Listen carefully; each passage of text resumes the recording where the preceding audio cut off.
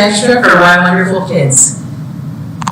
I give extra to provide kids a safe place to learn and grow and commit to fighting systemic racism. I give extra for the over 50 women, children, and men here in America for residential program.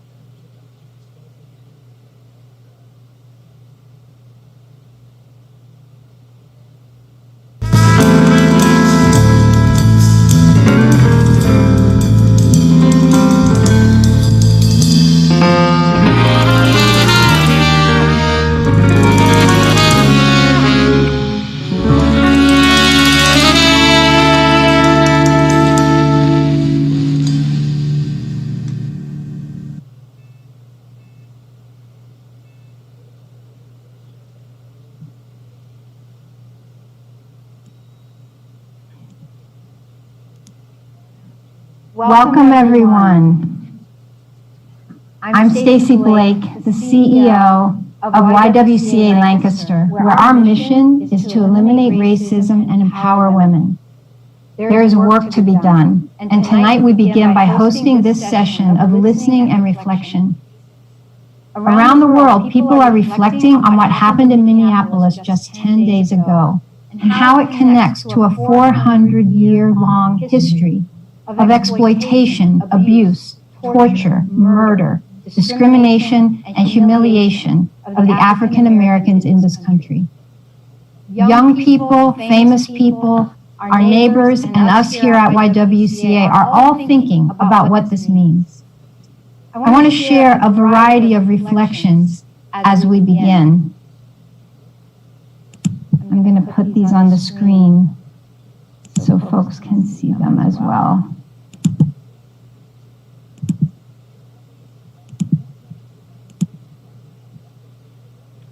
Our nation is moving toward two societies, one black, one white, separate and unequal. This is from 1968, the Kerner Report. Just yesterday, our former President Barack Obama said, "Remember, this country was founded on protest. It's called the American Revolution." In Jerry Wa Migwi, a Kenyan activist raising 5 children in Nairobi, she lived and worked in Boston 10 years ago, and she said the unrest in America had convinced her to never send any of her children to the United States for fear of a middle-of-the-night phone call that my child has been killed by police because he's black. And this from Patrice Bergeron, a French-Canadian pro-hockey player. Today and going forward, I want to listen, educate myself, and stand up for the black community. I am determined to raise my children to be anti-racist. From Ava DuVernay, director of 13th. Think about how you can work to dismantle the generations-old systems that encourage and protect police misconduct and murder. Another former president, George W. Bush. We can only see the reality of today's need by seeing it through the eyes of the threatened, oppressed, and disenfranchised. And this one, let's be honest. Black pain, grief, and rage are not only dismissed by elected officials. Our response to those feelings are also criminalized. To feel is the most fundamental human desire, yet we're consistently punished for expressing our feelings and desires. From Patrice Calors.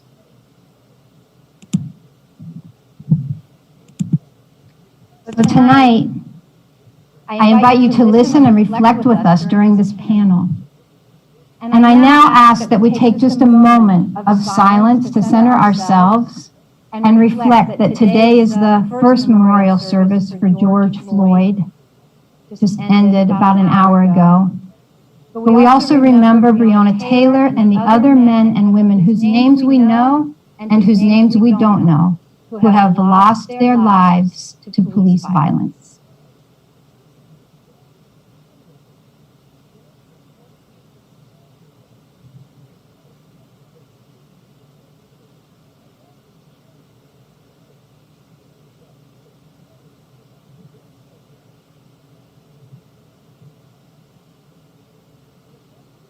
Thank you.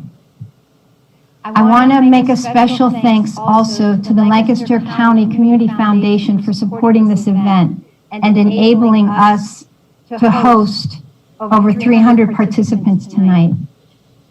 We convened this panel to reach for a greater shared understanding of what's happening in our country. We have three wonderful panelists with different backgrounds and perspectives who have generously agreed to share their expertise with us and help us reflect. And I'm so grateful to them for adding this task to a week that is already overflowing with emotion, work, and community responsibilities. Thanks, all of you. Let me introduce Angela Reynolds. She's newly installed as the YWCA Pittsburgh CEO and assistant professor in the Graduate School of Public and International Affairs at University of Pittsburgh.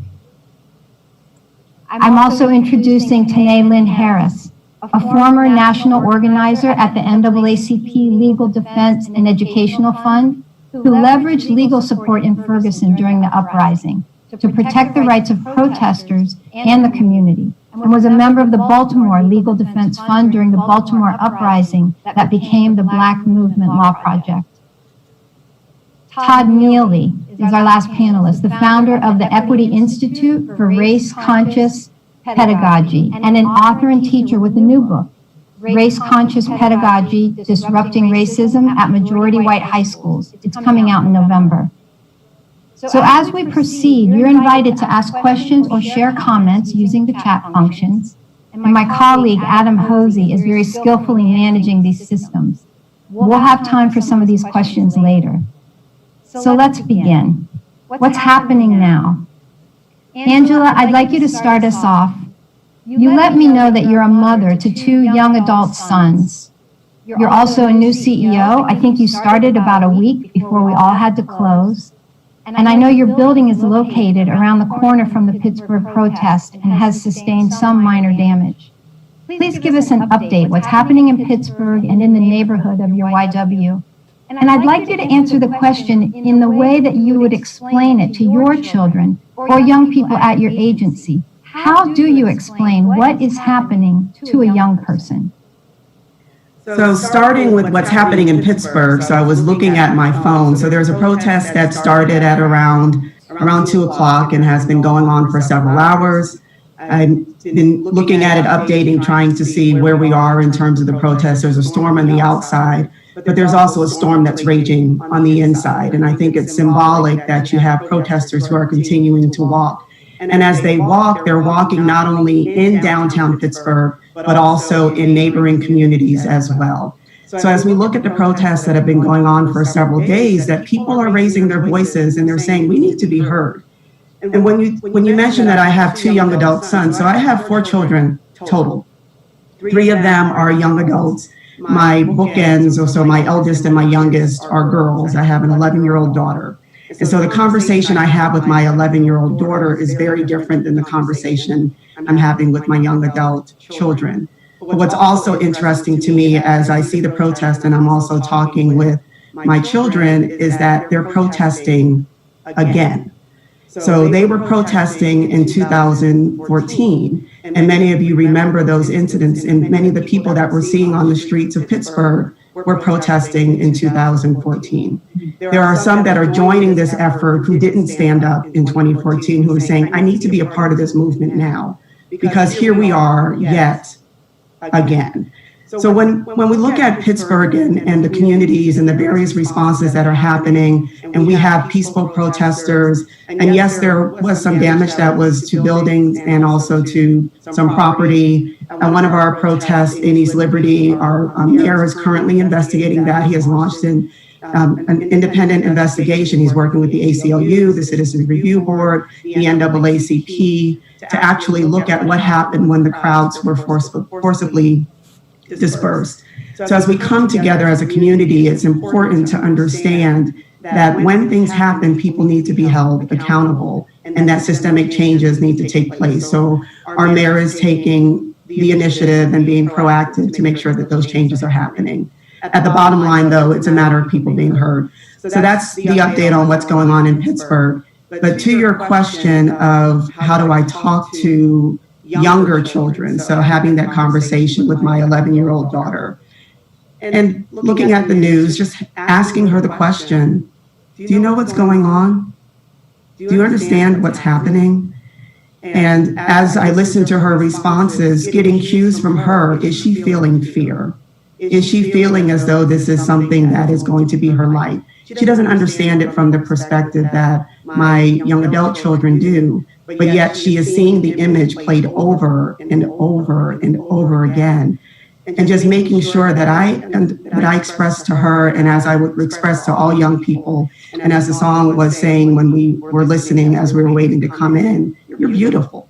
And you have a right to fight for the human right to exist.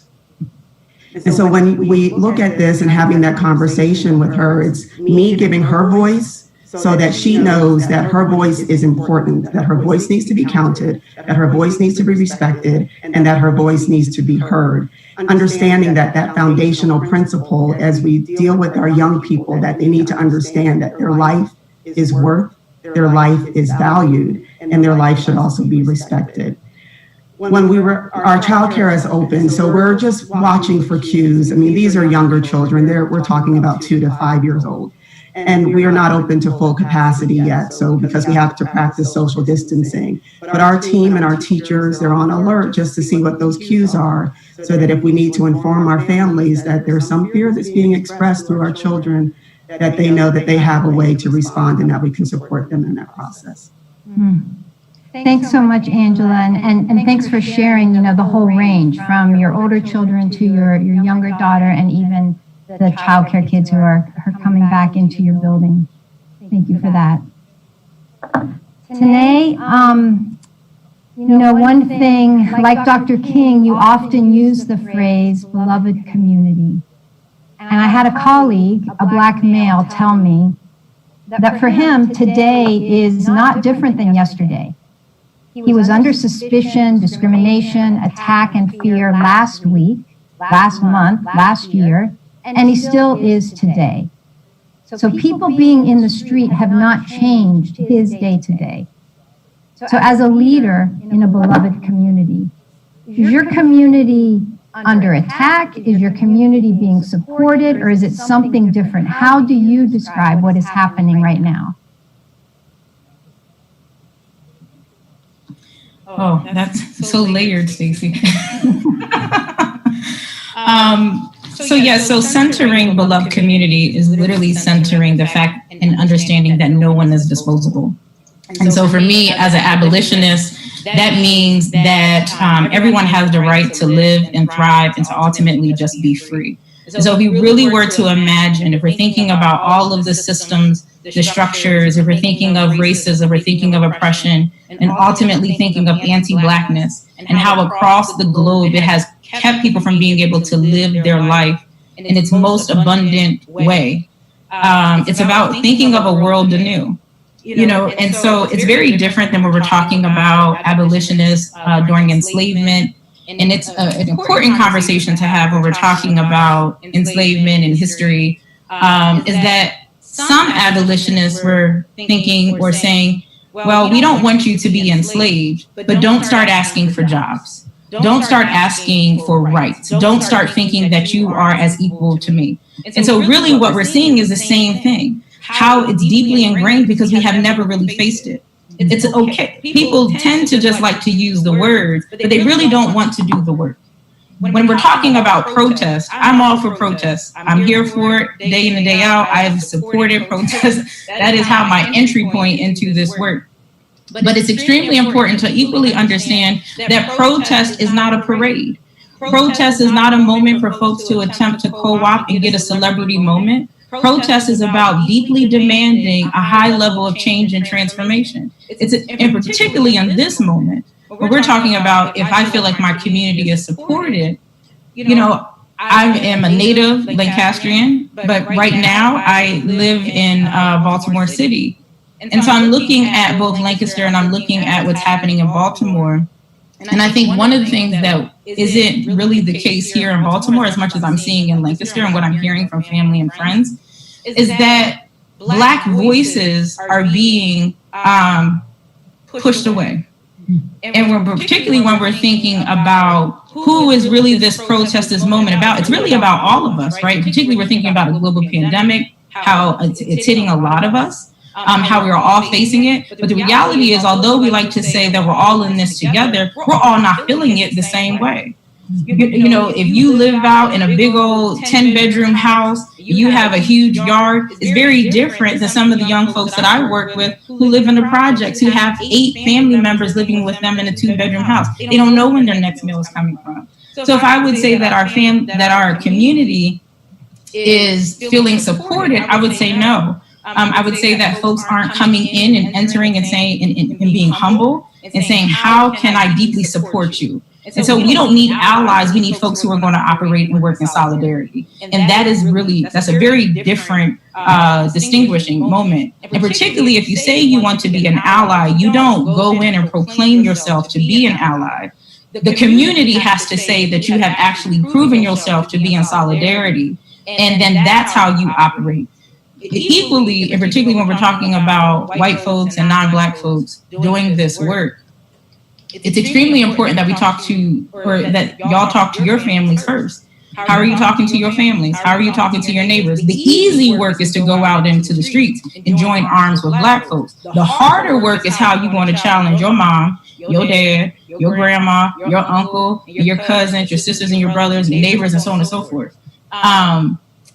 But are we seeing a shift? Yes, we are seeing a shift. And that, I think it has something to do, we believe in media. The media is grasping onto this. You have more folks who are getting on board into looking at this. And particularly we have video. And when you have video and people are really able to see it, I think that begins to create a level of shift and change in folks' mind. Thanks so much, Tanae. And you know, to your last point about the video, you know, several folks continue to make the point. It's not that this is just now happening. It's just that now we have video to show everyone else. And that is part of what's so different. So Todd, I'd like to invite you into this conversation. A few days ago, Todd, you wrote a piece entitled Thoughts on the Minneapolis Rebellion and the White Liberal Problem. I was really intrigued how you used the word rebellion. So can you tell us why you chose that language to describe what is happening now? Stacey, I'd be happy to. First of all, thanks for having me here. It's nice a privilege to be here with Tanae and Angela. There's some history behind the choosing of the word rebellion. Particularly 30 years ago, we, and by we I mean white folks, knew that there was something wrong about the acquittal of 4 officers that physically abused Rodney King in 1992, but yet we decried the looting that came after. You know, we also knew that there was something wrong with the deaths of Freddie Gray and Michael Brown in 2014 and 15, but again, we decried the looting that occurred, the protests that occurred afterward. And if you jump back in time 50 years, it was really the same condemnations ensued after the uprisings in the second half of the 1960s. So there's 2 things collectively that are happening in all of the locations where we've seen these protests. You have nonviolent demonstrators, which is the majority of the people. Then you have people doing some looting, which is unfortunate. So I thought, what word could I use that doesn't isolate the looters and doesn't alienate the nonviolent protesters? So I thought about those demonstrations that occurred in the past that are happening in all of the locations where we've seen these protests. What was going on in the last week? It was going on in 24 hours at the moment I wrote that column in question. So I thought the word rebellion was appropriate. You know, look, people are hurt, they're angry, they're exhausted, and they've run out of patience. Others, you know, my white brothers and sisters are kind of waking up to the violence inflicted upon Black and brown bodies and that history behind it. But I was also thinking about, Stacey, you know, which protests, which nonviolent protests that has taken place in history that argued for the value of Black lives and civil rights and equity that didn't upset the public, you know, that didn't upset white folks. We can run through a long list of the 60s, and maybe this will come up later, or we can jump ahead to something more recent and the take a knee movement that happened in professional sports, starting after 2016. All of that upset people, and none of that was working. So the other part of that title is where I'm writing toward a white audience in that piece. So I wanted to address this white liberal problem. And I think it's clear that by the commentary that we've seen on the news and that part of what we're seeing about black folks and other non-black people of color being tired, that they want more action from their white counterparts. They want more from white liberals to affect real systemic changes. So instead of, say, the white liberal that's racially colorblind, or the right liberal that does not challenge the status quo in the places that they work or the places where they worship, or white liberals that don't see how deeply racism is embedded into the fabric of the United States. So I wanted to try to reach that audience in what I wrote. So something going around throughout social media has been the Martin Luther King phrase, "A right is a language of the unheard." And that's a phrase that I've commonly used in my own scholarship when I try to connect and explain to my white peers about what these demonstrations are all about. I mean, if folks on the line still don't understand, think about a confrontation that parents have had with their children. When a child doesn't feel like their parent is listening to them, what do? They stomp up to the bedroom, they slam the door, they throw some things around. Okay, and then the parent says that they're just rebelling. So it's the intensification of emotions is when occurs when reason seems impossible. And that's what I think MLK was trying to get at when he was explaining that to Mike Wallace in 1965, and that's certainly what I was trying to explain in the column that I wrote. Mm-hmm. Thanks so much, Todd. I made a note. There's one thing in particular I do want to come back to. Sure. Angela, so we've been talking about what is happening. Let's take this to another level about the why. So there was a recent poll that showed that Black and white Americans are viewing things very differently. More whites trust police. 77% of whites trust police, whereas 36% of African Americans do. More African Americans are concerned about the COVID impacts to their community. 75% of them are, and just 25% of whites. And the majority of African Americans feel the pandemic responses are biased against them. Why is there such a big gap in these points of view? So there are two responses to that. One is, why is this happening? And the other one is, why are there gaps in the point of view? So what I'll do is I'll start with the second part of that and then come back to the first. So there are differences in points of view because there are differences in where people live and where they reside. Experiences. The experience I have as a Black woman is different than the lived experience that a white woman would have. And it doesn't mean that I am saying that my race is a reason for me to be treated differently. My race is a reason that I have been treated differently. And so when we look at racial disparities and we even look at environmental context, that what we're seeing on the outside is a result of policies and practices that have led to that. And so when you ask, why is this happening? Because there are structural systems in place, that there are systems that are racially biased, that there's structural racism that is institutionalized. And as you said, that we're talking about years. I mean, this isn't something that just happened overnight. And we're talking about years of a system in place. So I'm just going to give a couple of examples. So one example, which we haven't really talked about, people haven't been talking about as much, but racial residential segregation still exists. Pittsburgh is still a very highly segregated city. There are many cities that are still very highly segregated. well, why are there racially segregated patterns? And so we need to go back historically in terms of what happened. So why do I say like my lived experience as a Black woman is different? So when I moved into my neighborhood, because my research area is racial residential segregation, and I'm a policy analyst and a statistician by training, what I did was I literally pulled up the census data, and I made a deliberate decision that I wanted my children to live in a racially mixed community.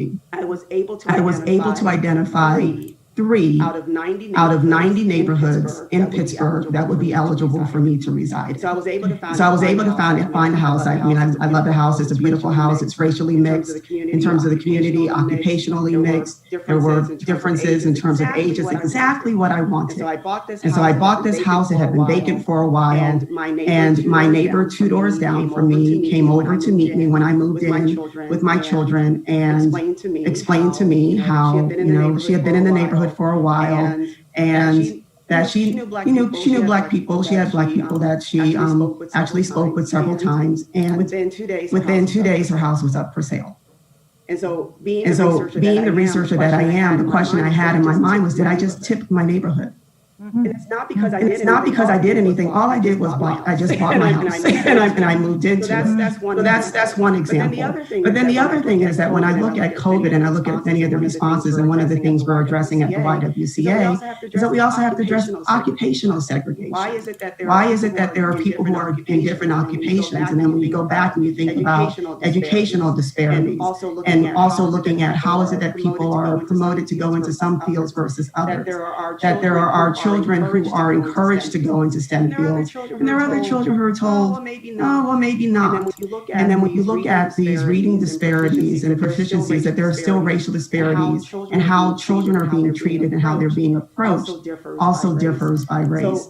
So we have to address these structural barriers. We have to call out structural racism, and we have to call out these systemic barriers that are based on race, that are causing these issues to continue to happen. And then when we do that, then we can start addressing the systemic overhaul and the radical change that needs to happen to dismantle those systems, and then we can stop these racial disparities and start to reduce them. Angela, that response was rich and layered with so much powerful information. I'm going to ask you, would you just repeat one more time? You were giving the example of when you were looking at the data to find your house. Can you just say that statistic one more time of how many? The city of Pittsburgh, so I'm not even talking about our county, the city of Pittsburgh is made up of 90 neighborhoods. Pittsburgh knows their neighborhoods. The first thing you say, if you're from Pittsburgh and someone's here, they say, what neighborhood are you from? Because that's a marker. So when I looked at those 90 neighborhoods and I looked at the census data, what I had for what I wanted was to find a neighborhood that was at least 30% African American. And I wanted to make sure that there were 30% or less in terms of whites. And so I was trying to find a racially mixed neighborhood. I didn't want to grow up in a predominantly white neighborhood. Remember, I was a professor at the University of Pittsburgh at the time, and many people were telling me which communities, as a professor, I should live in. And they were all predominantly white. That's not what I wanted for my children. But I also I wanted a racially mixed neighborhood. And it's not that I didn't want to live in a Black neighborhood. The perspective that I wanted was I wanted my children to be able to live with both Blacks and whites and see them on the same street. And so that's when I looked at the data, and I was only able to find 3 neighborhoods that fit that description. Only 3. And also, it had to be a place where I could afford. The affordability didn't even become a factor, because once I looked at the racial composition and making sure that there were enough of me, people that looked like me there, then that's another factor. We could talk about housing values and what that means related to race, but we don't have time on this call. Wow, thanks for sharing that, expanding on that a little bit. That's a powerful number. Tanae, so you are a person with, among other things, a very interesting background. You've been on the ground during previous uprisings in Ferguson and Baltimore. So for example, while the families of Michael Brown and Freddie Gray and their communities were supported by protests in other cities, it did not grow and sustain to the level that we're seeing right now with protests and rallies in 50 states. I think I've seen 10,000 rallies or marches have been documented, including worldwide, outside the U.S. What is making this different?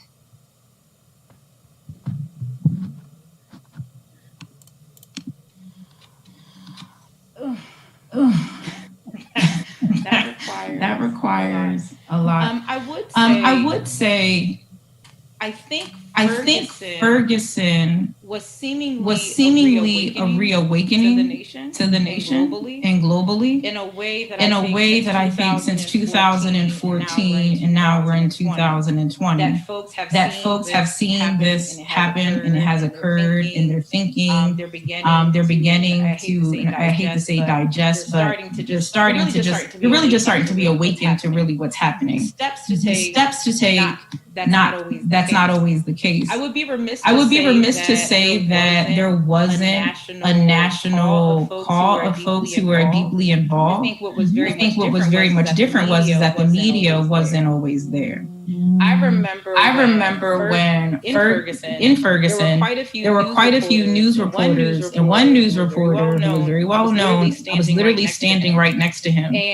And we were live. Well, he was live, and you heard him mention a complete different narrative as opposed to what we all knew was happening right in front of us. And so that's how powerful the power of the media is. Who gets to decide the narrative? Who gets to dictate it? Like, this is why historiography is extremely important, and historiography is how someone tells the story and why they decide to tell the story the way that they do. And also why narrative shift is extremely important as well. Because folks will try to take the narrative that is more palatable to them.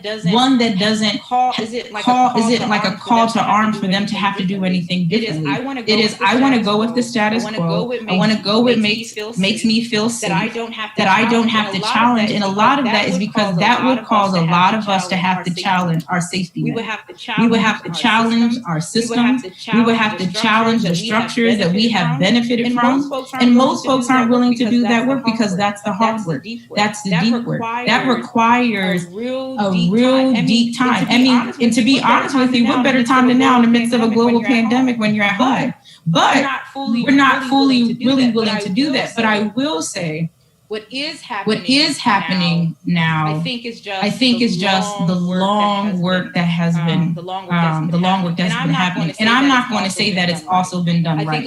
I think a lot of folks are deeply angry, and rightfully so. When you're thinking about economics, when you're thinking about divestment from Black communities, when you're thinking about the history of the fact Black folks haven't been able to get loans, when they're not able to just, again, live their life abundantly, when you're thinking about inequities in education, when you're thinking about the fact that Black moms are more likely to die, not because of their race, but because of racism and how doctors in the medical field see them. When you're thinking about people not having health insurance and who that deeply affects is Black folks. Black folks oftentimes are always at the bottom. Everyone is trying to get as far away from Blackness as possible. And so it requires us to really have a moment of thinking more deeply, the being and becoming about how we really envision a better world, how we actually really fight for it. It's hard to say that folks weren't taking it to the streets. I just think folks weren't really paying any level of attention. They didn't want to pay attention. And I think in that moment, particularly in Ferguson and other folks across the country who were part of the movement were very clear on what was deeply happening across the country. And when the narrative isn't palatable to whiteness, folks oftentimes don't want you to have the mic. In addition, this country will tell us who our leaders are, but the leaders, black folks in the community will say, I don't even know who that person is. So we have to ask who is saying that someone is or are our leaders, and how it's extremely important to really trust, and really bow down. And I'm not saying like in a very submissive and oppressive way, but how can we be our most humble self and saying, how can I learn? How can I do better? And how can I support? Renee, thank you for that. And you touched on one of the questions that is in the chat box. So I want to just ask you to amplify a little bit, because what I heard you say was yes, there was national support and rallies and so forth with Michael Brown's case, for example. But it was not treated by the media the same. So the question in the chat box is the media accurately reflecting the uprising now? No. I mean, this is why it's extremely important to have what has been really great are when you have independent news sources who are on the ground, who are actually going around, and sometimes they're just asking for donations, but they're trying to capture the story. Ferguson was not as much as a shock for me, because I also had dealt with the Fraternal Order of Police in Philadelphia.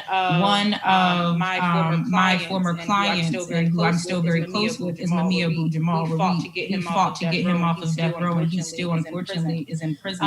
But really understanding Philadelphia and understanding the case of Mamiya Abu-Jamal, you're not as scared when you have to deal with the Philadelphia Fraternal Order of Police. But what was particularly interesting in Ferguson was the level of anger that police and the National Guard had towards us. Most people don't know. We had safe harbors. The police and National Guard went into St. Mark's Church. They tear gassed folks. They shot rubber bullets at folks. At one night, finally, we were able to get some bulletproof vests just to try to protect us. And we were there as legal observers in connection with the Department of Justice, and we were still getting treated this way. And most folks don't know that story. That story's not in the media. But although sometimes I think people see something, but the media says something completely different. I was just watching something that happened in Minnesota, and I clearly saw that a police officer had attacked a protester, and they were like, the protester attacked the police. I'm like, no. I just saw that clear as day. And so it's extremely, when we're thinking about how the media can really dictate the narrative. Even we were in a restaurant. I was tired of being tear gas. Yes. But being tear gas in a restaurant, and we were just trying to create a safe space. So I think that there's a little bit of a shift. I think the media and police and mayors and so on and so forth, people in power are deeply understanding that if they don't get ahead of the narrative, and so it gives them the opportunity to dictate. And so if you're able to dictate the narrative, you're able to then dictate the outcome. And I think it's also extremely important. I just want to say this: when we're talking about looting in the midst of a global pandemic, are we talking about the looting when corporations were able to get $300 billion? When we're sitting here finding scraps, and you have millions of people who are unemployed. Are we talking about that? When folks are asking, how do you feel about the buildings? I will say, I don't want anyone to get harmed. But I'm until this country and until nationally, folks are really willing to rise to the occasion and create a high level of transformation. I'm more concerned about life and folks being able to live that life abundantly than I could ever really start thinking about a building. Mm-hmm. Thanks for that. So Todd, I want to come back to you for a minute. You're a historian. You've published a couple of books on different topics. So I'm wondering, in your mind, how do you set this period of time in context? Why now? Why right now? Why is this happening again? Well, I'm sure there's half the population is asking that question why now, and half the population is asking, or not surprised that this is happening now.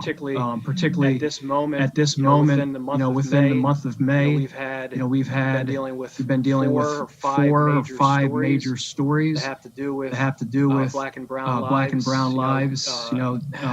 How COVID-19 has disproportionately affected Latinx communities and African American communities. The story in Central Park, Georgia.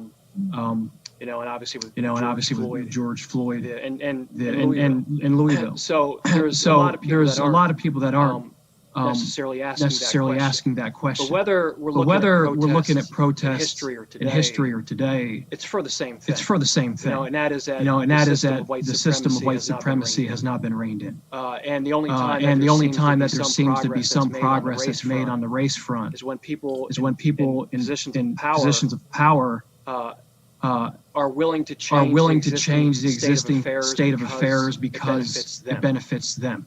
Critical race scholar Derek Bell calls it interest convergence. And you asked me a historical question. So two moments in things that happen in history that I often think about when looking at interest and where people's interest lies is one of the passing of the 15th Amendment, which gave African American men the right to vote.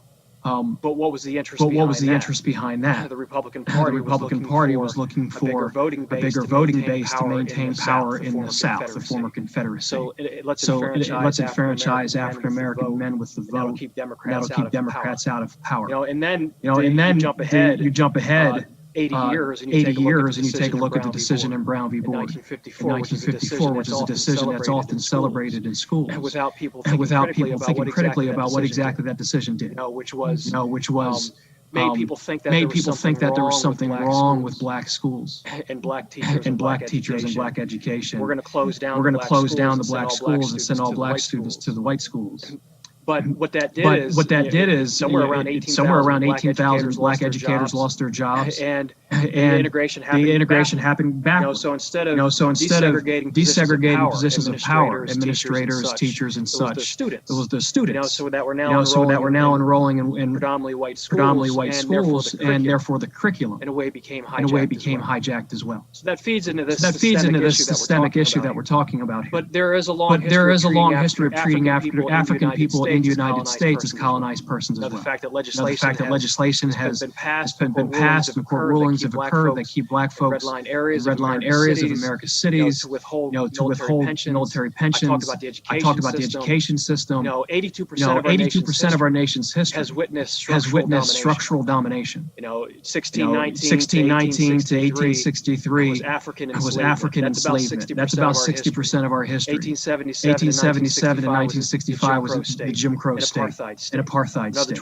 Another 22% of our nation's history. And you add on to some of the things that Angela, I believe, she said, she was talking about, housing discrimination, racial zoning that occurred all the way through 1968. And we can even talk about the exploitation of Mexican and Chinese Americans, and clearly the fact that this is what happened to indigenous people in the country as well, through genocide and then forced assimilation by law and in boarding schools. So all that is in this history. That becomes part of this conversation. What many people are voicing as they're protesting on the streets, and to a more current moment. I just remind folks about what is at the front and center of these protests, which is state violence. And with law enforcement, kill somewhere around average three people a day in 2019. That's somewhere around 1,100 deaths in that year. And 99% of police officers that were involved in these cases were not prosecuted. Even when it comes to cases of extreme excessive force lawsuits, 60% of law enforcement wins those cases as well. And before I finish, there's a link here historically with ritual lynching. Because there we're talking about disproportionately black male in the public, and it inflicted racialized terror on communities. 5,000 people, I'm estimating 5,000 people, 73% of those 5,000 were African American. Those who were white, were killed with typically white allies, or Jews. So when we look at numbers, let's say when we look at a case like George Floyd, or if we want to tally how many African Americans lost their lives to law enforcement a year ago. Let's just pick a number. Say 20. And that impacts more than 20 people. Because those 20 individuals have families. And they also come from communities.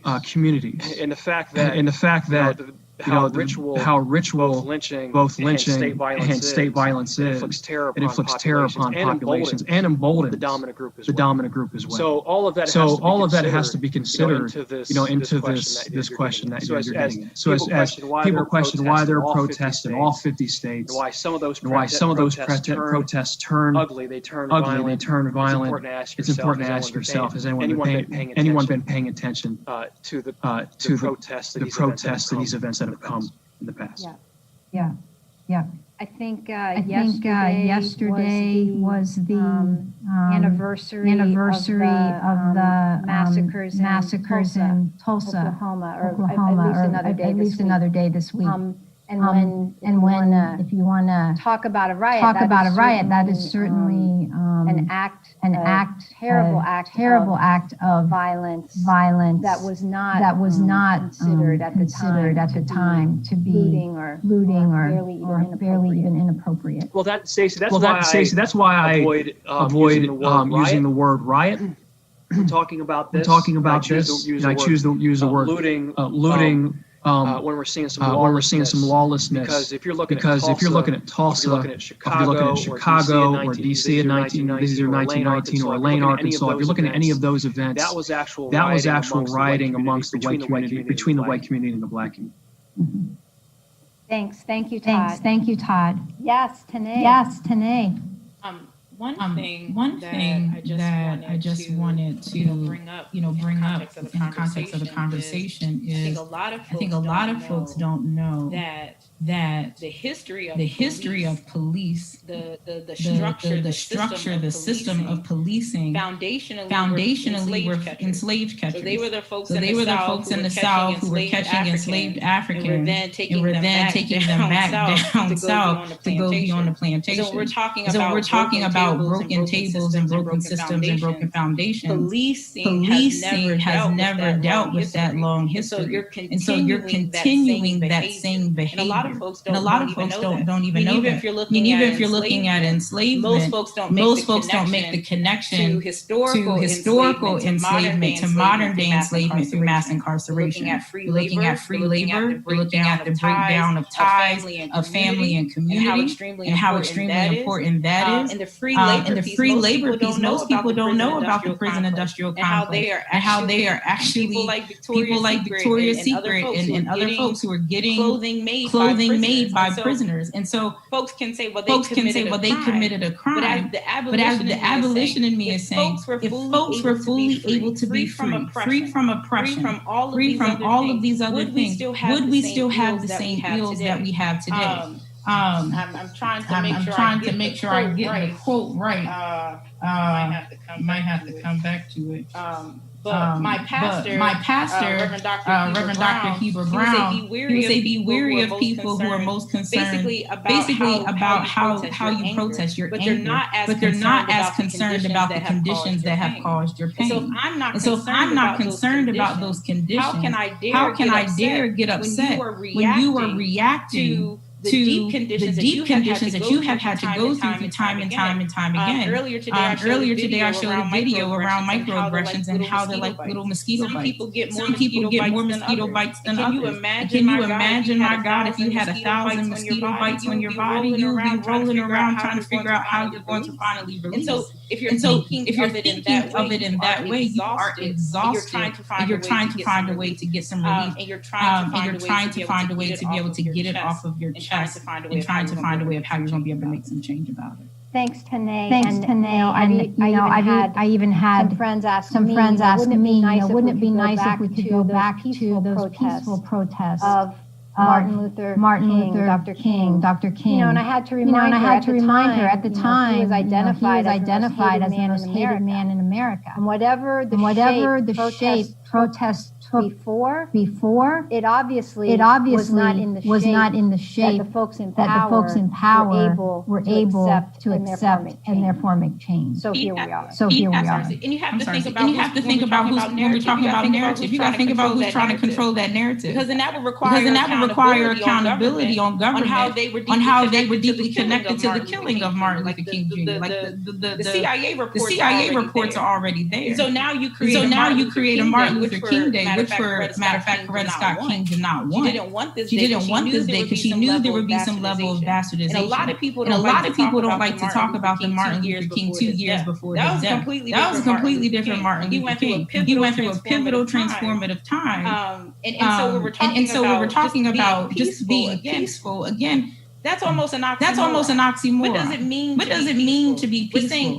We're saying peace where there is no peace. We're saying nonviolence, but we're not looking at the violence that begets the violence that we're talking about. Are we not talking about the violence against Black bodies and how they're not able to obtain jobs, even when they have more degrees than other folks, just because of the fact that there's this belief that they are less than, or that you have to keep them at the bottom, and how that is deeply ingrained. Are you talking about the violence of not allowing kids, or giving kids the resources that they need to be able to go on and be viable in amazing students? Are we talking about the level of taking away the genius of Black and brown children? So we're never talking about that violence. We end up talking about the response violence. Stacey, I just wanted to say a couple things about your point on King and what Tanae was saying. You know, the last Gallup poll that was taken when he was alive was 1966, and 32% of the population approved of what King was doing. You know, this is just 2 years after he won a Nobel Peace Prize. Technically 1 year after the Civil Rights Movement scored its victory. But what he realized when the Civil Rights Movement was over was that there were still several defaults, problem areas still left, because the Civil Rights Movement was based in the law. It was an effort to align state law with federal law. But it didn't address poverty. It didn't address state violence, and it didn't address de facto segregation. Things that existed and pervaded in the American North. The Civil Rights Movement only focused on the American South, where Jim Crow was reigning supreme, though there is Jim Crow in the North as well. So when the Civil Rights Movement ended in '65, a year later, James Meredith is shot in his march against fear, and King and Stokely Carmichael they have engaged in a deep conversation about Black power. And just 10 days after James Meredith is shot on June 6, 1966, June 16th is when Stokely Carmichael declares Black power in a public speech in Mississippi. And Martin Luther King was a Black Power activist, and folks do not attach Black power to him. They attach direct action, nonviolence to him, and they don't realize how much of a Black Power activist he has become in his last 3 years of his life. That's an excellent point about how the narrative gets shaped and then influences everything that comes after. And I just wanted to chime in and respond to your statement where someone said to you, if we could go back to the peaceful protest. We talked about my family. So my 3 young adult children are either in college or out. And I told you I have my 11-year-old. What we didn't talk about is that I also have my 80-year-old mother living with me. My mother was born 1940 in Augusta, Georgia. So when you talk about peaceful protests, I have a mother who participated in protests in Georgia. Her perception of how those protests were received, being put into the back of a patty wagon, having ketchup put into her hair, having things thrown at her, being called everything outside of her name, her basic human rights being taken away from her. Her perception is very, very different. And so we need to think about how we say things and what that means for the person who is expressing that I have a right not only to be heard, but to be valued and to be respected, to have that come against them in a violent way. Their perception of that protest and that experience is very different. Standing to it. But I also want to say that now by having my mother here, and I've kind of had to turn the news off from her because she's being re-traumatized by watching those images over and over again. And it's not just the image of George Floyd's death, and we could count down the list of the ones that we black men and black women that we see alive at one moment, dead the next, alive again, and then dead. To actually see the police responses takes her back. And in her mind and what she's going through right now, she's not in a peaceful place. Yeah. You know, Angela, I appreciate you saying that because it also is such a good example of and not doing the math so quickly here in my head, but the movements are so often led by young people. And your mother, it sounds like an example of one of those people, a young person who was right on the front lines, experiencing all kinds of humiliation and violence. And today even, I'm in Lancaster, and the protest marches go past my window twice a day, and it's full of young people. So there's actually a question here in the chat box, and you know the question is how do we help channel that anger that young adults and all ages are likely feeling constructive action. Any actions that we recommend. But I want to just explore this a little bit without even too much focus on actions. Just this idea of again the young people are in the street. And what do we take from that?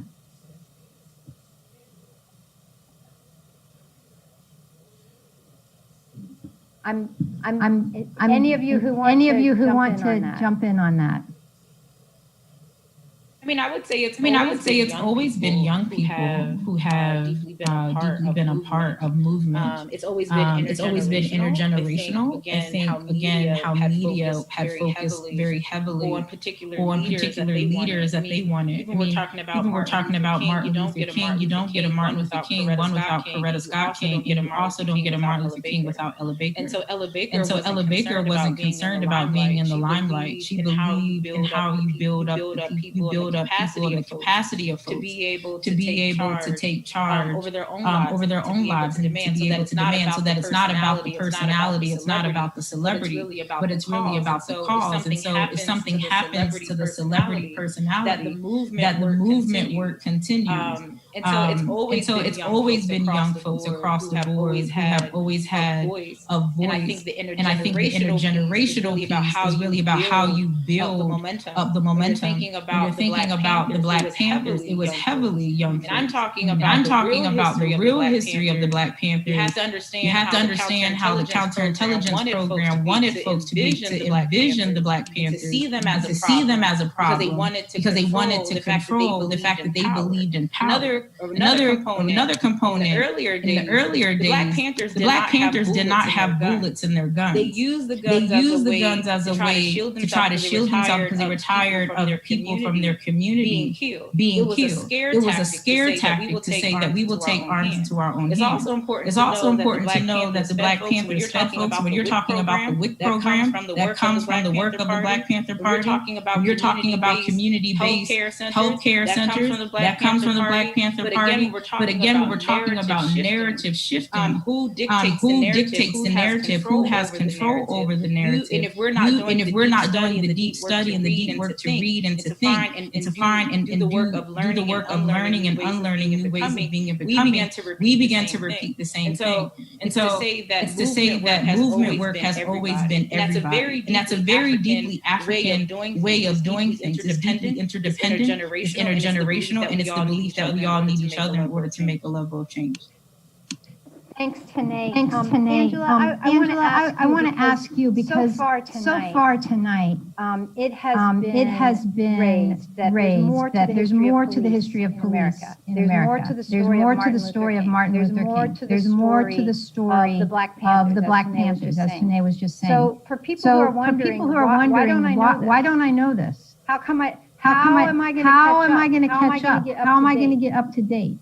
What's your advice? I have two levels. One is educate yourself. And so one of the things that's really important is to understand that my knowledge and understanding of American history, Black American history, or the history of others in this country cannot be solely dependent on what I am taught in school. And so if that's where we're looking for our only source of information, then the history is not going to be accurate.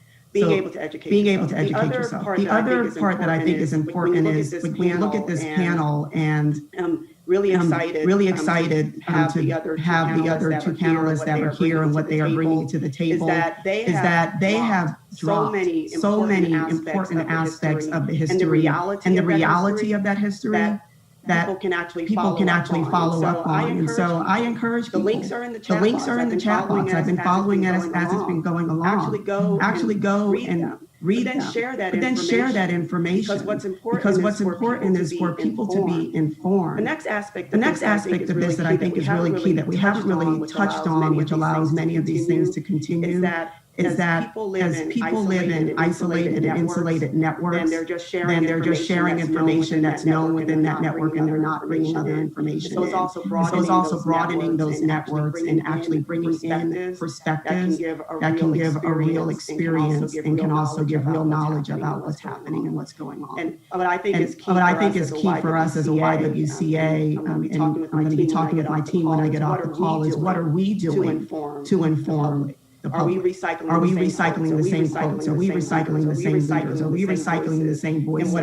And what are it to speak about a movement, or are we broadening perspectives so that people really understand that history and those structural biases and the reality of what happened? Thank you. Thanks for that, Angela. And just a note, since you mentioned it, Angela, there are a lot of links in the chat box. There will be a follow-up email to participants with the links that we haven't mentioned tonight, and other resources. Folks don't have to worry about that. I actually want to just circle back to one thing that Todd said earlier, because I do think it's important for folks on the call. Todd, I want to ask you. You made a fleeting reference to. I think you said white liberals who say that they are colorblind. Can you just say a few words about what is the problem with saying I don't see color? Because we do hear that from folks who are trying to be in support. Well, don't limit this question to just me. Tanae talked about microaggressions about 15 minutes ago. And that's perhaps the ultimate microaggression. The ultimate white privilege is the fact that I can wake up every day and get ready for work, leave the house, and not have to worry about how my race is going to impact my day. Or my kids. For someone who is white, to say to someone who is of color that look, I don't see the color of your skin. Number one, you're lying. But to say that you're racially colorblind is saying two or three things. One of those things is that you're trying to evade this issue of color. So color evasiveness. Which is the way that we avoid the topic perpetually. Color silence is another way that I try to describe this. That's the way that white liberals don't speak up. We need to speak up. And this issue, just turn on the news, is proving, and it's part of why I do this work. Because it's literally about life and death. And the silence is a political act. So that comes to parents remaining silent to their kids, and that also includes white teachers that refuse to bring this up to their students.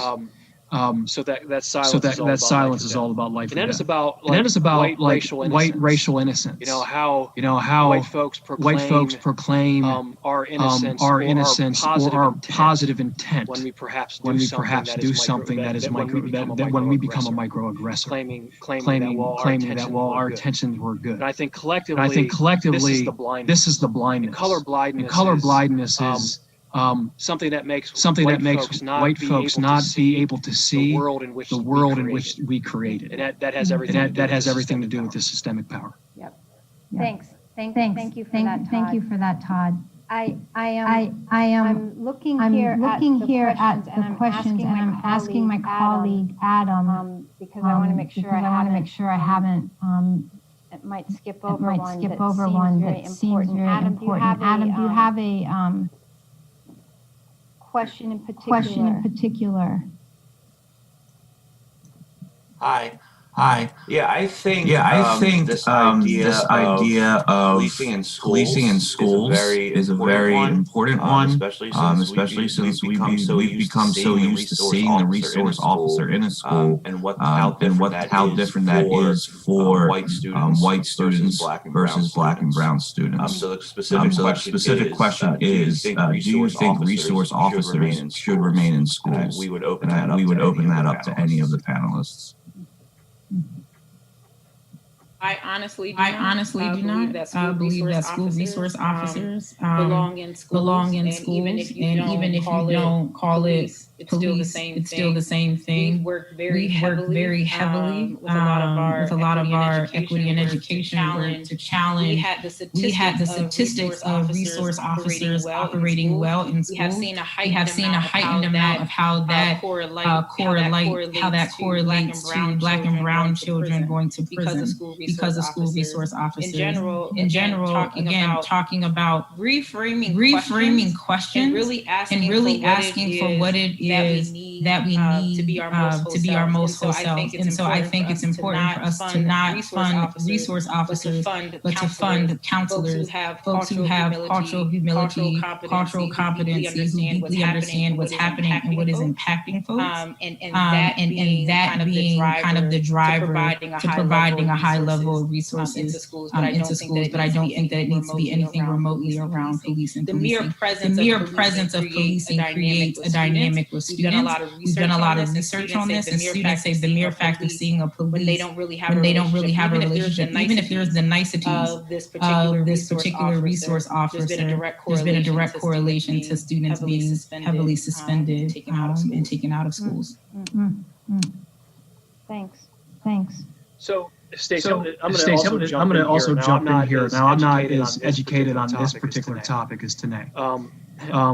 Drawing on my own experience, like we see stories in the news. We see videos in the news of ugly conflicts that take place between the school resource officer and the students. So there's no denying that. I need to do the research to see how this impacts schools across different like demographics. So what is it like at a rural school versus an urban school versus a suburban school? And maybe Tanae can answer. Okay. She can enlighten me. Right now, I don't know if it's a case by case. It's relative by what school you're at. I mean, I've worked in an urban school and a rural school. I've seen good relationships in one of the schools with the resource officers, and not so good relationships with the resource officer in another school. So I kind of see how it works both ways. And really, this is I'm throwing this out there for anyone even that's involved online tonight that might even want to type in the chat if those statistics exist.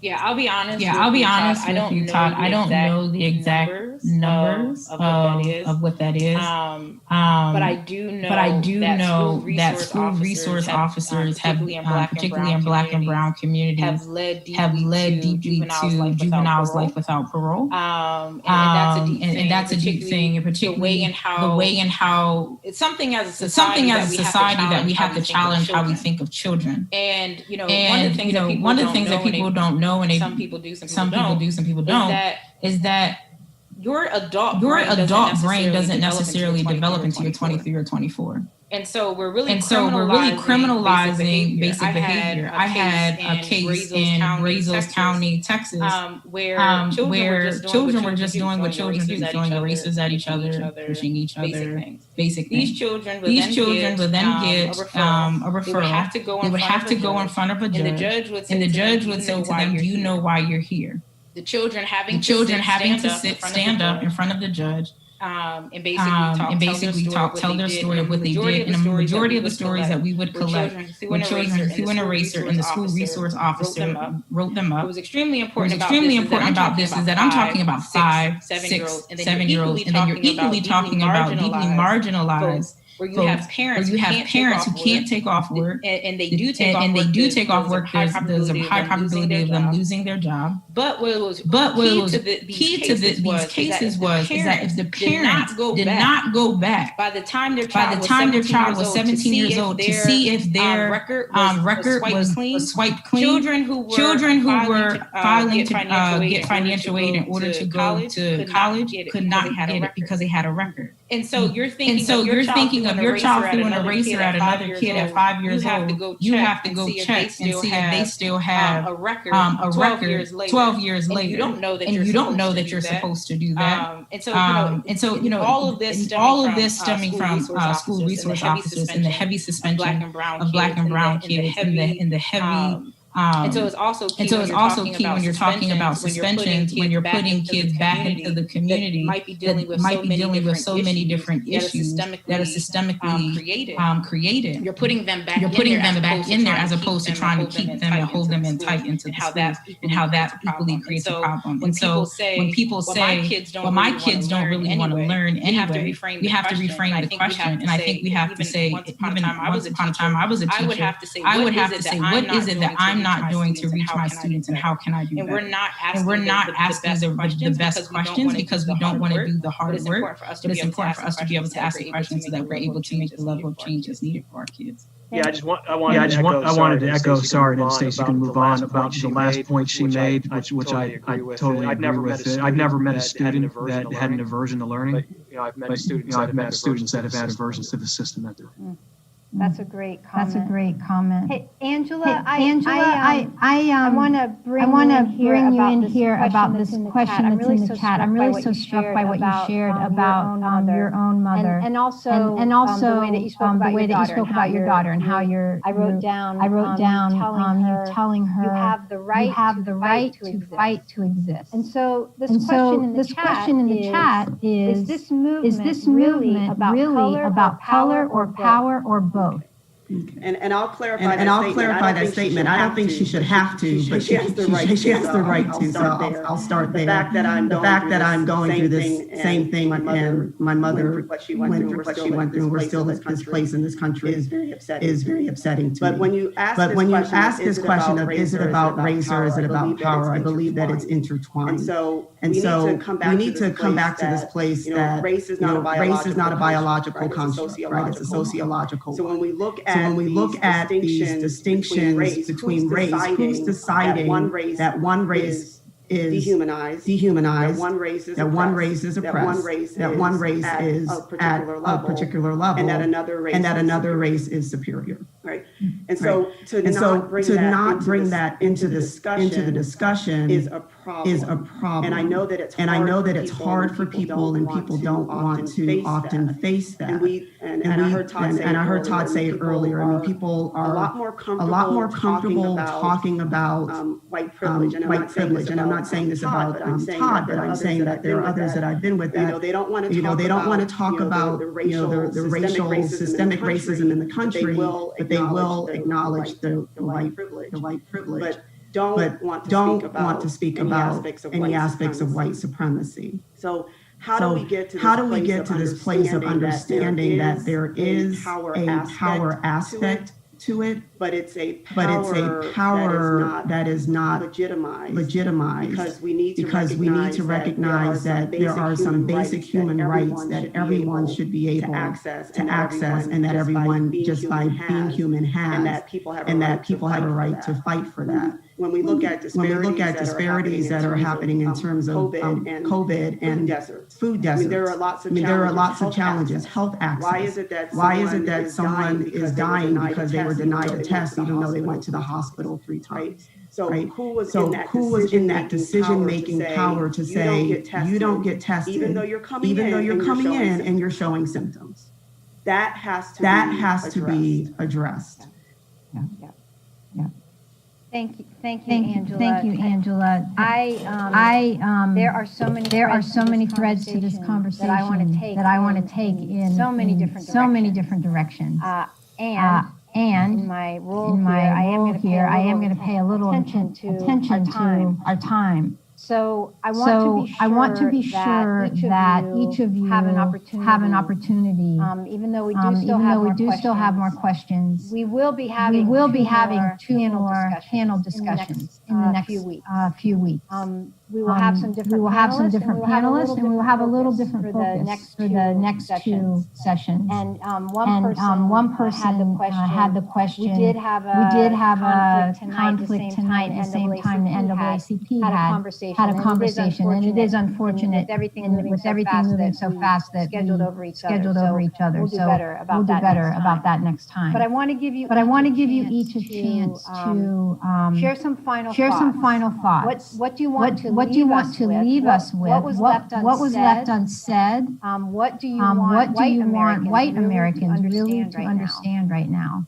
And Angela, I'll invite you to start. So sorry, I'm unmuting myself. I didn't do it in time. So one of the places I'll start is actually at a statement that I've made before, and it's the people need to understand that there is a burden that's often placed on Black Americans to be the ones to speak out against injustice. And so often there are times when I'm the only Black person in the room, or else I'm the only Black female in the room. And when things are said, the expectation is that I'm going to speak up about it. And the challenge is that if I do speak up about it, then it's attributed to the fact that I'm the only Black person in the room, rather than that there is a system and structure in place that needs to be addressed. So I'll give a quick example as it relates to occupational segregation and promotion and hiring within some workplaces. Are there racially biased criteria that are put in that don't allow someone to get to this level of advancement? Or are there other restrictions that we're placing that we don't understand have a history and structural biases? So my first response is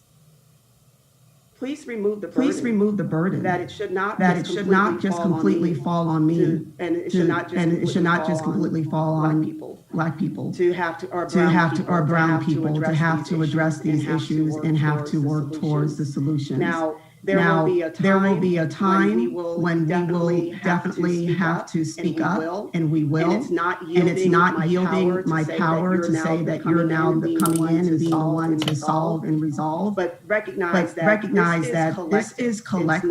It's not just on one population, that this is a societal challenge and a societal problem, and it's going to take societal solutions to fix it.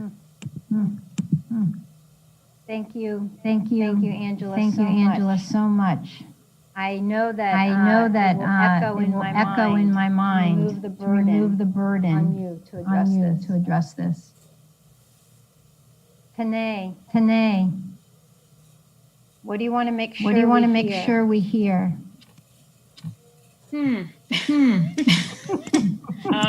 I would say to really challenge narratives, to really reflect on who you listen to. So particularly, one thing that we do have to address is there are folks who say, I do listen to Black folks. And sometimes they listen to the folks who are most palatable, that make them most comfortable. But listen to so many other voices, particularly those who make you most uncomfortable. And really, what is it that they're saying? Additionally, I would say it's important to equally fund Black-led and Black-owned businesses and organizations. A lot of folks aren't thinking about this. There's this idea that Black folks don't have genius, gifts, talents, and treasures. But we're fighting this deep oppression, these deep burdens that keep us from being able to focus on our work, to be able to tap into our creative genius. And so oftentimes our businesses dwindle away. But if you're able to shift, I mean, they're able to. You can shift power. You can shift economics in a way that you're really pumping into folks that you truly believe in. When you're thinking of political candidates who don't have the same amount of money, but they have great ideals and vision for their local community. How are you making sure that they're getting the same amount of money? But when you're thinking about economics and funding Black-led and Black-owned businesses is extremely crucial. And listening and deeply learning from Black folks. Thanks. Thank you for that. Tanae, and I was in a conversation just before we started tonight, and speaking with a colleague and noticing that on our various Facebook feeds, coming from different states and groups of friends, increasingly we saw a posted list of Black-owned businesses to support, not just now, but to support and get to know and bring into the community. Thank you for that. I would be remiss to also say in Lancaster, where Lancaster is postulated is on the Susquehannock native land. And so it's equally thinking about what has happened to those people. Where are they now, and what are the ways that how we can support? So when I am talking about Black folks, I am equally talking about we're talking about the least of these, those who are often forgotten, and how that is deeply intentional. So it's Black and Indigenous folks across the board, and making sure that we're deeply funding them. Thank you.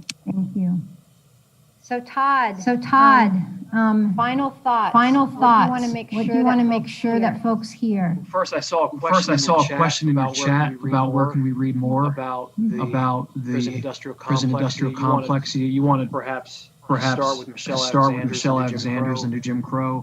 Elizabeth Hinton wrote a book called From the War on Poverty to the War on Crime. That was written about 5 years after Alexander's book was written. You want to read anything from by Angela Davis, and even her sister Fania Davis, who writes about restorative justice practices.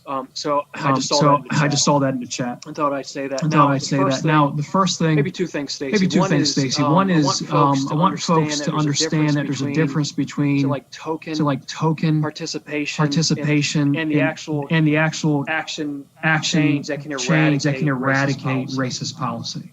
Posting your thoughts on social media is good, but it can't stop that. A school or a business posting their diversity mission statement. That's good. But that's not institutional change. It's just a statement. Right. Naming an African American chief of police or an African American principal of a school does not create institutional change. Neither does electing an African American president. Sending your employees through diversity, equity, inclusion training. That may change a couple minds and hearts, but it's not institutional change. So do what you can do to change the system where you work. It might be something small. Now you have to educate yourself, do some reading, have that reading and studying sustain.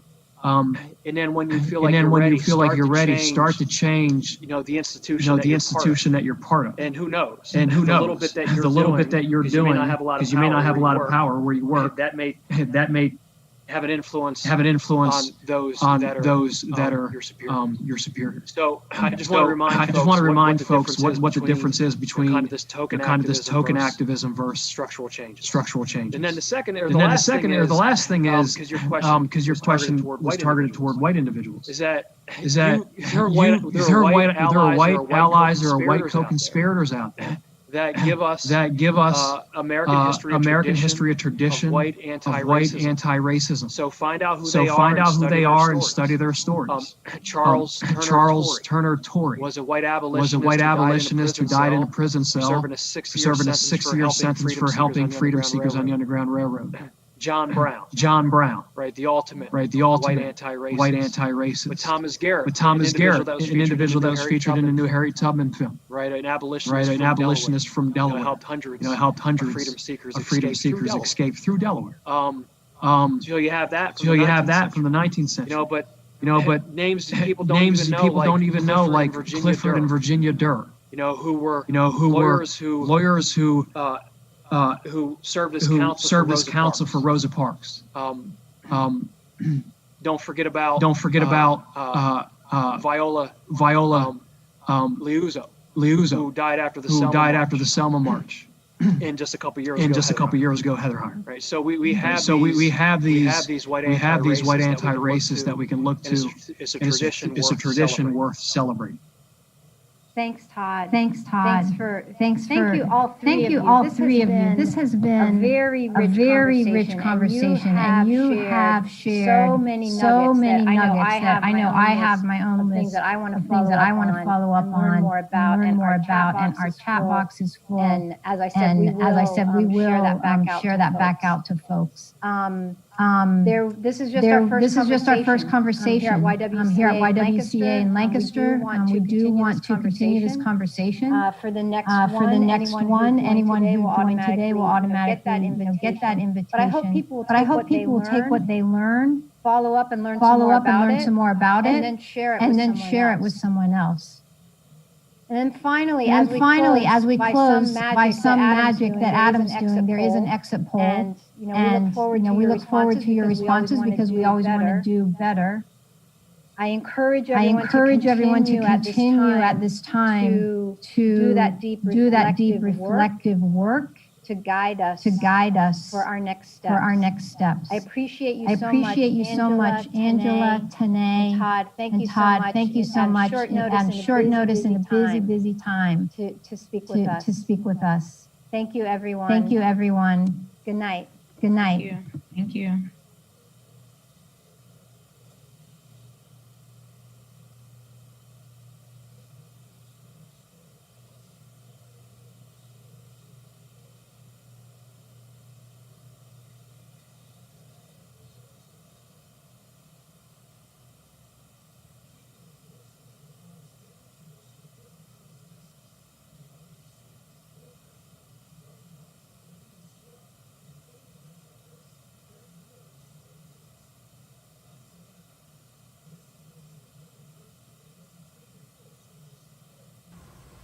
Hi, I give extra to eliminate racism and empower women. I give extra for safe, affordable childcare. Yo doy extra porque nuestros niños son nuestro futuro.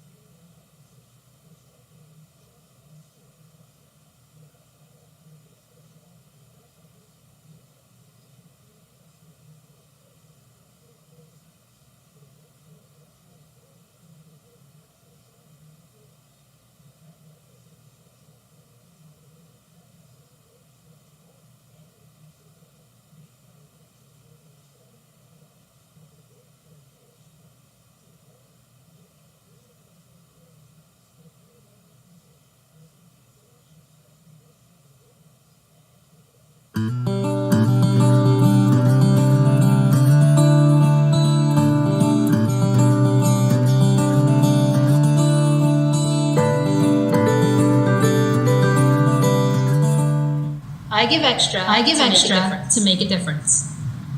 Hi, I give extra because I want to put my money with agencies who are creating change. I give extra for advocacy for gender equity.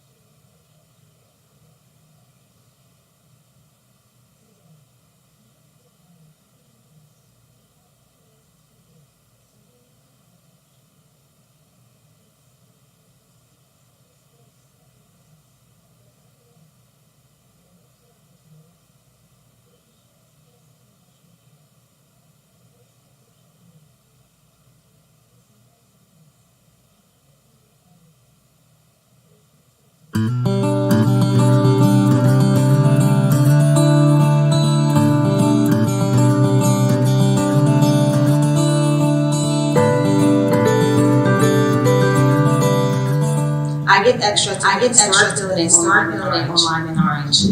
I give extra because as a mom, I know what affordable childcare needs are, and I like to be the voice, and the face for our community.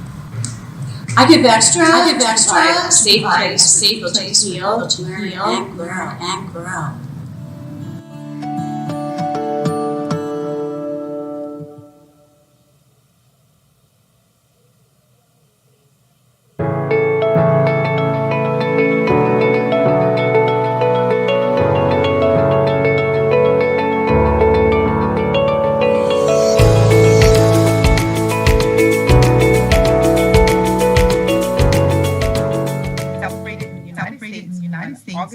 August 26th to commemorate the 1920 adoption of the 19th Amendment to the United States Constitution, which prohibits the states and federal governments from denying the right to vote from citizens of the United States on the basis of sex. It was first celebrated in 1972 and designated by Congress in 1973. While we celebrate this achievement, we cannot ignore that all women or people groups in general did not gain the right to vote. The work of the African American women's suffrage movement reminds us that the struggle for the vote did not end with the ratification of the 19th Amendment in 1920 because it didn't address the racism that prevented African Americans in Southern states from voting regardless of sex. Women like Fannie Lou Hamer, Ella Baker, Diane Nash continue to fight for voting rights for all, culminating in the passage of the Voting Rights of 1965. I'm Keisha Morant Williams. I am a board member of the YWCA, where our mission is to eliminate racism and empower women. Tonight we will continue our work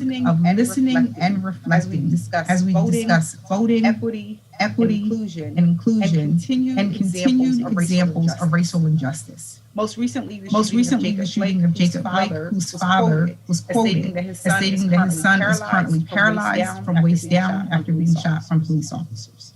A special thanks to the Lancaster County Community Foundation for supporting this event and enabling us to host all of our participants tonight. We've convened this panel to reach for a greater shared understanding of what is happening in our country. We have three wonderful panelists with different backgrounds and perspectives who are very generous to share their expertise with us and help us reflect. Thank you all.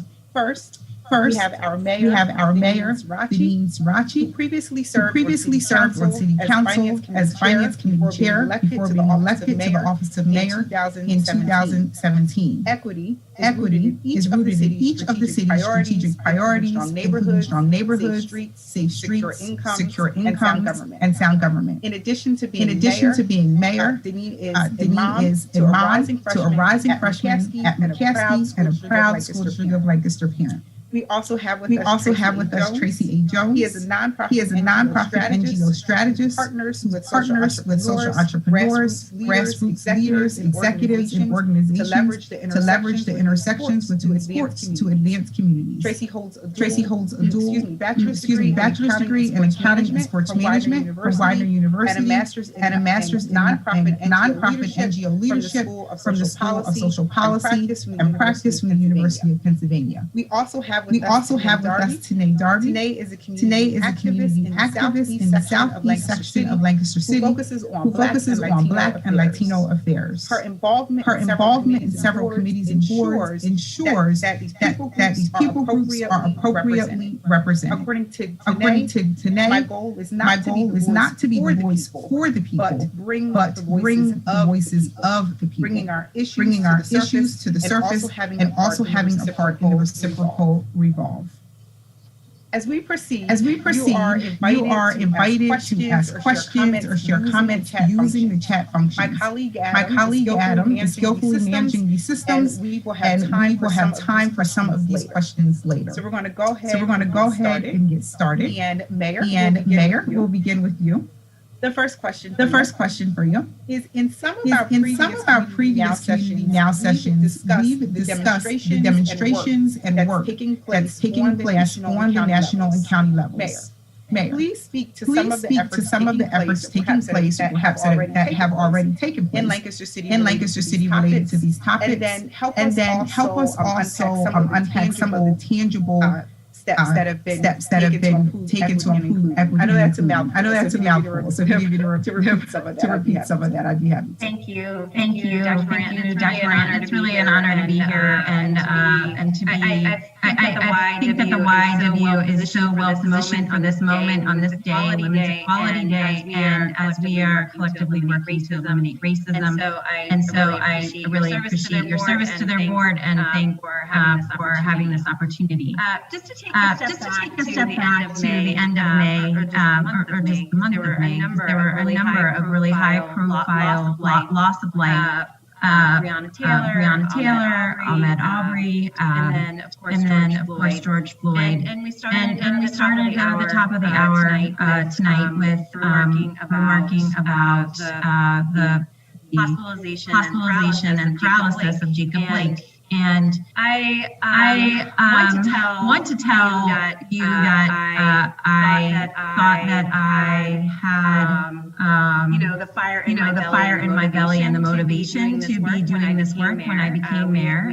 We're doing a number of things related to a lot of things within the police bureau and other places within the organization. But I will say that after a week of protests and talking with so many people from our community here in the city of Lancaster as well as across the county, and even some who were not from even Lancaster County, but who came to the city that week. That fire turned into I don't know. I'm not quite sure I have the words to describe it, but it became very amplified. And so on June 5th and then again on August 11th, I released a number of commitments to racial equity. And I'm just going to highlight a few of them because you can visit website of the City of Lancaster, pa.com, and spend some time there. But we responded in terms of policy changes, in terms of banning chokeholds and strangleholds and things that were part of the 8 Can't Wait. We also on June 5th talked about the hiring of a second police social worker and making that position available to support our community in the evening hours when there are fewer services that are available. And we also underscored some of the commitments that we're making to address some of the more pernicious less connected to perhaps, but very much contributing to equity and environmental racism that have to do with lead and the elimination of lead poisoning in our city by really focusing on specific census tracts south of King Street, excuse me. And subsequent to that, on August 11th, I provided a report to the City Council to talk about how we're taking additional steps. And I described this as writing a book, and this is a chapter, but it is a book that will continue to be written. And last night I shared with council the work that we're doing around diversity, equity, and inclusion within the planning process that we are undertaking that will touch every department and all of our staff here in the city of Lancaster. But is in another conversation that I had yesterday with an African American gentleman who reminded me and said, Mayor, all of the things that you're doing are good in terms of the systems change within the city. And we need you to be using your bully pulpit to bring other institutions that are primarily white-led to these tables and having these conversations, and in particular around economic equality. And I carry that, and I am energized to continue to push forward those conversations. And these kinds of forums really help elevate the need for those kinds of conversations. And then if I could conclude by saying that this is a messy process and it's hard conversation. And I think that our ability as a community to continue to have conversations and listen really deeply is going to be what makes and sets apart Lancaster and its ability to achieve the kind of equity and inclusion that we are striving for. Okay. So Tracy, you do some impressive and targeted work related to athletes. Why do you do what you do? And what are some of your intended outcomes of these efforts?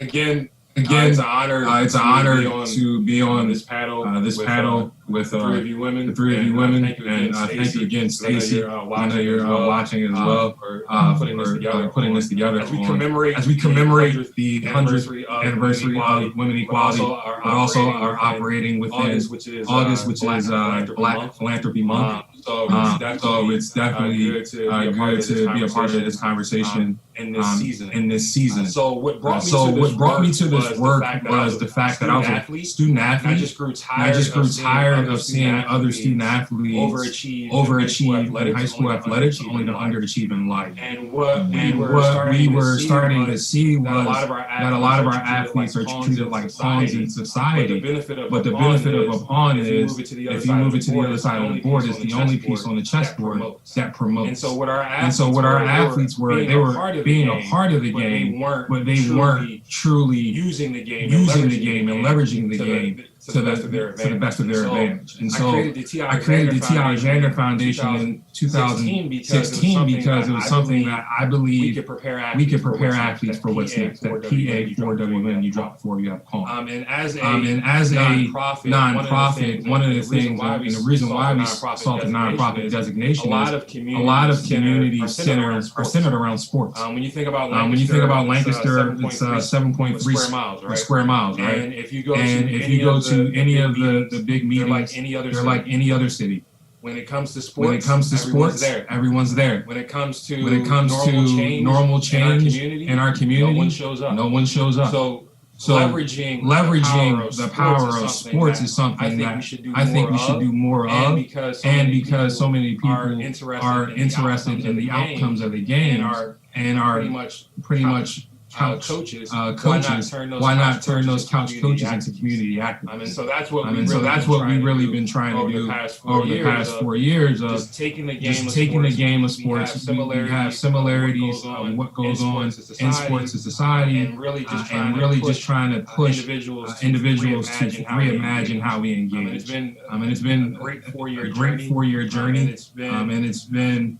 It all started, and I look at it now, and the reason why I brought it Women Equality Day. In 2006, my grandmother gave me this. Right, and so you'll see her note to me.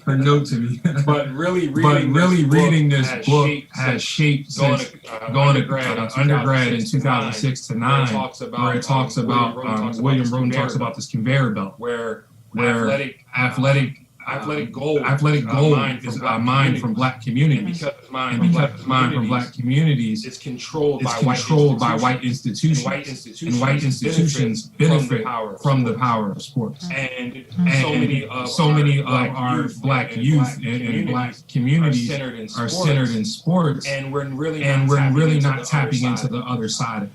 So when we talk about economics and social justice, we can have those same conversations in sports. You know everyone is there. I think what's happening right now as we're recording this is the NBA boycotting the playoffs right now. And it's historic because they're doing it in a bubble. They said they were going to the bubble to amplify social justice issues. And that's just what they're doing. And so it's amazing when we can use and leverage the power of sports, and that's what we try to do in all things. I'd love for you to hold that book up again, Tracy, so I can catch the title. Thank you. I'll bring a copy by the office. I got a couple extra copies. I'll bring a copy by the office for you. That'd be awesome. All right. And so tonight we'd like to bring you into the conversation now. As we all know, you're deeply involved in the Southeast. And so as a Lancaster City native who's deeply committed to the city, and as we just mentioned, more specifically, the Southeast, and you're absolutely committed to demanding a seat at the table. You're committed to representation and voice and all of these different things. What do you find to be the biggest hurdle, but also the biggest reward when advocating for your community? That's a great question. And thank you for YWCA for putting this together. I'm very humbled to be a part of this great panel. My greatest hurdle, I think, anyone in the Southeast that has stepped forth to try to bring forth the issues and have that seat at the table is trust. The Southeast residents have a huge issue of trust of anyone, especially in government or related to the government or anything. So my biggest hurdle is to show them that, hey, I'm a resident here just like you. You know what I mean? I grew up on Green Street, Franklin Street, so I'm a lifelong Southeast resident. So I'm going to stand up for what you feel is right for our area. Because there are projects that want to occur in the Southeast that I want to make sure that I'm bringing all their voices to that table, not just my own, because I'm not the only person who lives here. And some people are intimidated by powers that might be sitting at that table, might not feel they're articulate enough. I'm not one of those people. I'm going to bring their voices, bring it raw, and bring it real. And I think that's the biggest hurdle is the trust. And I think that slowly I'm gaining that trust within the Southeast for them to know that I'm that reliable source that they can come to with this information, with these complaints, and know that it's going to be directed outward to the appropriate people that it should go to. Sometimes it's a big task to take on, because some of the officials who are elected for these positions, I'm not. I find it to be very important for them to have that person that they trust and that advocate for them, because for so long, the Southeast feels like they're forgotten. But to go to your second question, my biggest reward is that gratification of when there is that resolution to their problem. Just like yesterday. 2 days ago, I contacted the mayor's office with a problem a Southeast resident had, and she immediately got on the issue, and they came out right away and fixed the problem. And that person was just so elated, to have had that when they've had this issue, might have addressed it with somebody else, and they didn't get any resolution. So that's my biggest is the gratification of the resident feeling that they have that reliable person. There are people out there who are listening and that do care, even if it's something as minor as a sign. Excellent.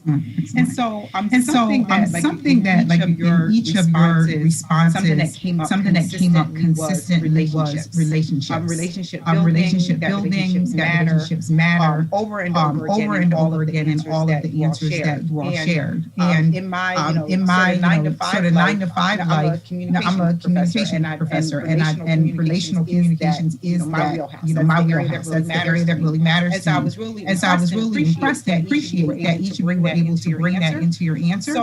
So whoever can sort of jump in and answer this one for me. When thinking through that, how do you work? And today you sort of addressed that, and I feel like each of you sort of hit on this, but if we could sort of directly go towards it. How do you work to build relationships with community members so that trust can be established, so that folks can say that I believe in the voting process, because someone is listening to me. Folks say I can, go proper steps for this because I am heard, that I can do more than X, Y, and Z because I see that I do have options. So talk to me a little bit about that.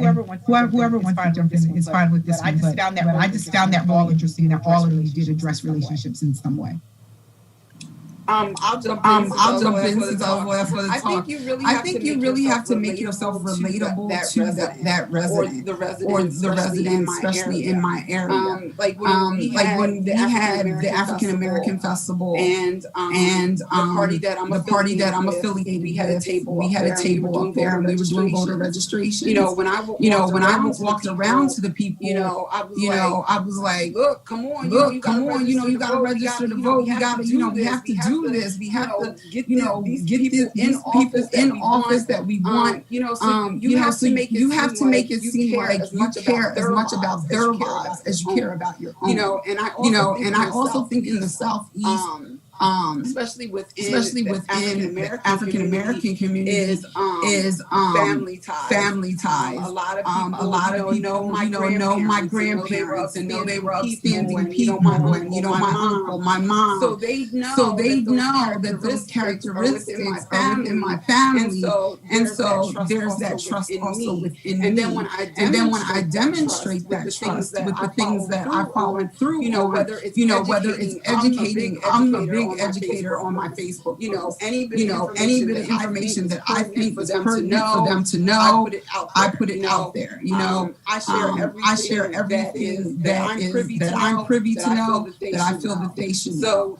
So just knowing that I have their best interest, and I don't keep information just to myself. That I give it and I share it with all of them because I want them to be as prosperous as I am. So I'll follow up to Tanae, because one of the hurdles that Tanae mentioned was about trust. That's inherent in what we're talking about in terms of building relationships, especially when we're having our conversations, right? In order for us to move forward, I feel we have to have some level of trust.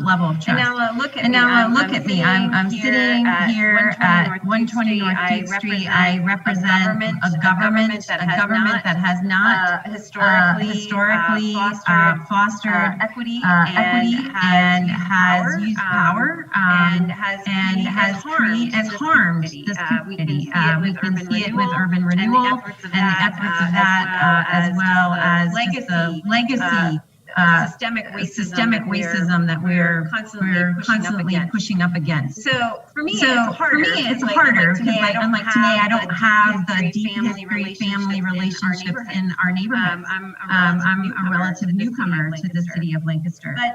But I heard loud and clear, and I mentioned this when we were talking before the show started, is that when I was campaigning, knocking on doors, I heard two things. One, that folks didn't know how to connect with the city, and they were living with problems that they didn't need to live with. And two, they didn't trust that even if they called, anybody would bother to respond to them. And so for me, that's like a really big deal because it speaks to integrity. Like if I say something, I'm going to do it. And if I'm not able to do it, I'm going to tell you why. For example, this is a small matter, but it was significant for the folks who lived on Hershey Avenue. That stretch of roadway was supposed to be paved in 2018, and it didn't get done until 2019. And so somebody asked me, like, you said it was going to get done in 2018, and it didn't happen. And I was like, you're right, it didn't happen. And I can tell you why. And I can also tell you that you're right that I made this commitment and I wasn't able to fulfill it. We just have to acknowledge. I feel it. Integrity is one of the core values that we are pushing out and really wanted to elevate as part of the city. Of respect, teamwork, integrity, and quality. Those are the four core values of the city of Lancaster. And for me, I see a question today just about, how are you going to measure the progress of the initiatives when this is all well and good? I'm going to be reporting on them on a regular basis. The heart of what I'm here to do. And I believe this is why I was elected in the first place. So it's doing what you say you're going to do in terms of building relationships so that trust can be established. Sitting and listening and having conversation with people and being accessible. I'm very accessible. 291-4701. Call my office. And also, being straight. I'm the mayor, and people think I can do a lot of things that I can't do. And so that's disappointing. Sometimes to me, even often to me. But this is part of just our opportunity to engage. And I would just add on to that, being a military brat, and fortunate to kind of move around early in my life. I would just say, the trust, the integrity, but really the respect, right? One of the things as grassroots organizers and just participants at times, one of the things that I always encourage some of my mentees or even myself is first ask yourself, were you asked to come? I think a lot of times people are inviting themselves into situations that they shouldn't be in. And so I often have to check my own savior complex where I get into a situation and I say, was I even invited here? Or should I even be in this position? And then once I'm in that position, the next step is asking, am I listening? But am I also respecting the perspective of the messenger? Because again, it goes back to if I'm entering this space, 9 times out of 10, I truly don't know that lived experience, and I could be doing more harm than good. Which leads to my last one, where I always ask myself before entering in any partnership, any mentor to mentee relationship, what good will my harm cause?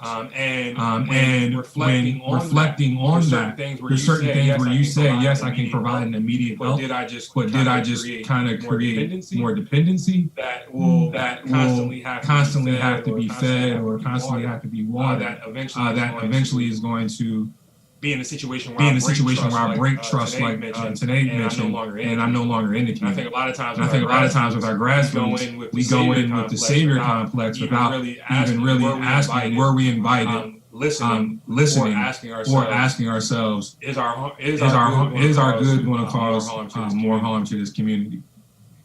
Thank you all so much for those answers.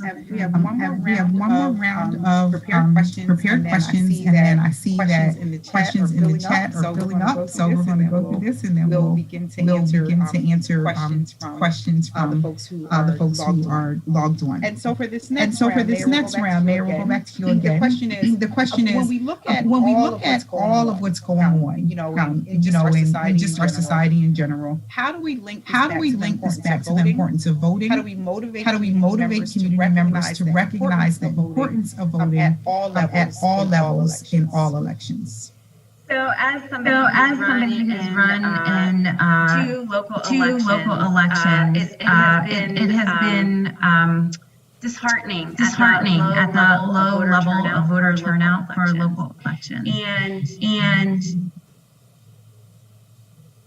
I think that we're all getting really clear about the role that local officials play in matters related to public safety. And I think about the ways in which we democracy, this idea that we are electing individuals that reflect our values, and that we are focused a lot on the federal level, and still don't have a voter turnout that's consistently even above 85% nationwide. And then by the time it gets to the off-year elections for school board or for local officials like city council or even positions like the one that I currently hold, that drop off is so precipitous.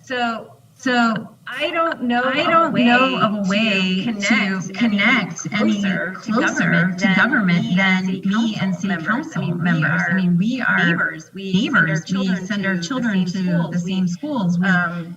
We celebrate the highs and lows of our community together. And when the trash doesn't get picked up, the streets don't get paved, when there are real significant issues between police and community, it's me that's showing up. I say all that just to contextualize this moment that we're in to voting, because it does matter a lot who sits in the White House. Absolutely. But it also matters who sits in the halls of Congress in Washington, D.C., as well as in our state house, as well as in our city halls across America, and in our school boards, because they are setting policy and direction as well. I mean, we were talking about your role as a school board member. These are important positions, and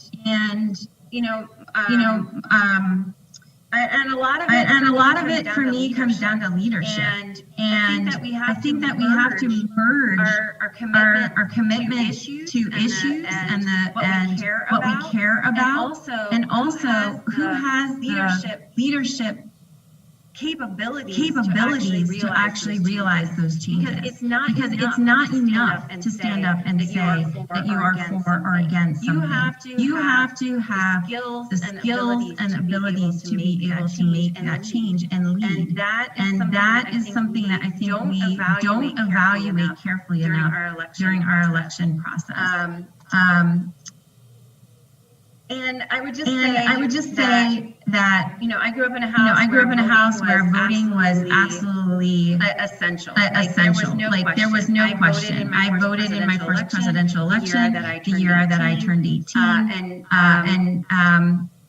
And I think part of that was just my family's immigrant experience and not having the right to vote in the same way, or having that vote suppressed.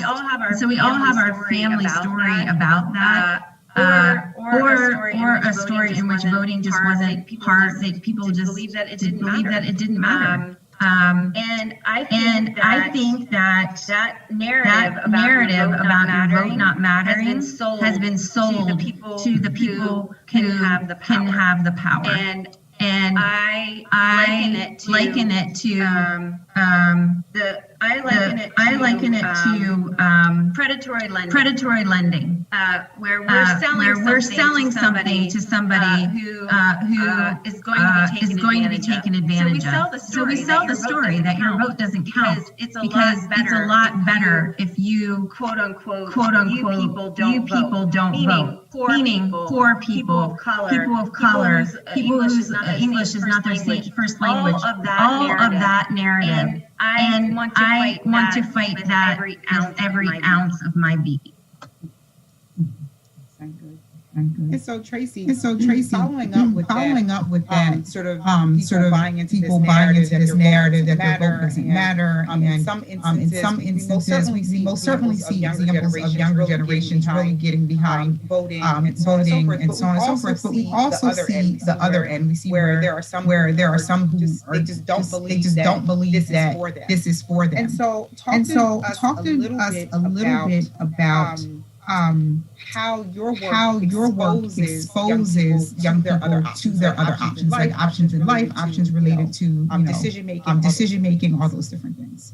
Yeah. So again, we go back to that pawn concept. We really try to help our athletes understand that in the grand scheme of things, they're on the chessboard, which is an athletic sport, a short period of time. But when they're finished competition, hopefully they're able to leverage those networks and those experiences to launch and promote into other realms of life. And so one of the going back to that narrative about narratives is we talk a lot about not trying to be a part of the 1%, but understanding you're part of the 99%. And it's not to dispel any dreams of going pro, but the 1% of the individuals that do go to be pros, they still end up becoming a part of the 99% once their competition is done. We really try to help them understand that you're always going to be a member of society, and what are you contributing to society? I think our biggest struggle is we often as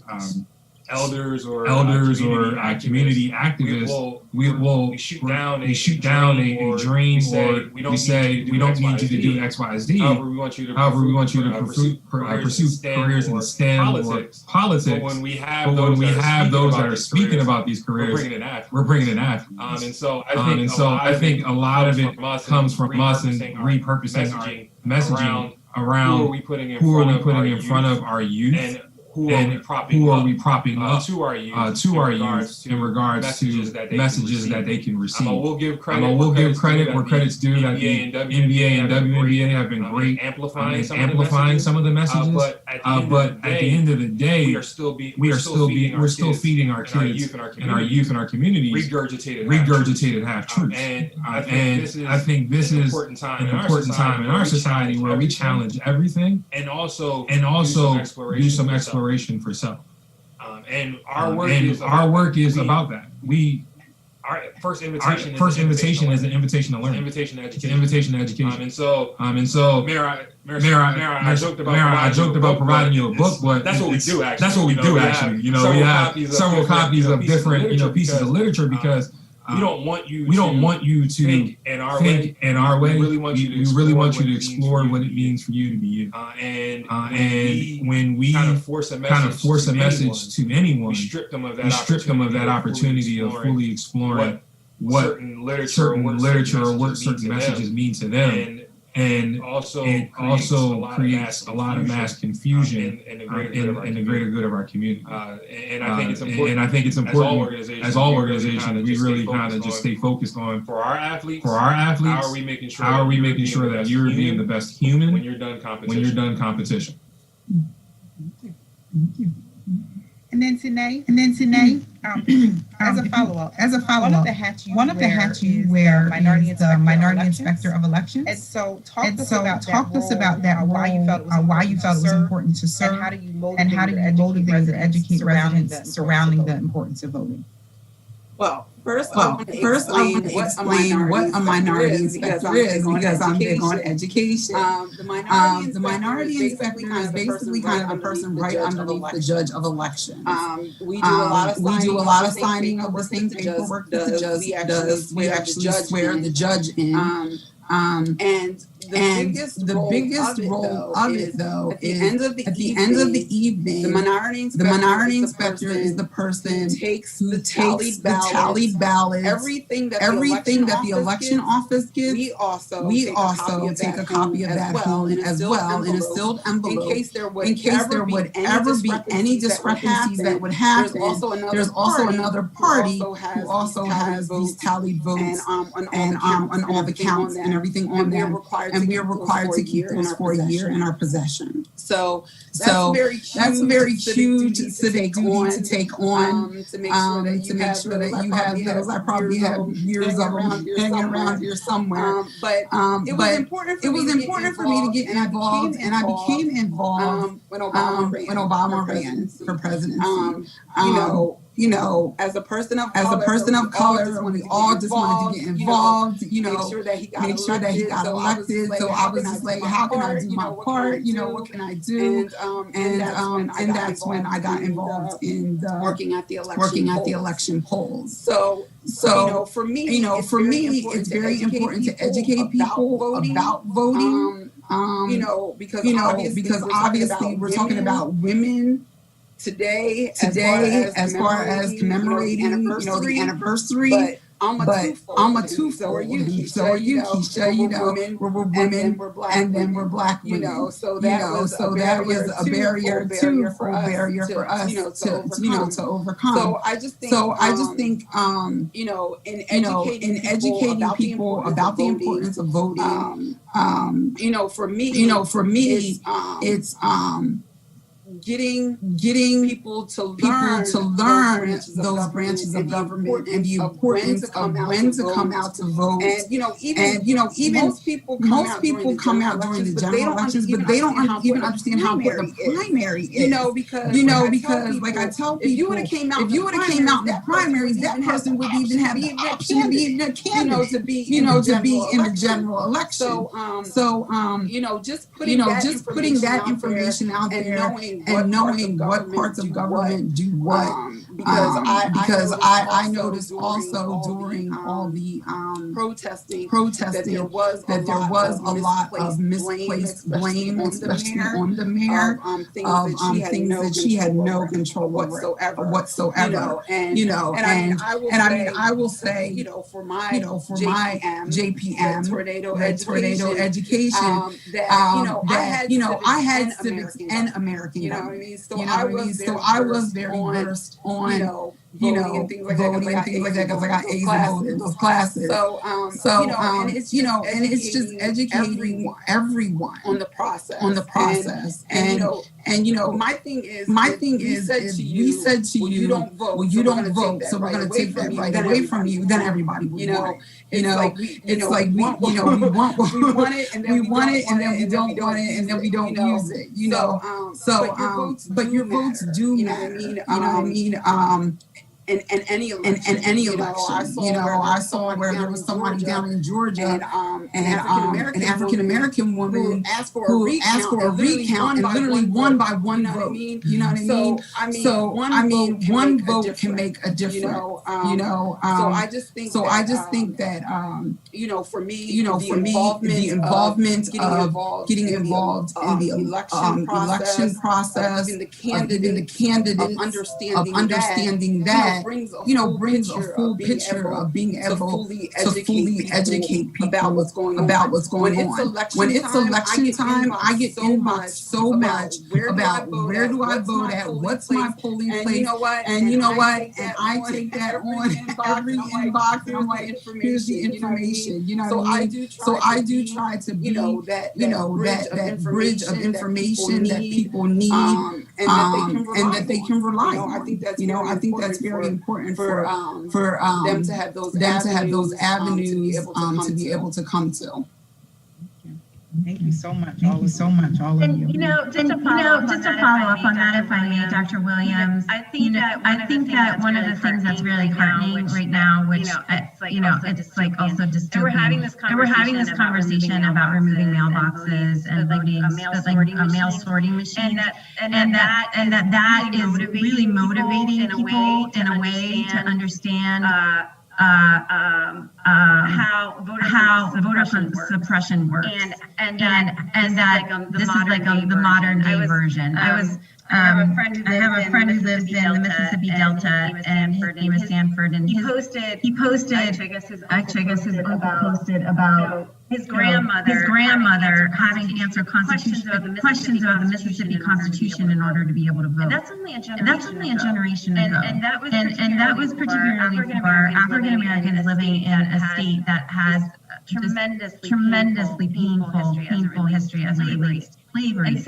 And so as we elevate these kinds of things, and the post office, for as terrible all of that was, it really did elevate this conversation about voter suppression. And I hope that it mobilized more people to register to vote and to really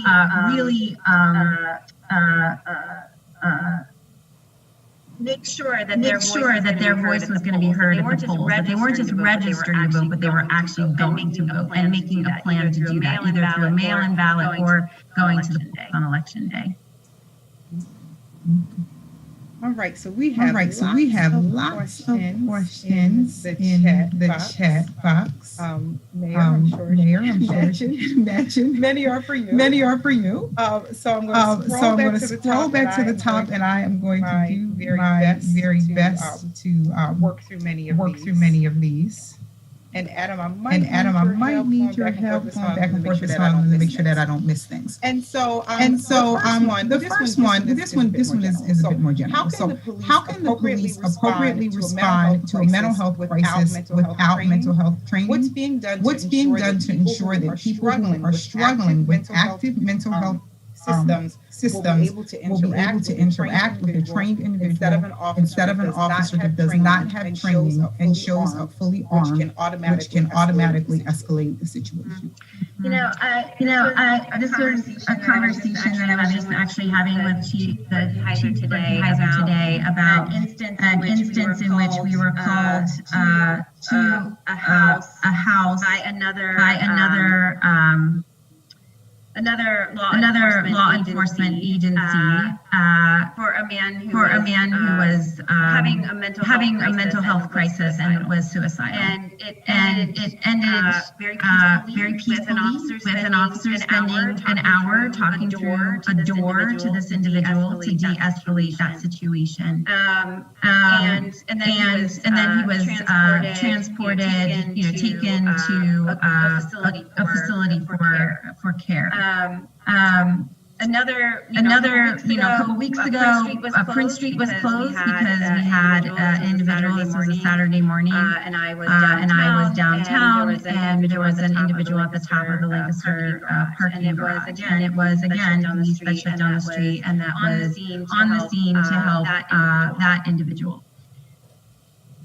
These kinds of mental health crises happen every day.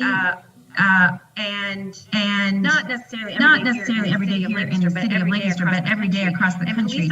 And police are responding to them because in many places they're the only available assistance in a moment of crisis. And so they do have mental health training. And I think we should also be asking questions like we are about, is this the best that we can do?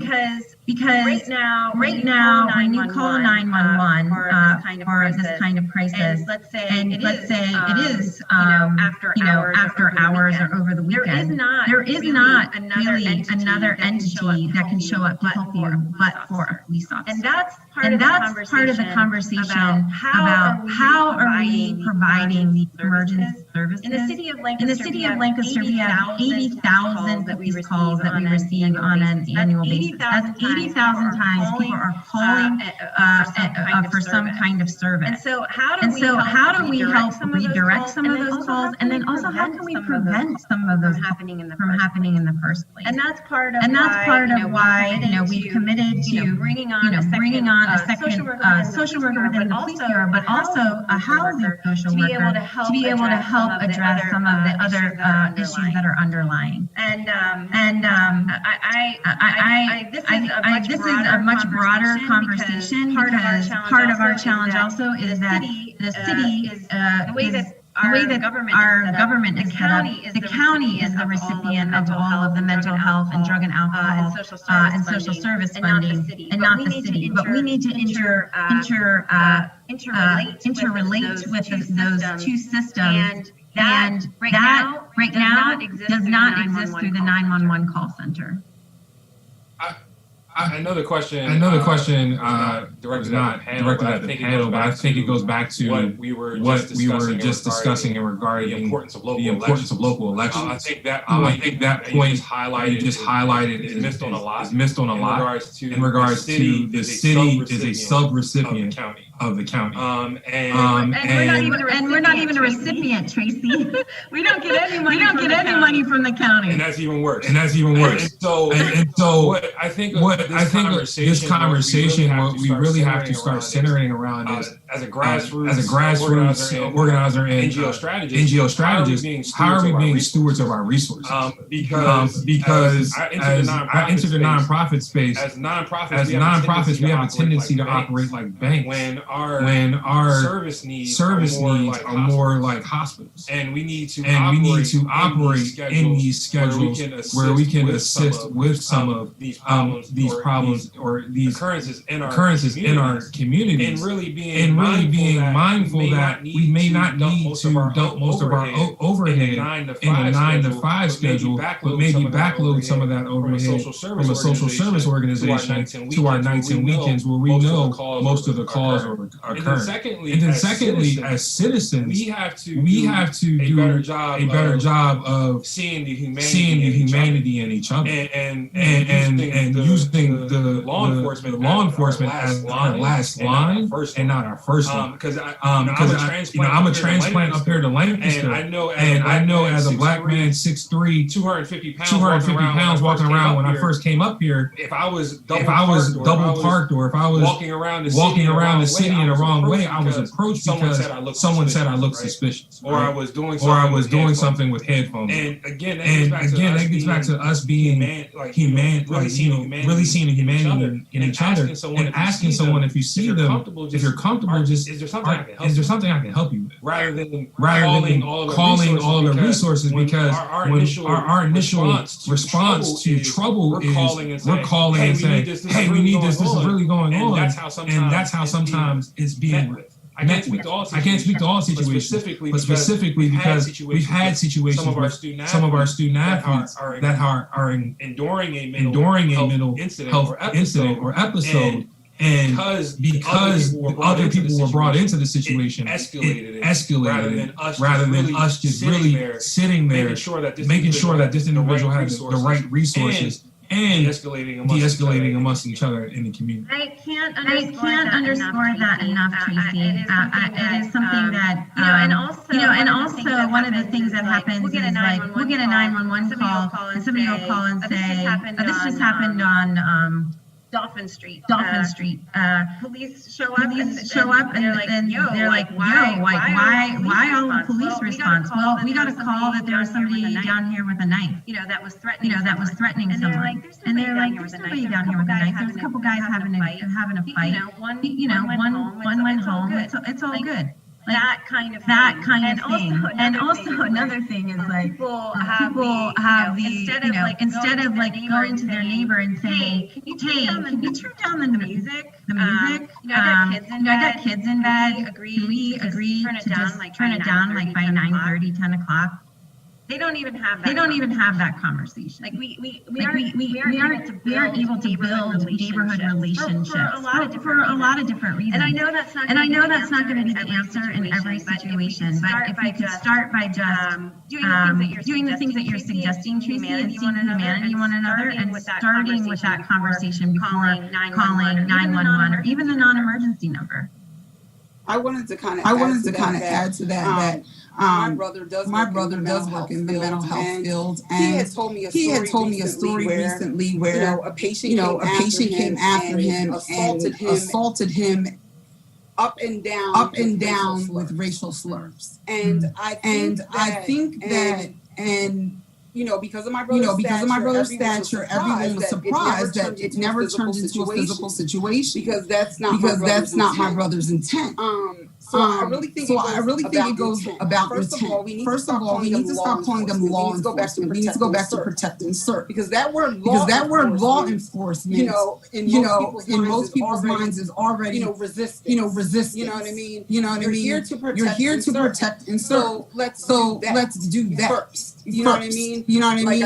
Like I said, my brother has had a lot of de-escalation training because he worked at IU-13 as well. You know what I mean? So they were flabbergasted at how well he handled the situation. And when he walked away from it, people were concerned about what was said to him. But when me and my brother spoke, I'm on the same wavelength as him. That person has mental health issues. Why am I going to take what they say personally? You know what I mean? Like I'm not going to take that personal. That's just like if somebody ends up calling me the N-word, I'm just going to laugh at him because that's what you had to resort to saying to me. I already won. You know what I mean? So I think in learning, these officers need to learn. You want us to be calm in hostile situations. Why don't you try the same and know that it's not so much personal. You know what I mean? And I think if they would just both Tracy said it first, and then Mayor said the humanity. You know what I mean? How would you treat this person if they were your family member? When I worked in a dementia unit, that's how I thought about those patients. If this was my grandmother, you know what I mean? How would I interact with her? How would I, instead of arguing? You know what I mean? And I just want to say that there was a case that happened in front of my house that I recorded on my Ring video. That was a mental health issue or it was a drug issue. And I want to say Officer Luciano handled it wonderfully. I saw how they handcuffed the gentleman because he was flailing his hands and everything for his own protection. And once the ambulance arrived, they took the handcuffs off and they left it to the EMS. And I literally went outside and I told them that you handled that very well because I work in the drug and alcohol. So I knew it was kind of more drug related. You know what I mean? But I saw Officer Luciano then talk to this man in Spanish, which then calmed him down because there was that relatable. You know what I mean? Between them. So you know what I mean? Again, the humanity, make it the situation relatable. Just think about if that was your family member. You know what I mean? Like I said, protect and serve, not law enforcement. Thank you. We have a lot of questions in the chat. Thank you all to participants who are submitting. So I'm going to do my best to sort of try to merge some of them together so we can get through a few. One that I want to ask lists the policy perspectives. And so it says what can be done from a policy perspective about making sure as Lancaster City grows and prospers that all people have the same opportunity to be a part of that growth. Mentoring young people for 5 years, I've noticed the trend that qualified Black and brown people pursue opportunities in other cities because of the lack of opportunities at home in Lancaster.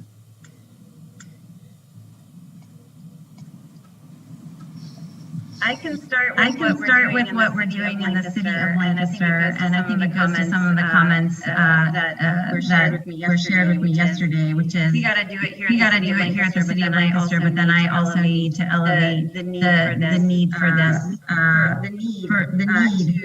to address hiring practices in other organizations as well. And so when I was on city council, we banned the bus, which was a first step in really considering all applicants related regardless of whether or not they had a felony conviction, and appropriately checking records depending on what the job was, and contextualizing that in the course of a person's life. We are doing a life cycle analysis right now from our recruiting practices, the way we write job descriptions, the way that we do interviewing, the way that we hire and promote within the city of Lancaster. That has been long overdue because we've been talking a lot about creating a workforce that reflects the diversity that is our city, and we don't have that right now.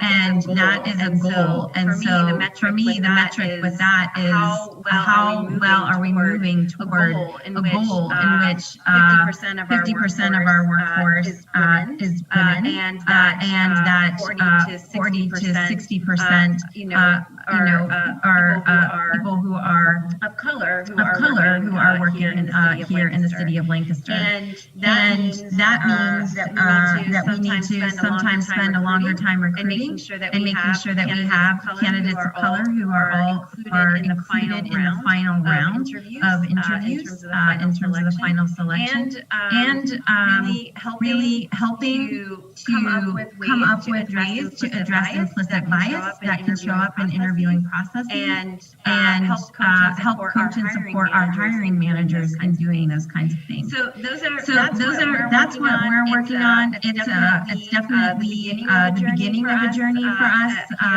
here at in the terms of city government. But it's also something that I'm using as an opportunity to talk to other organizations about what they can do. So in addition to asking, how much is the lowest paid employee that works for you? Also asking questions about how are you ensuring that you are recruiting and excelling as an organization because you are recruiting and hiring for diversity in all areas, but particularly around race and ethnicity. I would add that to that as far as because someone had inquired to me about becoming a candidate for city council, but they had a criminal record. So some of those policies as far as being candidates also need to be looked at, because I don't think anybody should be held prisoner to their past. Especially when there's been a lengthy amount of time that may have passed. I think those things also need to be looked at, because I think that's kind of discouraging as well to some of the younger people. Might be something that they did when they were 18 that was foolish, and later on might want to become a candidate for some type of office. I don't think that should be something that should be held against them as well. All right, and so this one I'm trying to merge different areas together. Some folks are asking about the use of force. And so one of the questions goes to how soon will Lancaster residents be granted public access to use of force records without having to file a right to know request? And when can we expect access to the police department's internal disciplinary records? So the first part of that is governed by Act 22, which is a state law that governs the release of certain information through body camera footage and so on. So that's part of the equation. We will be releasing in the coming weeks a summary going back over the last 2 years of use of force within the city, which obviously is the largest department and one of 27 police departments across the county. So we're going to be making that information public as well.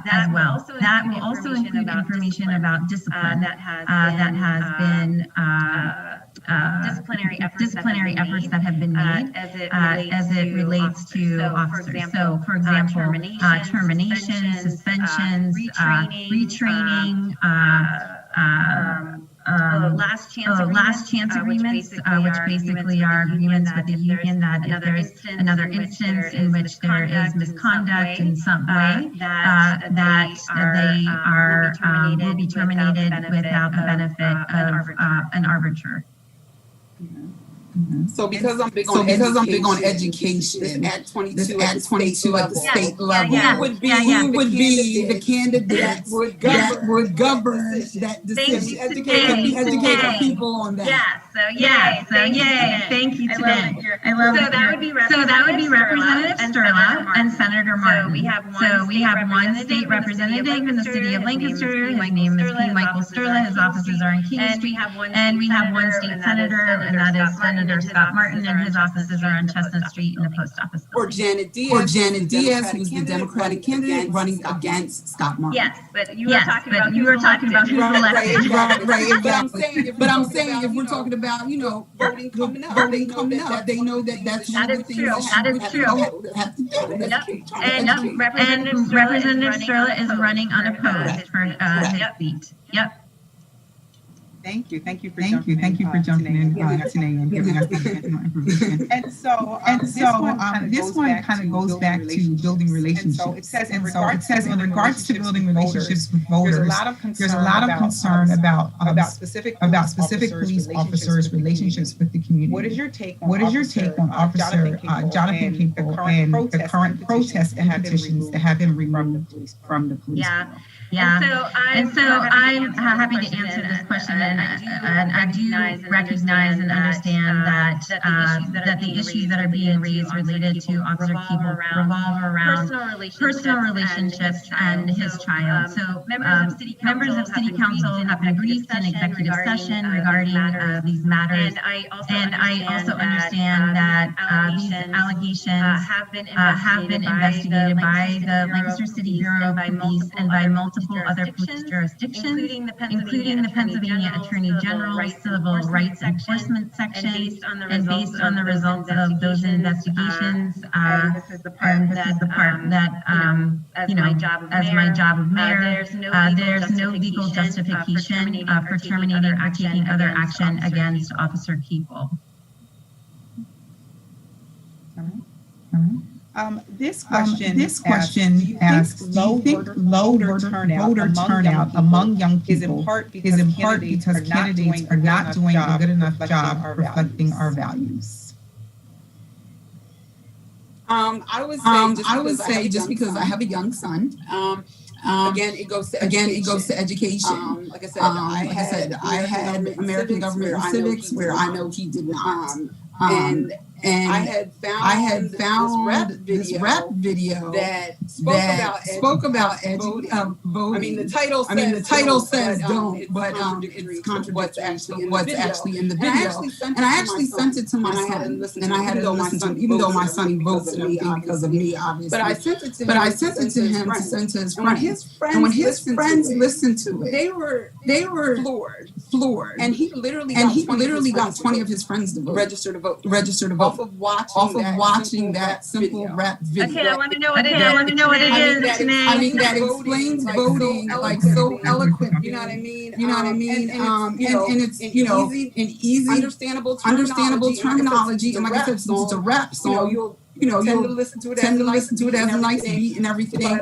But I think some of that has to do with education. And I do think that also. The candidates, as you said. For instance, in the southeast, even though there's four quadrants in Lancaster, unfortunately, not all four quadrants are represented on city council. And so,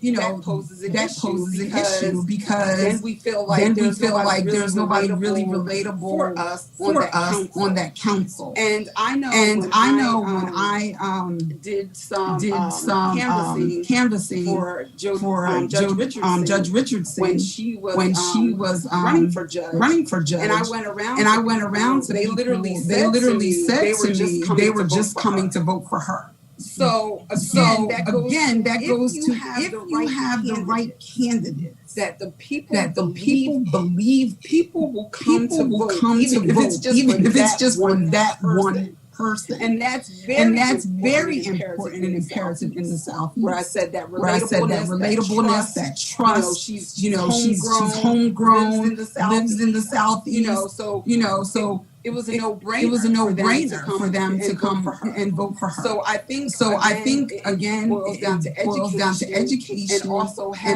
having that candidate that the people trust, and even the young people trust.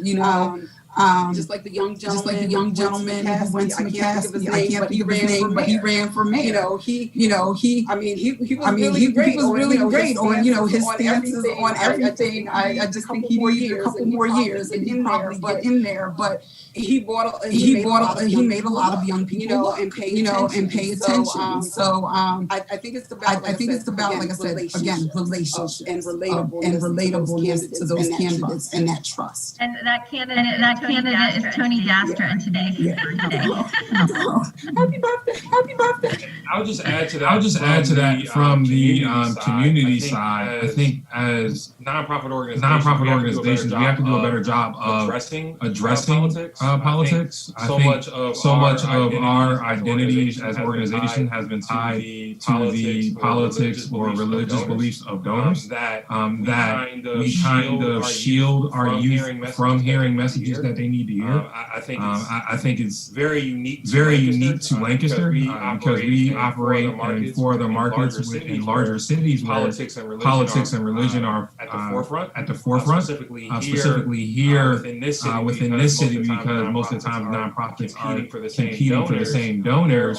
They're almost suppressed to a certain extent, and that unfortunately our kids just take, or young adults take the information that they learned in school, which they were never really able to apply it in life, and then they just wander through the process, hoping that they have a Judge Richards that they can get behind, because that's who actually came out and related to their story. However, I think it is very important for us over the next 60 days to really engage the youth where they are, in the spaces that they are, the different digital mediums that they're in, to have these conversations, because so often we shy away from it. We don't really have young adults engaging in the process until it comes time to take out a loan for a car, buy a house, or start a family. And by that time, most families are being started in the 24 to 25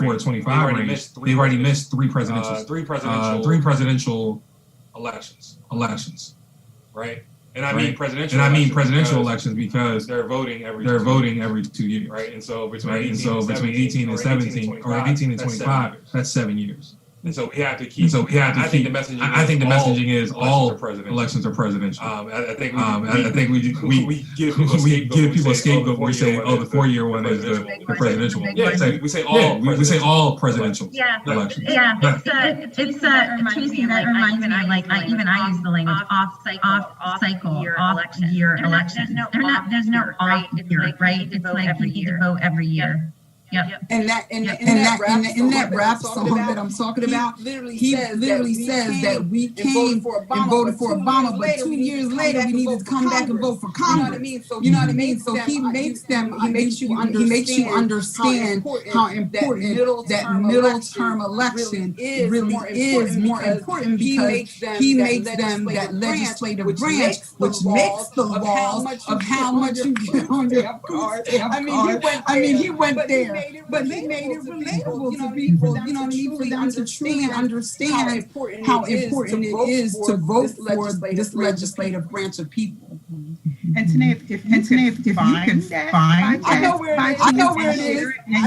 Because someone asked in the chat, like, do you have the link to that? And I feel like I saw the video before, but I know I probably it's on YouTube. His name is Yellow Pain. It's here. Yeah, I think Adam posted it. He did post it. He did post it. Yeah, Yellow Pain, my vote don't count. Yeah, that's it. That's it. All right, so good. It's in there. All right, so some folks have gone back, and you all were having a conversation about mental health, and someone poses a question, and they say just because police are able to respond to mental health crisis doesn't mean that they should. Are they the best people to handle a mental health crisis? I think that is absolutely the right question, and I agree that they may not be the best people to handle a mental health crisis in every situation. Absolutely. And I would also say that we need to work systems within the human services realm of our government, which is at the county level, to be able to have someone to be able to respond other than police, and not just here in the city of Lancaster, but across the county. And then sort of a follow-up to that one, it says that the 2020 adopted budget for the city shows that the Bureau of Police have 195 full-time employees to service a population of nearly 60,000. But there's only a proposed increase of one social worker to service the same population. And then they have a question mark after it. Yeah, so that 195 include non-uniformed staff. So we have 145 budgeted police officers that we have line items in the budget for, and we currently have, I believe, around 133. So there's a number of vacancies there currently. I agree that we need to evaluate the amount of what we need in terms of social work, and we're in the process of doing an evaluation of the social work that has been done over the last about 10-12 months since we brought our first social worker on. This is something that the police department requested last year. Actually, I believe it was my first year in office. In 2018, they actually, it was Captain Stebbins who made a proposal to hire the first police social worker. And it took us some time to hire that person. She actually grew up on South Ann Street, speaking of the Southeast neighborhood, and is bilingual and joined our department about 10-11 months ago. And so it has taken her some time to figure out how to do this in the police department with the social service organizations and build relationships and so on. And we're learning, and we are adding this additional capacity. And yes, it certainly may be that we need to add more.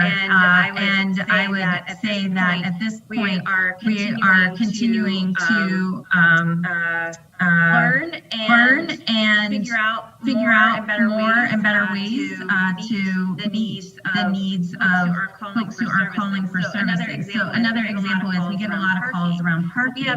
We have non-uniformed parking patrol service aides that are going out, and those are individuals who are again not showing up with a gun to address issues around parking. So we have to move in the direction of our police recognize that with the reduction of social services over the last decade, as budgets have been cut, they have been tasked with responding to more and more calls that are not policing calls. And there is a desire within the police bureau to figure this out.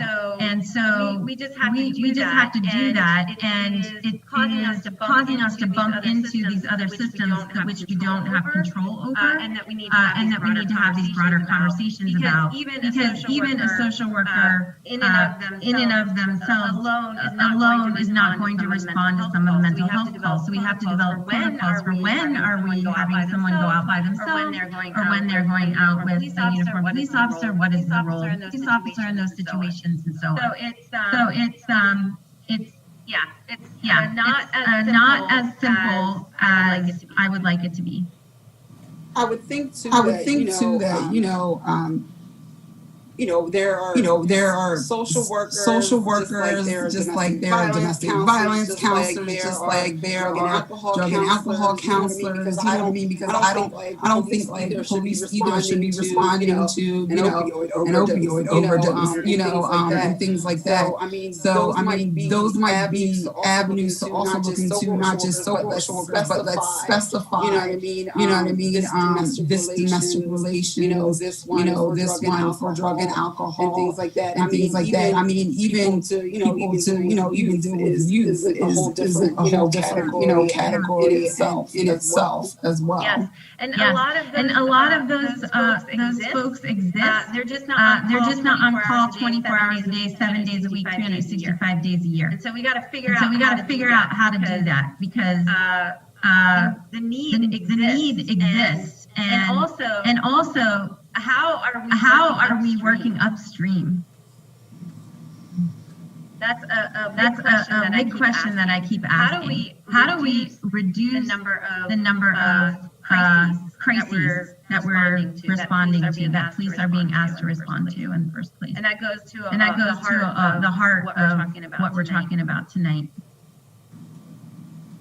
We're going to try to get to two more questions, and then I'll give you all time to give your final thoughts. And so I'm kind of following the same narrative linked to police officers. The chief recently stated in a report to the city council that the use of pepper spray on protesters was done by the book, but that the book needs to be rewritten. Will you commit to banning pepper spray and all forms of tear gas? Why do you think that sprays, which are not allowed to be used in global conflicts, should be able to be used on Lancaster residents? Yes. So let me just be clear. The city of Lancaster does not use tear gas and does not even have tear gas. So period. End of story. Pepper spray is something that I have a canister of that was given to me by a neighbor. I'm like, I don't know what to do with it. But it was something that he bought at Dick's Sporting Goods. So the difference between pepper spray and tear gas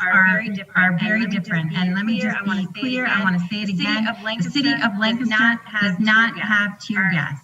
Absolutely no way. So that I want to make very clear. The other thing around pepper spray, and this is a conversation that is being raised and we can have for sure, is that if that is removed as unlethal. Yes. No hands are being placed on somebody. It's less people than other things. And so I think we have to have that conversation in terms of the use of force continuum. And I would also just encourage folks to go to the City of Lancaster website and read the revised use of force policies, which we changed in 2018. And that was a really big deal for us because that will reduce the utilization of tasers, the use of a taser, and that is a more lethal force, obviously, than pepper spray. So these are the conversations we need to have. But absolutely no tear gas. I think we also need to define, as far as police officers as well, what constitutes threat. You know what I mean? Because like I said, in the situation my brother posed to me at his work, the guy got in a stance ready to, knock my brother out. But my brother said, he got in a stance, but he stood back from him. He didn't engage the person. So, until there is that ultimate imminent threat of them coming towards you. You know what I mean? I think that's where the boundaries also need to be drawn, because I don't think anyone should be a police officer if you're scared of someone's skin color. If that in itself intimidates you, you should not be a police officer. You just shouldn't. Okay, and then the last question for this evening. Cuyahoga County in Ohio recently declared racism a public health crisis. Is this something Lancaster could or would consider to take a bold stance to address systemic racism? So I think that's a question to the city because I'm sitting in this seat right now, and I love that. In terms of making a bold stance in terms of this being a public health crisis. And I'm actually wrote down Cuyahoga County, and I want to look at that. We need a bold stance, to be sure. And I need folks who are listening and all of us to demand that from other institutions as well. Because the only way that we can declare racism as a public health crisis is if we're addressing all aspects of our community: education, healthcare, lending, housing, all of it. And all of those things require more than just me. I would just add, if I may, sorry, Dr. Williams. Just in regards to the racism being labeled a public health crisis. I think it's important that we also look at racism and its impact across Lancaster in itself. Especially we'd be remiss to being on this platform with the YWCA and talk about eliminating racism. Really, that's what we need. So regardless of how we label it, that's what we need in Lancaster. Because again, I'm a transplant, and I think we go about as transplants, we go about trying to create change. But there's some strongholds in this community that have yet to speak out since May. There's some funders of these organizations and within the community that are still holding their privilege and access very close to their chest, without letting go of that to advance our community as a whole. And so I think statements, we've seen enough of the statements. However, some of our larger organizations that are still doing or funding the work need to actually put action towards it and release some of their privilege if we're going to truly eliminate racism or address racism. Because none of the actions that have occurred in the past 4 months say anything about liberating as opposed to more controlling. And so to wrap up, panelists, what do you want to leave us with? What do you feel was left unsaid tonight? Is there sort of a final word, a final contribution that you all would like to share? I would like to share. First of all, I want to tell people to get involved, especially the election polls. The election office is looking for poll workers. They are paid positions. The only thing that is a very long day. I will say that, but it's not really physically taxing on you or anything. I want to encourage people to get out and vote. I am immunocompromised myself. I have two autoimmune conditions. But best believe if I have to put on a hazmat suit, I'm going to vote. It's that imperative. And especially as a person of color, a woman. Someone dies fighting for this right. You know what I mean?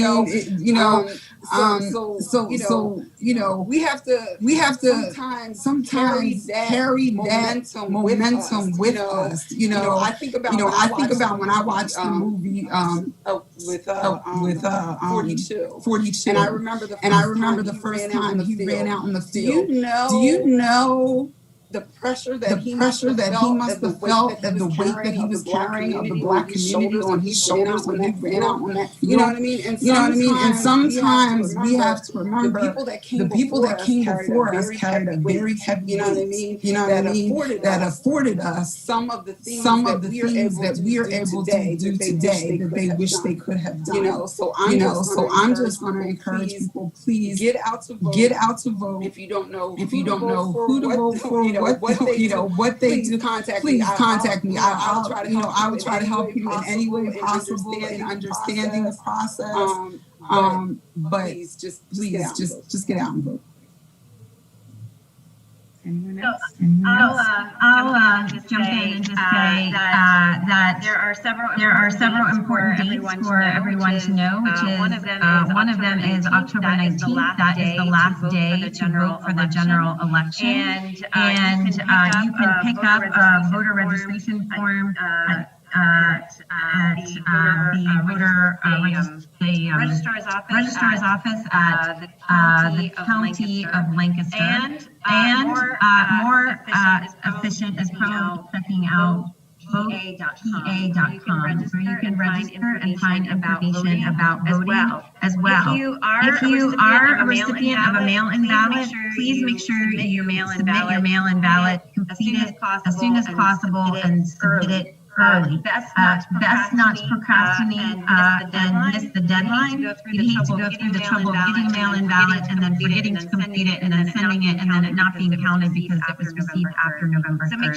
So make sure if you are going to do a mail-in ballot that you send that first and as soon as you possibly can. Election day polls are open from 7 to 8 a.m. It is not too early to plan your day in terms of work commitments, childcare, and so on. Make a plan for how you are going to get to the polls on November 3rd if you are not using mail-in ballot.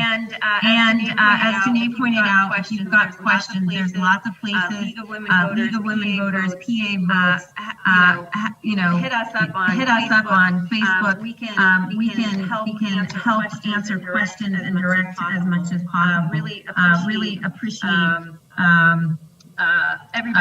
everybody getting out to vote and to really making sure that your voice is heard. We thought the last election was the most important election of our lifetimes, and the stakes are just getting higher. And I wanted to point out too, all 435 House seats are up for re-election in November. So you can make a serious change. You know what I mean? And there have been people that have 35-year incumbents. So it's possible. It is really possible. But it's only possible unless you get out there and vote. Yeah, and I just want to say thank you again for allowing me to be on this panel as we commemorate again Women Equality Day for the 100-year anniversary. Just think about it. It took a year for the actual bill to be ratified and signed into law. And I think as we think about the struggle and continual fight for equity and rights for women throughout our country, it's important that we keep them centered in most of our conversations and what we're doing throughout our everyday work. No woman's experience is monolithic, and I think as we have these conversations about Black Lives Matter, and really, again on this platform with the Y, is just thinking about how we're uplifting and advancing those women do the work countlessly in our communities and really put us, individuals like myself, as a black man in positions to feel protected and supported. So I think it's very important. Even though we talk about some of the larger issues in our society, we think about the humanity and the strength of the black woman in our communities that have done the work and continue to do the work to no avail. So I think I definitely when I got this invite, I was honored because it means so much to support women as much as women have supported individuals like myself. All right. And so we want to thank again all of our panelists, and we also want to thank all of our community members for joining in with us tonight. All of the community now discussions are posted on our website, so feel free to watch the recording of this one or any of the other ones that have happened up until this point. And we just ask that you please continue to walk alongside us as the Y continues to engage in these essential conversations. Thank you. Good night. Good night.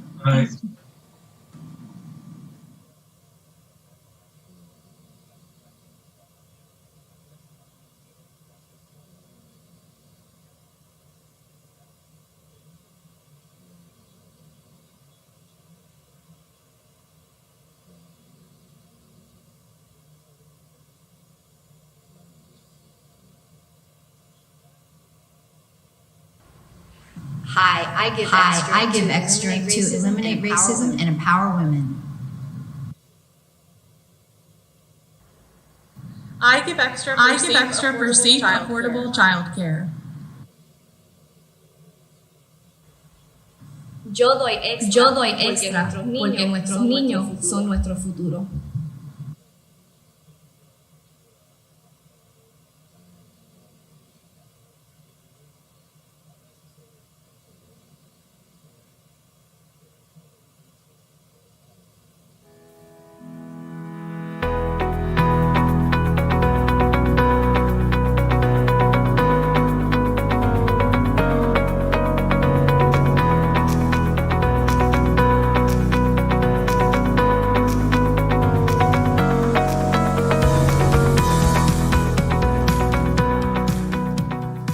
their beliefs, values, and attitudes. Youth empowerment aims to improve the quality of life. Youth empowerment examines six interdependent dimensions: their psychological, community, organizational, economic, social, and cultural. Youth empowerment occurs in homes, at schools, through youth organizations, government policymaking, and community organizing campaigns. I'm Keisha Morant Williams, a board member of the YWCA Lancaster, where our mission is to eliminate racism and empower women. Tonight, we will continue our work of listening and reflecting as we discuss youth empowerment during this especially challenging period in our society. A special thanks also to the Lancaster County Community Foundation for sponsoring this event and for enabling us to host all of our participants tonight. We have three wonderful panelists with different backgrounds and perspectives very generously agreed to share their expertise with us and help us to reflect. Thank you all for attending. We have Isaac Etter, who is an activist and social entrepreneur. He is transracially adopted at 2. Isaac was raised in Lancaster, Pennsylvania. He is a transracial adoption consultant and conversation curator at Etter's Consulting. The consultant he started in January of 2019. In addition to running his consulting company, Isaac is also the co-executive director at Safe House Lancaster, an education and advocacy organization that he founded with a friend. Isaac also serves as a board member for the Lancaster LGBTQ+ Coalition in Lancaster, Pennsylvania. Dr. Cerise Hamblin is a 2003 graduate of Franklin and Marshall College. She attended medical school at Northwestern University and completed her training in obstetrics and gynecology. Sorry about that. In Phoenix, Arizona. Dr. Hamblin is passionate about working with the next generation of physicians. And since her return to Lancaster, she has worked with advisors, students, and community organizers on various mentoring and exposure programs. She is the founder and president of Patients Are Waiting, a nonprofit organization dedicated to eliminating health disparities by increasing diversity in medicine. We also have with us Shane Meadows. Shane has been a public school educator for over 25 years. In that time, he's co-founded Advantage Lancaster, an educational nonprofit aimed at helping students from diverse backgrounds become college or career ready. While acting as a co-executive director of Advantage Lancaster, Shane is pursuing a master's degree in higher education from Penn State University with the focus of helping people make the best decisions for post-secondary opportunities. Shane is a loving husband and father of 2 who lives life with a passion for education and equal opportunity for all. So as we proceed to our visitors, to our guests, you are invited to ask questions or share comments using the chat function. My colleague Adam is skillfully managing these systems, and we will make sure that we save some time for many of your questions later. And so now let's go ahead and begin. And so for our first question, I would like to ask each of you to tell us a little bit about your organization and its role in our local community, particularly as it relates to youth empowerment. And we can go in the same orders as how I introduced you all. Hi, my name is Isaac Etter. Like she said, I'm the co-executive director at Safe House Lancaster. Safe House Lancaster is an education and advocacy org geared towards helping young people pursue their passions in social change and activism work. Particularly this summer, we've been doing protester support, providing resources to protesters, as well as mentoring groups, young people groups into starting and forming their own organizations and/or movements, campaigns to bring about the change they want to see in their community. Our organization exists to take kind of like the 18 to 25-year-old range and really empower them to create the change they want to see in their community. Okay. Shane. Sure. Shane Meadows, Advantage Lancaster. First of all, I want to thank you, Dr. Morant, for hosting this panel and the YWCA for having this series all throughout the summer to discuss important concerns in our community. Giving people like Dr. Sharice and Isaac and myself platform. We all know the importance of young people and how they provide the key to our future. So Advantage Lancaster was 20 years ago by myself and Pat Bear. The idea of we were going to try to get rid of that achievement gap, particularly what happens over the summer. So that was our goal to eliminate the achievement gaps that happen in many of our students' lives. Summertime. And from that very first summer, we saw the importance of mentorship, the importance of being in young people's lives and walking them through. Beyond that very one summer of opportunity. So we decided to take a 1 year of opportunity and just expose young people to as many unique things that there were out there in Lancaster and beyond. So from that one summer, we grew to a year-round program 20 years later, helping young people find what we call a winning life plan, whatever that may be, whether that's post-secondary education, whether that's a trade, whether that's joining the workforce or joining the service once you finish high school. We act as mentors for helping young people navigate through a very difficult time in their life. Dr. Hamlin. Thank you so much. As Dr. Morant said, I'm Dr. Sharice Hamblin, and I came to Lancaster in 1999 to go to Franklin and Marshall College. After graduation, I went on to medical school, and after medical school residency, I'm an OBGYN. When I came back to the area in 2011, we connected with the Franklin and Marshall College community and talked with the pre-med advisor, and I really just wanted to find other students who were similarly pre-med and minority and help them or help other pre-med students who are pursuing OBGYN or pursuing medicine. And over the years, I worked with the college in whatever capacity they wanted or would have me, and put together programs for Franklin and Marshall pre-med students to connect with other alums who were physicians in the area. We would do these physician panels, and over and over again, I would meet Black and Latino students who were students at F&M who were interested or they were pre-med, taking their coursework and all of that, but they were not somehow reaching these programs that we were putting together for them. And so over time, it became something very formal, from initially just informally mentoring students, taking them to lunch, what do you need, what's going on, helping people put together study plans, that kind of thing, to a full-on now official nonprofit, which work with students for three areas of focus, really increasing the pipeline of minority clinicians by giving exposure and inspiration to students coming along, and letting people recognize that medicine is not some unattainable field or something that is only for certain people. You can do something in healthcare. I think honestly that anyone can do something in healthcare if you want to and you figure out where do you fit.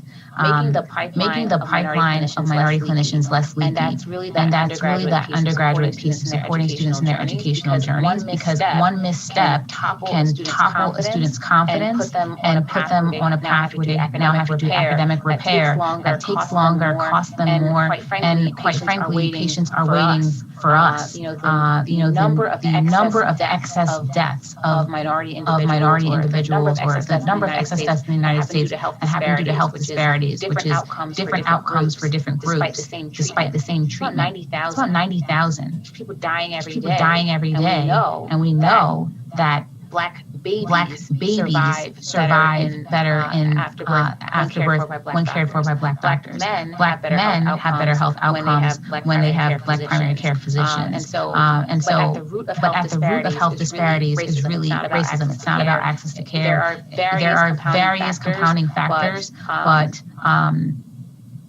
growing the population of minority clinicians is something that has a direct impact on longevity. The last area of focus that we have is supporting minority clinicians in practice. Because as you get out, after your training is all done, you may be one of a few in your practice, and physician burnout is significant. It's something that's important. Supporting minority clinicians is what good is it to grow a physician for 12 and 15 years if they're going to leave the practice of medicine after 10 or 15 or 20 years because it's such an arduous process, and they don't find fulfillment. So we're doing things in those three areas to try to have the impact that we can.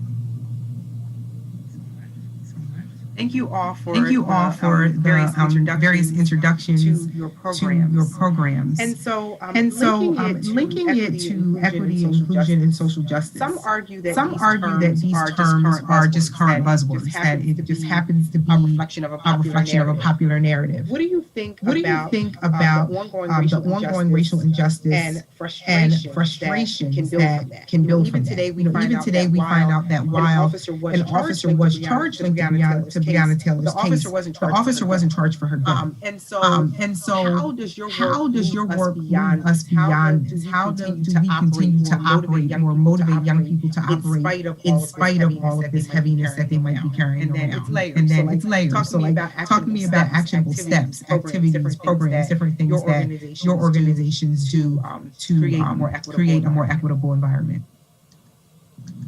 I want to take this if it's okay. Probably might think that my org is the least thing to do with activism.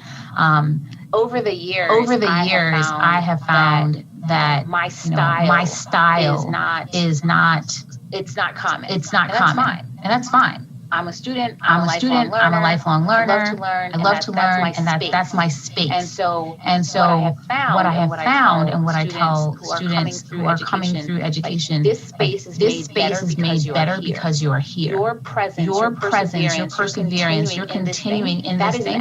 That is an act of resistance.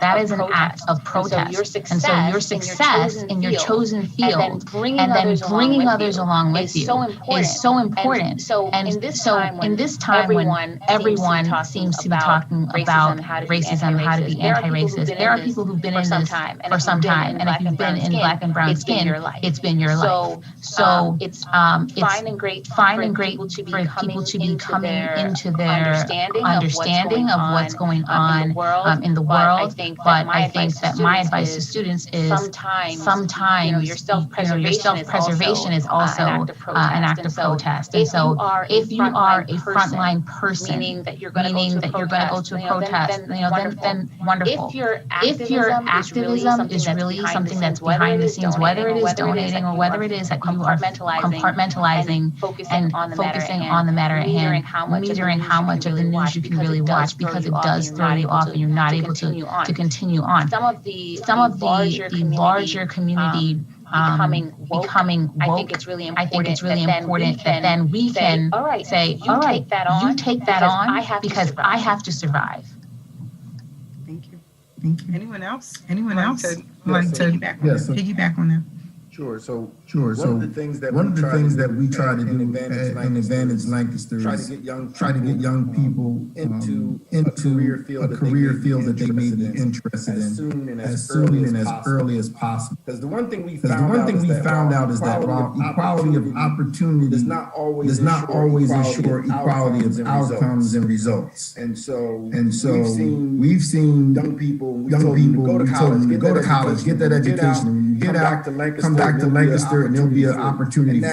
And that's not true. I've seen two students that have decided that they're going to live in, let's say, Orlando, Florida, or Chicago, or LA, because the opportunities are there. So one of the things that we try to do is we try to partner with the Workforce Development Board, in which we're trying to employ students, and this is no disrespect to having a job at McDonald's or Wendy's or Dutch Wonderland, but we want to find community partners that have jobs that our students might aspire to become or be later on in life, so that they can possibly make a connection. Because we all know sometimes, even with your qualifications, it isn't what's on that paper. Sometimes it's who you know.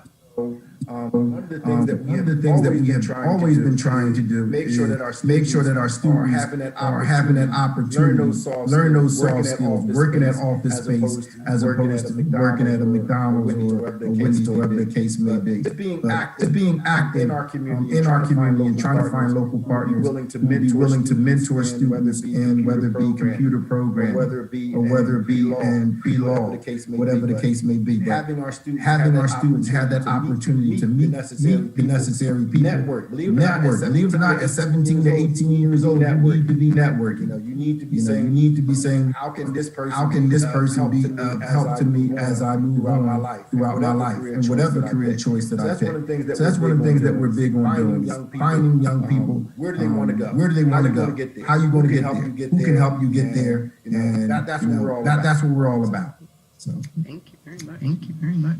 Yeah, I think to answer this question, especially talking about how do we keep young people motivated towards change, especially since I work directly with activists and organizers, especially young ones. I think it kind of goes back to this famous thing that Harvey Milk used to say, which is you got to give them hope. And there is even though there's so much devastation, and even today in this past week in Lancaster, there's so much to be upset about.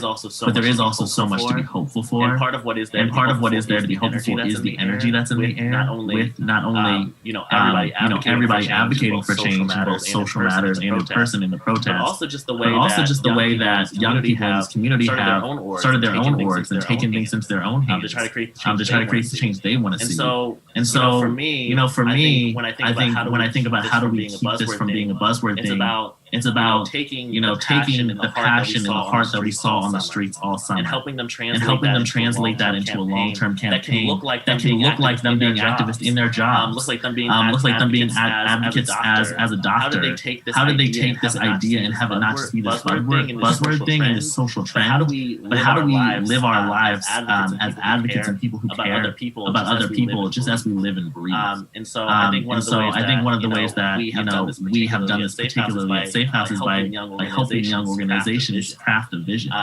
Just sitting with young people who come to us and are saying, we want to help this particular area. Whether it's getting more people protesting, or getting a women's group together, or just doing community projects, and they want to build a layout for how to do that, not just in the short term, but in the long term. How do I get this something that kind of keeps going whether I'm there or not? And helping them map that out for young people to kind of create this pathway to a better future.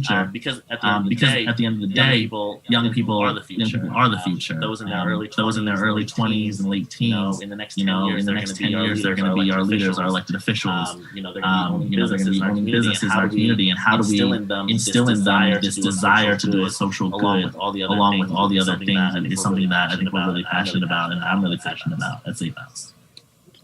Thank you. All right. So Shane, I'm going to come back to you. Advantage Lancaster has been a part of this community for 20 years at least. I remember when it started, and I've been honored to watch the impact that you and others have had on the students. Talk to us about how the organization has grown over the years. I know you addressed some of this in your initial part, but more specifically, what has remained the same no matter what? From the very beginning to now, what is that element that has remained the same?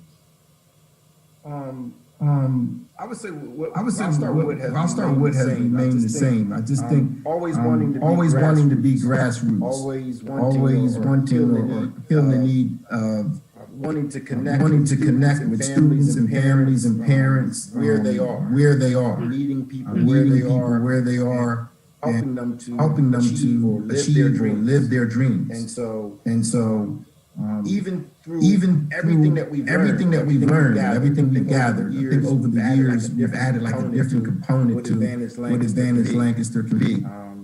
All of it's always been based on exposing students to a new opportunity that can make them a well-rounded individual that hopefully that in turn would help them be someone who could positively contribute to Lancaster. And so I would say the thing that has always remained the same is, like I said, being grassroots, being there for young people, meeting them where they are and helping them to achieve their goals, wherever that may be. Mentorship is so vital and so important and critically to what you're going to become. I think if we all look, I know Dr. Sharice, Isaac can probably point to somebody in their life that has been a mentor to them. And if they were not, or did not meet that person, they are. It's probably not a family member. So that piece is really important. Being able to meet people where they are. That's what I would answer you. Okay, thank you. Shake that.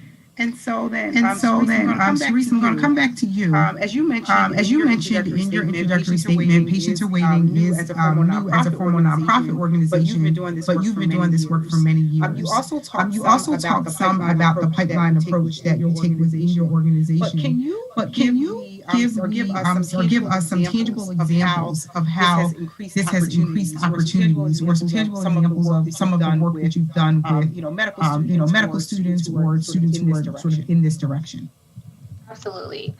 So, like I said, we really started with college students. It started at Franklin and Marshall. So over the years, there's student groups and organizations, and there's also a national organization called Posse that has a cohort at Franklin and Marshall, one from New York and one from Miami. The New York Posse, the students are coming. It's about 13 students a year that are on a full academic scholarship. And the Miami Posse are all students who are interested in STEM fields. So we started out meeting with those students annually. Say, hey, what is the plan? What do you want to do? How do we map out these courses? How can I help you? And then also the accountability of not just talking about, okay, this is great, I met the student, because now if you refer someone for something, the credentials and things have to match up. So I would sit with students and have them show me their transcripts. And the amount of times that a person was just really hesitant to do that or ashamed, you're going to have to show your transcript and your GPA. Like, things have to be shown. And so working with current college students at mapping out or seeing the connection. So Shane mentioned mentorship, and I think mentorship is so important. Sponsorship is what I've found makes a difference for us as an organization. By that I mean I might meet a student, and not every student is going to connect with me personally. And so finding other people who are in medicine that they may be able to connect to. But then for those students that I'm working with, how can I open a door? How can I leave it open or slip something in between or stand in the gap for those students? For example, meeting a student who needs to do a summer course so that they don't have an overloaded semester and then their grades suffer. And they can't afford it. Now it's using connections and trying to figure out how do we get the student that summer course, or where else can they take it? Can their financial aid be applied to it? No. So is there a summer grant that could be used to get that? And sometimes people don't know the questions to ask. So I'm just thankful and appreciative to be able to stand in the gap for some of those students at that college level. But like Shane said, it also starts earlier than that. So I can think back. Coming up in school until ninth grade, I wanted to be a teacher. And ninth grade, I took biology, and I said, okay, I love biology. And my dad said, okay, well then you can be a doctor. And it just shifted as simply as that. So sometimes it's just introducing the idea that this can be done. They can figure out the pieces of the puzzle as time goes. So like this summer, we partnered with Brightside Opportunity Center and worked with them for their STEM camp. So they had students from 6th to 8th grade who were doing a STEM camp, and we brought in 4 sessions into each of the 2-week camps, where brought in a dentist, anesthesiologist. We did CPR training with those young people. Putting casts on their arms. And so every time we would interact, we're bringing different doctors and dentists and health professionals to them, where if your parents don't know this person, now you do. Now you know a dentist. And you've heard about what this takes, what it takes to get to that point. But you've also had some kind of hands-on exposure. So the 22 students who participated, they made dental molds of their own teeth. They casted their arms. They were able to intubate a mannequin using even a glide scope. So some of the things are technology, and where someone else would be able to shadow a parent or a parent's friend. We're trying to make that connection for people. And so hopefully we will continue to do this and even on a larger scale as COVID restrictions dissipate. Right, and so now Isaac, I'll turn to you. Excuse me. In recent months, and presently, even if we think about this most recent shooting, the public examples of activism throughout Lancaster County are significant. So talk to me about Safe House Lancaster's role in supporting Black and Brown activists, and what are some of the ways that you provide resources and training and accountability? And then finally, if you could talk to us a little bit about Safe House's involvement with the recent protests and bail work. Absolutely. Safe House started as a response to what happened on May 31st with the pepper spray. We opened our doors technically on that day, May 31st, 2020, as a literal safe house for people that were affected by pepper spray at the protest. Our original route is basically in protester support, working with teams to kind of create an environment that is the safest for people to protest peacefully. We've worked in collaboration with the Susquehanna Medical Collective and the Lancaster Legal Collective, and we work collaboratively at every protest to make sure that people have resources and are able to find help if they need it, if there were to be any encounters with the police, that we have legal observers. I worked as the police liaison for the summer, and I dealt with anything that came from the police.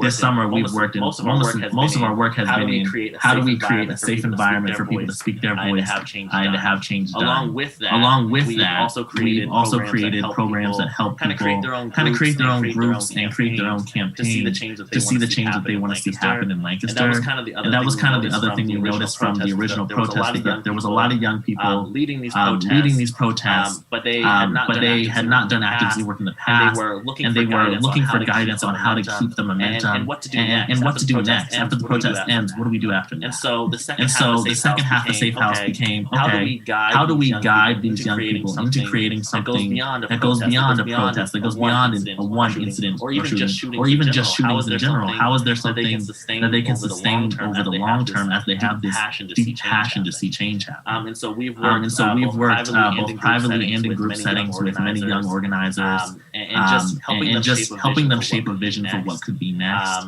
And that's honestly been a really powerful space to let young people kind of let their creativity run.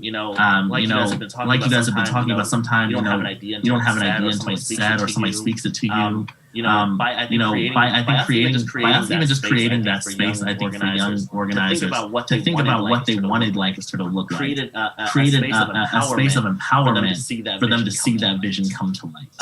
And so it's been a really big joy to be able to mentor these young people who we've seen at the front of this movement into building sustainable things.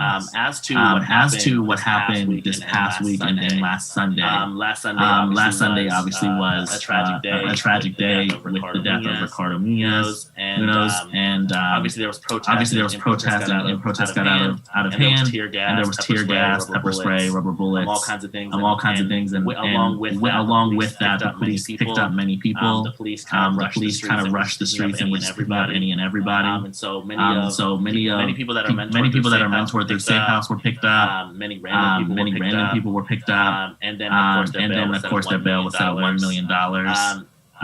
It was very personal. For me. A lot of the people that were arrested I've spent the summer with them. I've talked to them about their passion, their ideas. And so from the moment they were arrested, there wasn't a chance that we were going to let them stay in prison. Thanks to a collaborative effort between Lancaster Stands Up, the NAACP, and the Lancaster Legal Collective, and Safe House, we were able to basically work together between the resources that we all had to make cases and create alibis that got bails lowered and people out of jail as quickly as possible. So we've spent the last week working with lawyers, finding lawyers that will do this work pro bono or for reduced fees, whether through the NAACP or the Lawyers Guild. And then we've been working with those lawyers to create alibis. Many of these people I was with that night, I'm at the scene for almost every protest. And so I'm always on the scene, keeping watch and working as the de-escalator. And so many of these people I saw throughout the night, or they were at Safe House, since Safe House is always open during protests as a safe house for when those injustices break out. And so many of the people that ended up being arrested the second day were actually at Safe House for a majority of the offense. So we were able to create alibis and build stories that got charges dropped and bails reduced. And then we were able to work with a national bail fund to get bails paid, which was a huge blessing, and thanks to the work of the Lancaster Legal Collective.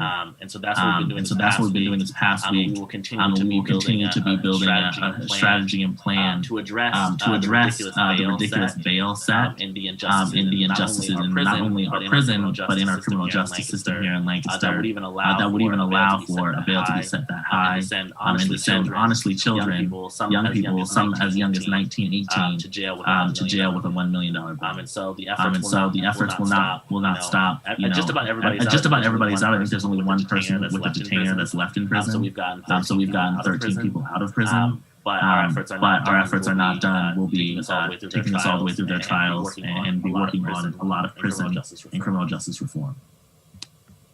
Thank you. I'm sure we're going to have all sorts of. You sure can.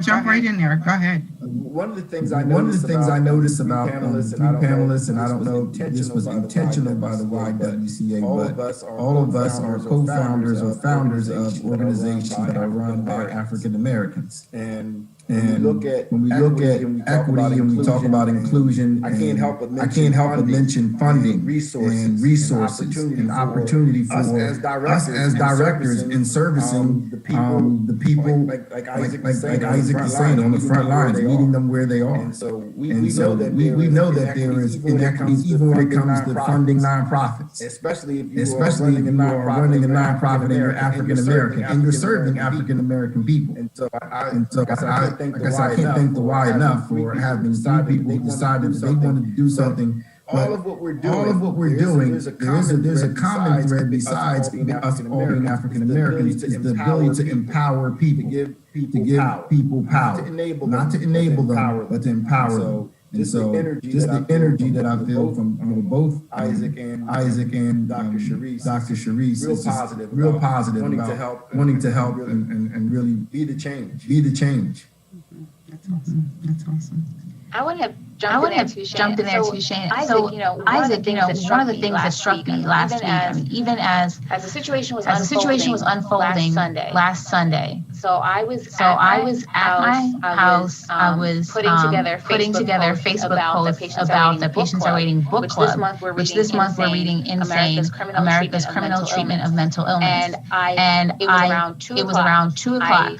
I was searching for Lancaster County Prison on Facebook to tag them in the post promoting the discussion. And I found it, tagged the DA's office. This is at 2:30. This encounter happened at about 3:30. At 4:30, one of my co-founding board members of Patients Are Waiting texted me to say what was going on. I tuned in and all this. I then got a text from my brother who's in California about what's going on in Lancaster. And by the night that I'm contacting students at Franklin and Marshall, and it was just you're seeing it. So from my vantage point, I looked at it, and I don't know the Munoz family, but you can anticipate one, the way that I look at the situation is from a clinical perspective. So very quickly, once he was identified and it was clear there is a history of paranoid schizophrenia, and that he was off his medication, and that the family had called for help. They called a non-emergency number. That is 311. So you call this non-emergency number, and what they were trying to accomplish, from my understanding and my read of the situation, is having him involuntarily committed, which is called 302. So they're trying to get him 302. And eventually in the calls, they were told then to call 911. even in our book club book, which it may seem like, oh, a book club, how is that going to change anything? Well, the books that we read give you information and give you a context, a scaffolding to understand what's going on. And so, being able to have someone involuntarily committed, the person has to pose a threat to themselves or others, and they can be held for 72 hours in a hospital setting. Now the person has to get there. And so how do you get someone who is incoherent or unable to cooperate, to come, or to allow themselves to be taken in for stabilization and evaluation. And sometimes that happens through a crisis worker coming along with law enforcement to try to talk that person into coming along and whatnot. And the situation that unfolded again, as per the news reports and what information I could glean, everything that could have gone wrong went wrong. And then in response to it, not even by the middle of the week, all of the information seemed to shift, or the focus seemed to really shift from basically after the mayor's press conference and talking about the need for more mental health resources. There was just a complete shift to managing the fallout of the encounters between police and protesters, overreaction of police, which then led to arrest, and then it seemed like this narrative just shifted. And part of how I think about empowering young people is to help people ask the right question, what is the right question, but to not lose sight of the matter at hand. We can be righteously upset and frustrated, and it can feel so overwhelming. But here's where you find the pain points, the pressure. What are the crisis resources? What are the protocols that happen when police are called for a person with a mental health crisis? Is that being followed? How often is it not being followed? There's so many questions that don't even get you to the conversation of a GoFundMe for a protester, which it's difficult because people should not be made an example of, and all of that. It's just basically a way to quiet people down and to say we're not going to have this unrest here. You're going to sit in jail until you can figure it out, or until things catch up where then you can make this motion and the bail can be reduced, etc. I think it does seem like a tactic or a way to stop people from using their right to protest, etc. But I feel like some of the questions that could be asked, and some of that funding, for example, if I'm raising money for a scholarship and I can't get $25,000 raised in a year, but in 24 hours we can raise $35,000 for a GoFundMe to get bail, and that's with GoFundMe when there are organizations that are around and that their job is bail funds. And when that organization is trying to raise money, they can't get a response. So this is the time to kind of make those connections so that things can be done as efficiently and as productively as possible, as opposed to sometimes we start things from scratch that we're basically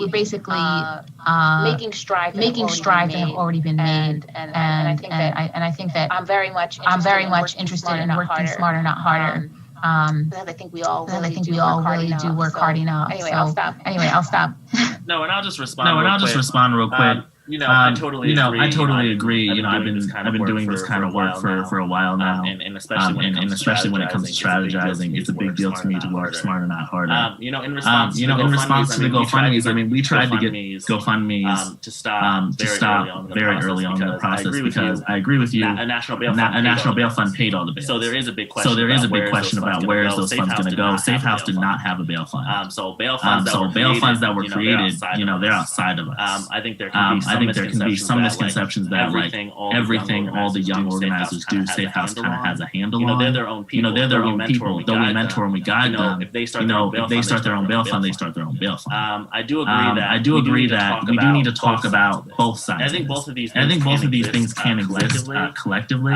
Just because we do need to talk about the mental health situation, and we have talked about that a lot, and there will be continuing conversations about it. I don't know if you've seen Ismail Smith's post about it and his work in City Council to keep the conversation about mental health resources alive and well. Because it is true that we have a deficit when it comes to mental health resources, not just in the city, but also in the county. So this is a much bigger push than even just the city. We need this to be probably at a state level issue. But there is also now this issue that looms over us, where we also do have to respond to $1 million bail set for, again, 18, 19, 20-year-olds. And so I agree, but these things have to work collaboratively. To work smarter, not harder, doesn't necessarily mean ignoring one thing and taking the other. And so we are going to definitely talk about the narrative in terms of mental health. But there was no way that I was also going to let 14 people who could not even hold charges against sit in prison for any longer than they had to.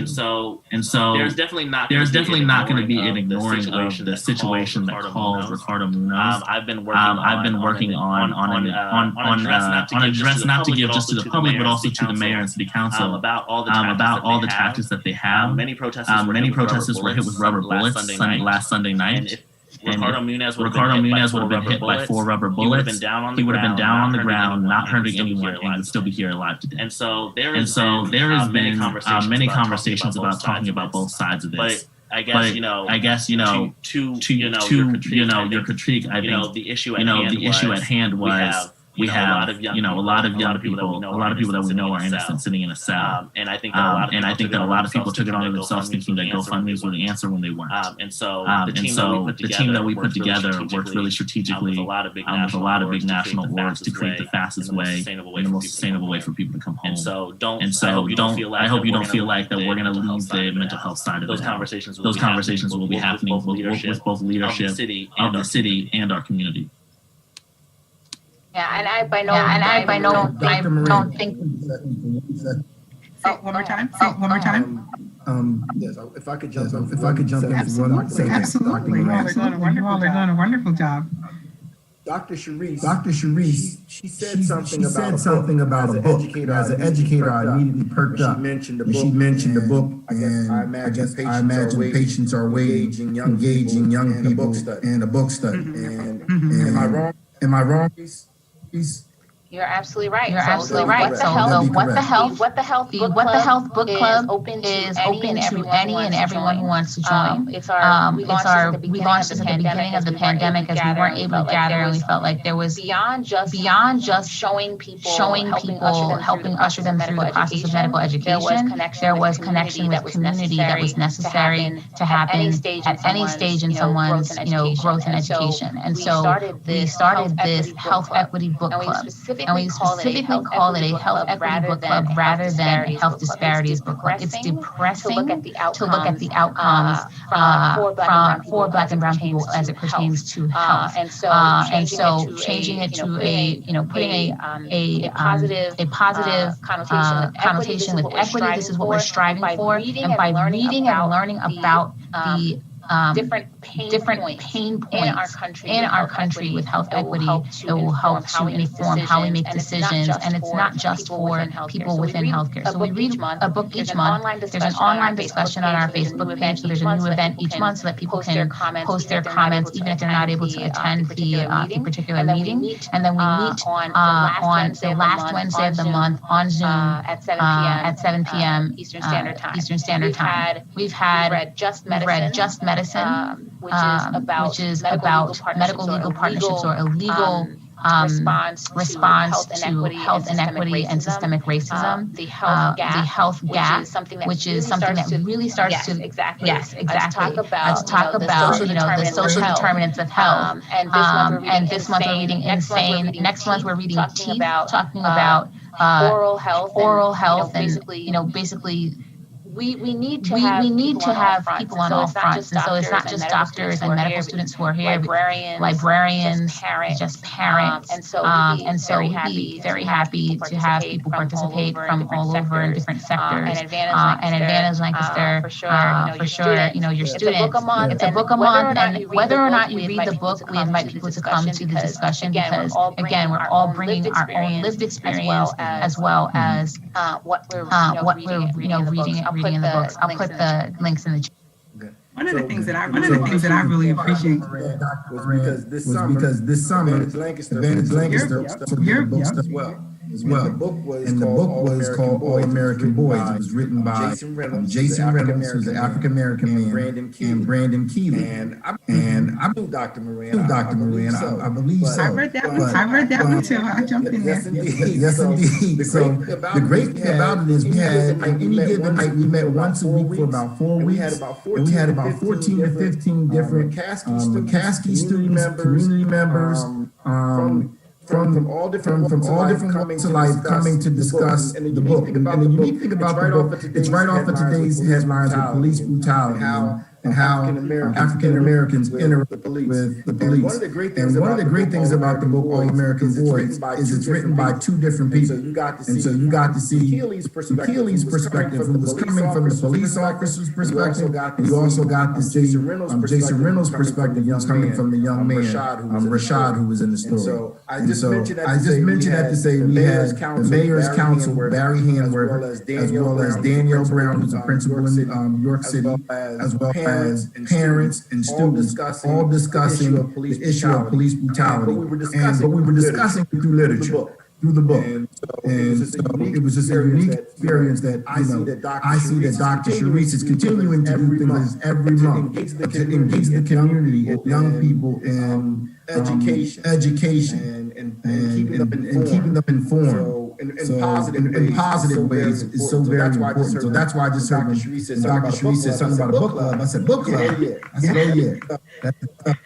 And I appreciate that. And just as I'm listening, all of these, of course, feel like conversations, but this really feels like a conversation. Where I do see so much overlap, and many of the things that you all are mentioning just consistently remind me, and hopefully all of our listeners, the wonderful work that is going on linked to empowerment in our community. And while there is a lot of heaviness, and I think that we all wake up with some of that every day. It is just beautiful to hear so many of the awesome things that you all are doing. Isaac and I have connected more recently. Shane and Sharice, I've had the opportunity to work with you all in a number of different areas throughout.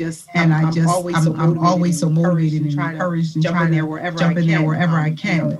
As Shane mentioned, I listened to that one on Audible, so I'll be driving back and forth listening to that one. And then Dr. Sharice motivated me. I'm actually using what to help in the class this semester. The health gap in the class this semester. Just because I, as you mentioned, I really do feel that we have to hit this from so many different angles. That there isn't one pathway to address all these different things. So I have a couple more questions. Again, for those of you who are listening, please feel free to go ahead and put your questions in the chat box. I'm going to go through maybe 2 or 3 more, and then I will address the rest of them that are listed there. And so Shane, something that you mentioned when you were talking about the book club, or even just some of the things that I know about Advantage Lancaster in general. Talk to me about sort of peer accountability. I felt like that was one of the things that really stood out to me. Even though I've known about Advantage Lancaster for a long time, when you gave me the opportunity to work a bit more closely with you all, that was one of the things that stood out to me so much, and I was so impressed with is the peer accountability. In different age groups, but even people that might be in the same frame. Right. We were blessed to have Dr. Grant be our literacy teacher over the summer at Thaddeus Stevens. Did you do it for 2 years? I did.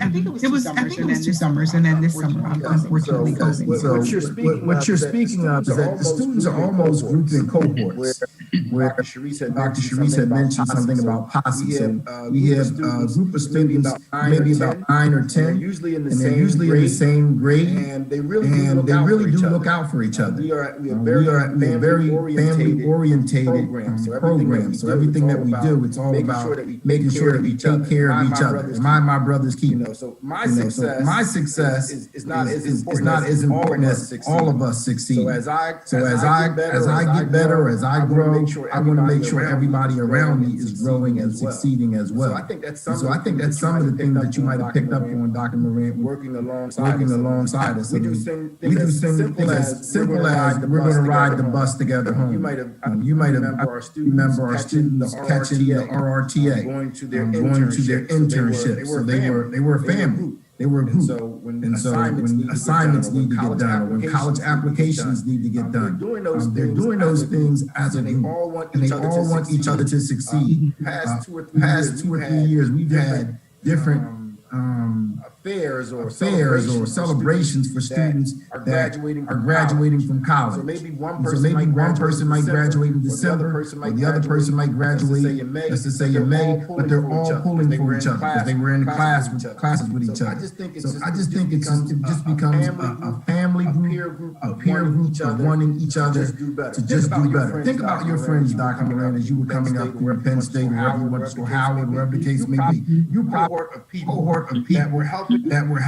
It was your peers. It's probably if you're a go-getter, you're going to be surrounded by other go-getters. You're going to want them to do well. You want people around you to succeed and experience that success. So I think that's what part of our success has been based on getting young people to understand. It's not just about you. It's about that person next to you. How can we keep this thing going? Because I'll give you a perfect example. We had a student named Pablo. So with Advantage Lancaster, we have an agreement with Thaddeus Stevens that if you go through Advantage Lancaster, you can attend Thaddeus Stevens for free. And then after that, you either have your associates, or you can then go into a 4-year college. Pablo set the blueprint. Pablo doing the Advantage Lancaster Thaddeus Stevens grant. Another student came right behind him named Ricky. Ricky pretty much followed Pablo's blueprint. Pablo went to Temple. Ricky went to Lebanon Valley College, but they both graduated in like 3 years. Because those first 2 years were paid for, financially taken care of. But that's the motivation. And Pablo was always visible in the program. Whether coming back to McCaskey and helping Mrs. Meadows, tutor, he was always around. So I just think, as we're teaching our young people, this is your group. This is who you're gonna look out after. All y'all gonna make it together. That's one of the things that we're big on doing.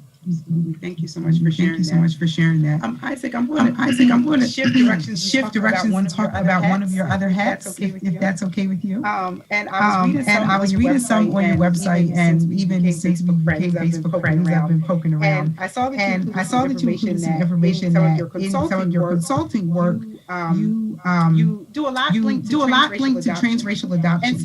And so do you view your work in this area as completely different than your work or some of the things you do with Safe House, or do you see any overlap, particularly how you think about it, how it all links to advocacy?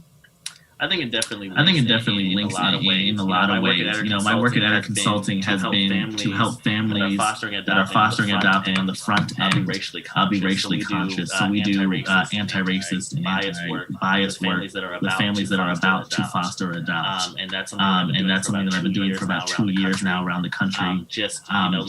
Leading trainings as well as training social workers on how do we prepare families to transracially adopt. How do we have children going to safe and inclusive homes?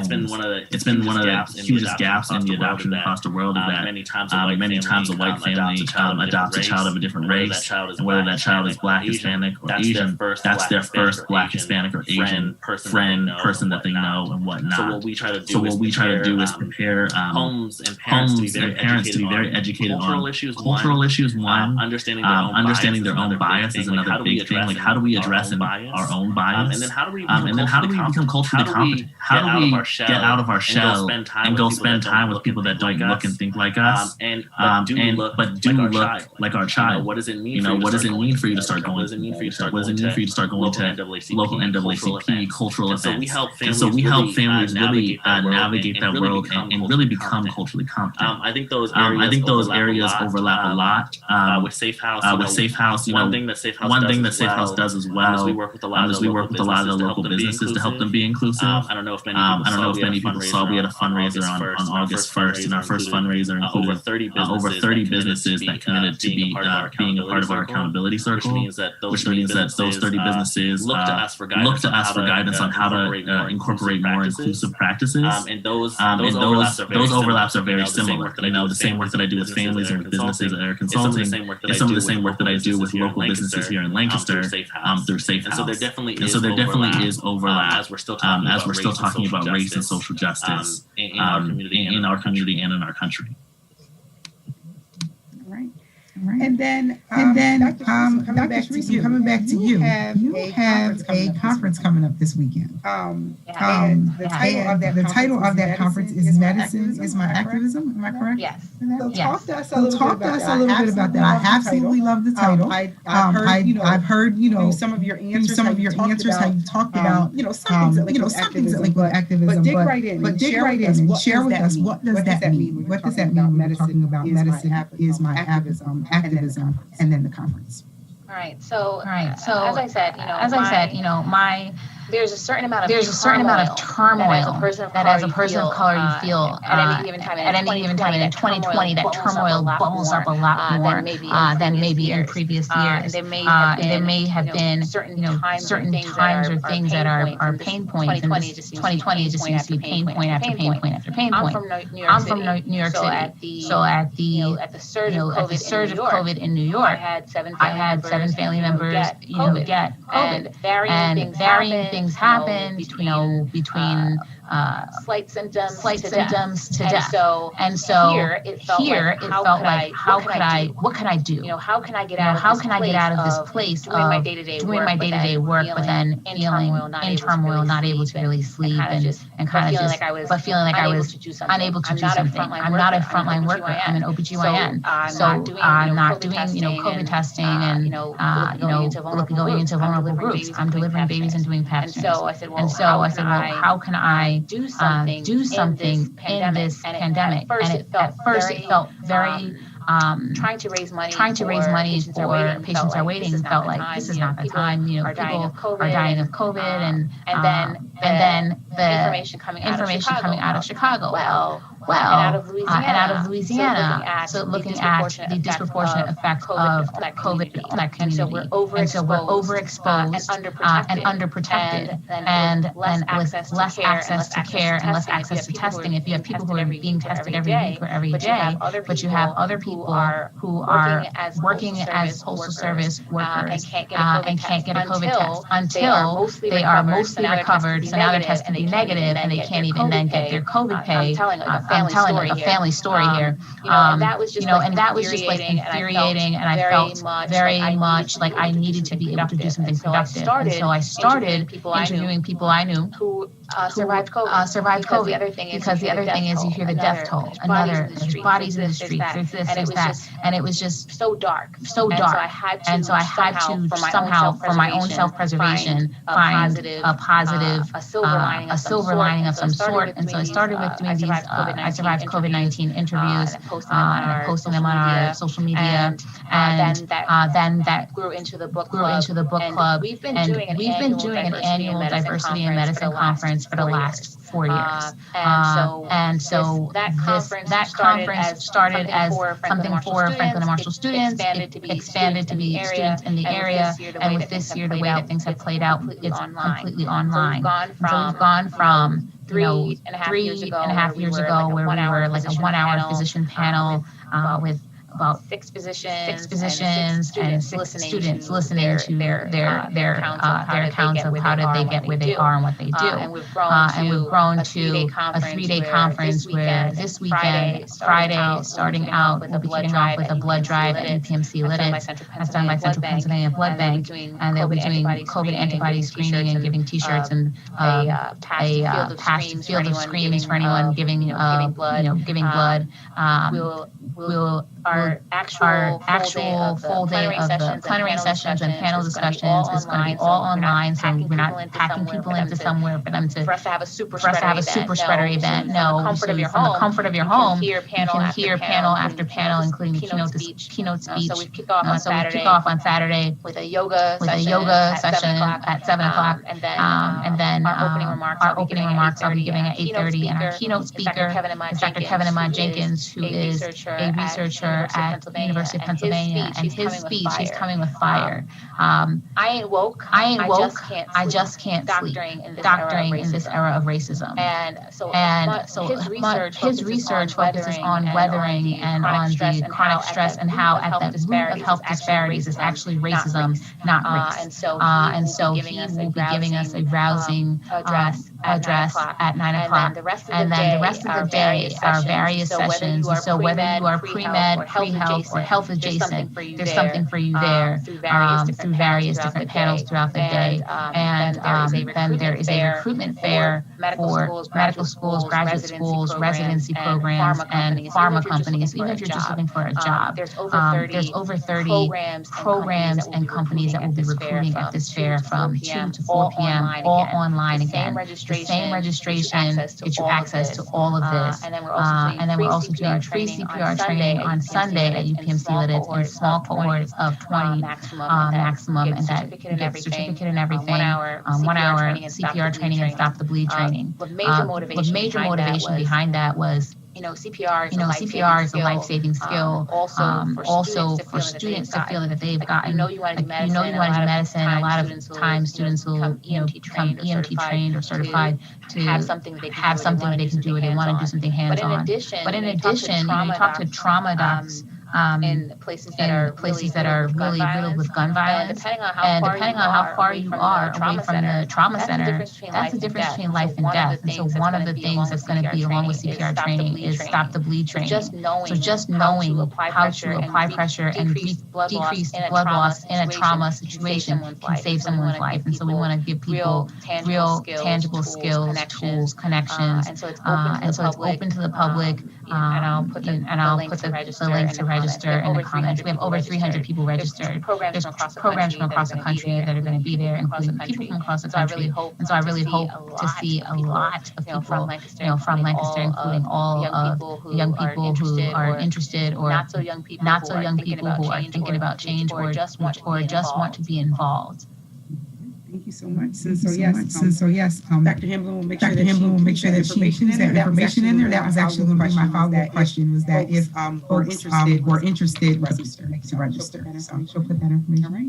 And so a question in the chat box that I did want to make sure that we got to, and then I will go back to any other remarks or any other comments that you all just would like to share in general.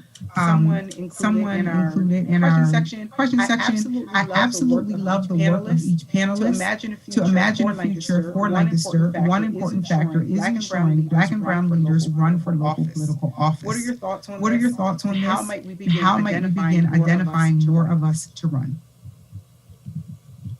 Who would like to jump? Isaac, your That's cool. I think there's a lot of ways we can start identifying leaders, and I think that one of the things about local offices is leaders definitely present themselves. We'll notice the young people in this community. We have already seen the young people who are making these strides in the community. So I think by looking at those who have been heavily involved in not only the action this summer, but have been involved for the long run. Many of the young people that I've worked with this summer, this wasn't their first rodeo. They've been passionate about these things for months. They've been trying to volunteer. They've been at city council meetings, and they're continuing to get more and more people to go to city council commissioner meetings. And so I think these next wave of leaders, they're starting to present themselves. You're starting to see their groups pop up in your news feed. You're starting to see their face pop up in your news feed as they're writing op-eds and articles, and showing that I think there will be like a new wave of young leadership in Lancaster. I think the summer has shown we are going to have a changed Lancaster going into 2021 that is empowered by young people. And so I think those young leaders for office, they're already presenting themselves. And I think that the next city council run, I already know many people in some of these young people are already deciding that they're going to run. And I won't name them because it might be a little bit premature. But there are already young people who are passionate about running for office, who are literally already taking those steps, filling out those paperwork, meeting with city council, current city councilors, and even thinking about offices bigger than city council. And so I do believe that that's super important, and I believe that it's coming, and I think it's going to come very fast as young people are feeling more and more empowered in this community. Right. So another question that we have, and you got to thank you for answering our question. Another question that we have is, what do each of you need for your organization from the community? And Shane, you sort of hit on this a bit earlier. But if anyone else would like to jump in there. Sure. Support and resources. As I was saying before, there are statistics out there that talk about how African American nonprofits that are grassroots, how they are underfunded in comparison to other nonprofits. And so there was a day, 828, and I knew about 828. It was called Give Black.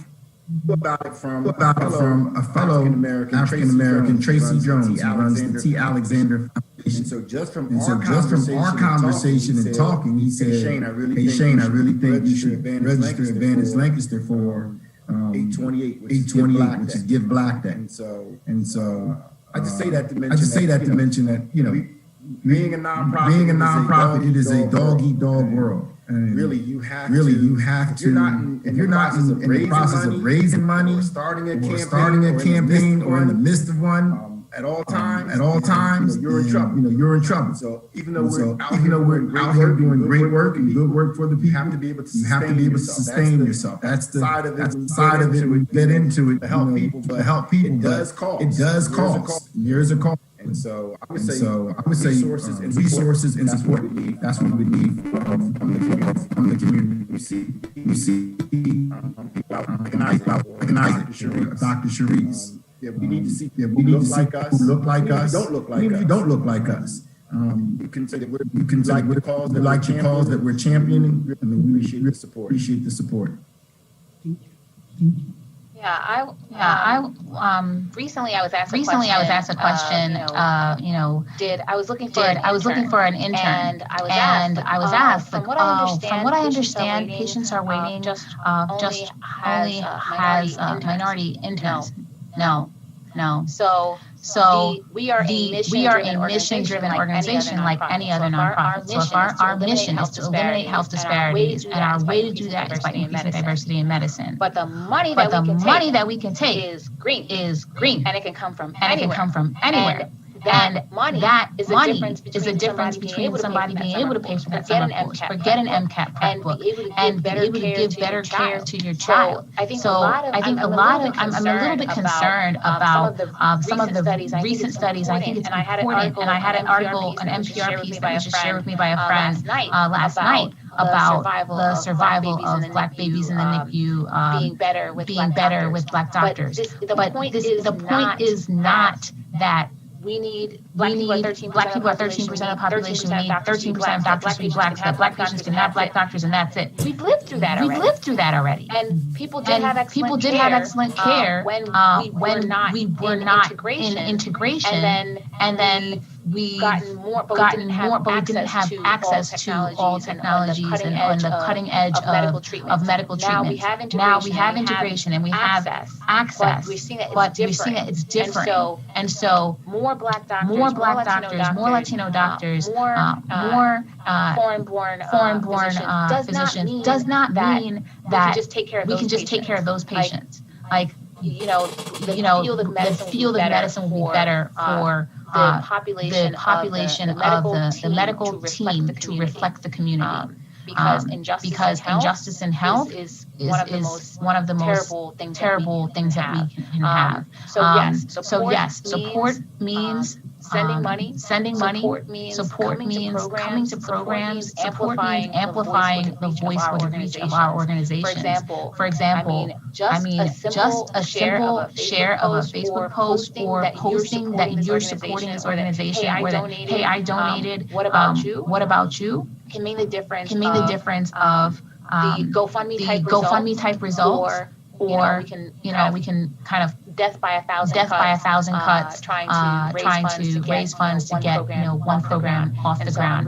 And so I'm really appreciative of the support that we've had from the Lancaster community and from community across the country, and I hope that continues.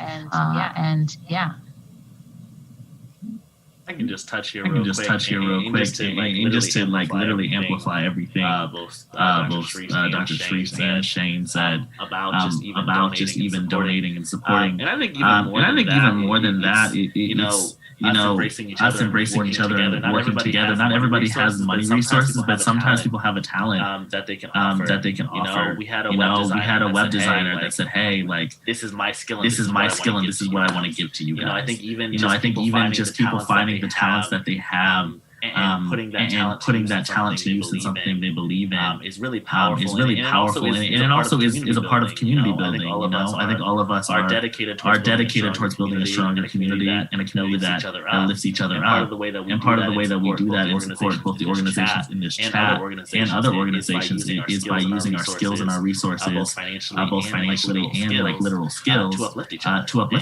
And I've been super blessed by how the community has done that for Safe House. I think that it's something that more people should do. And I think it's really powerful to show support. So now just final thoughts from the panel. What do you want to leave us with? What do you think was left unsaid? What did I ask you about that you want to share? What do you want folks to walk away with?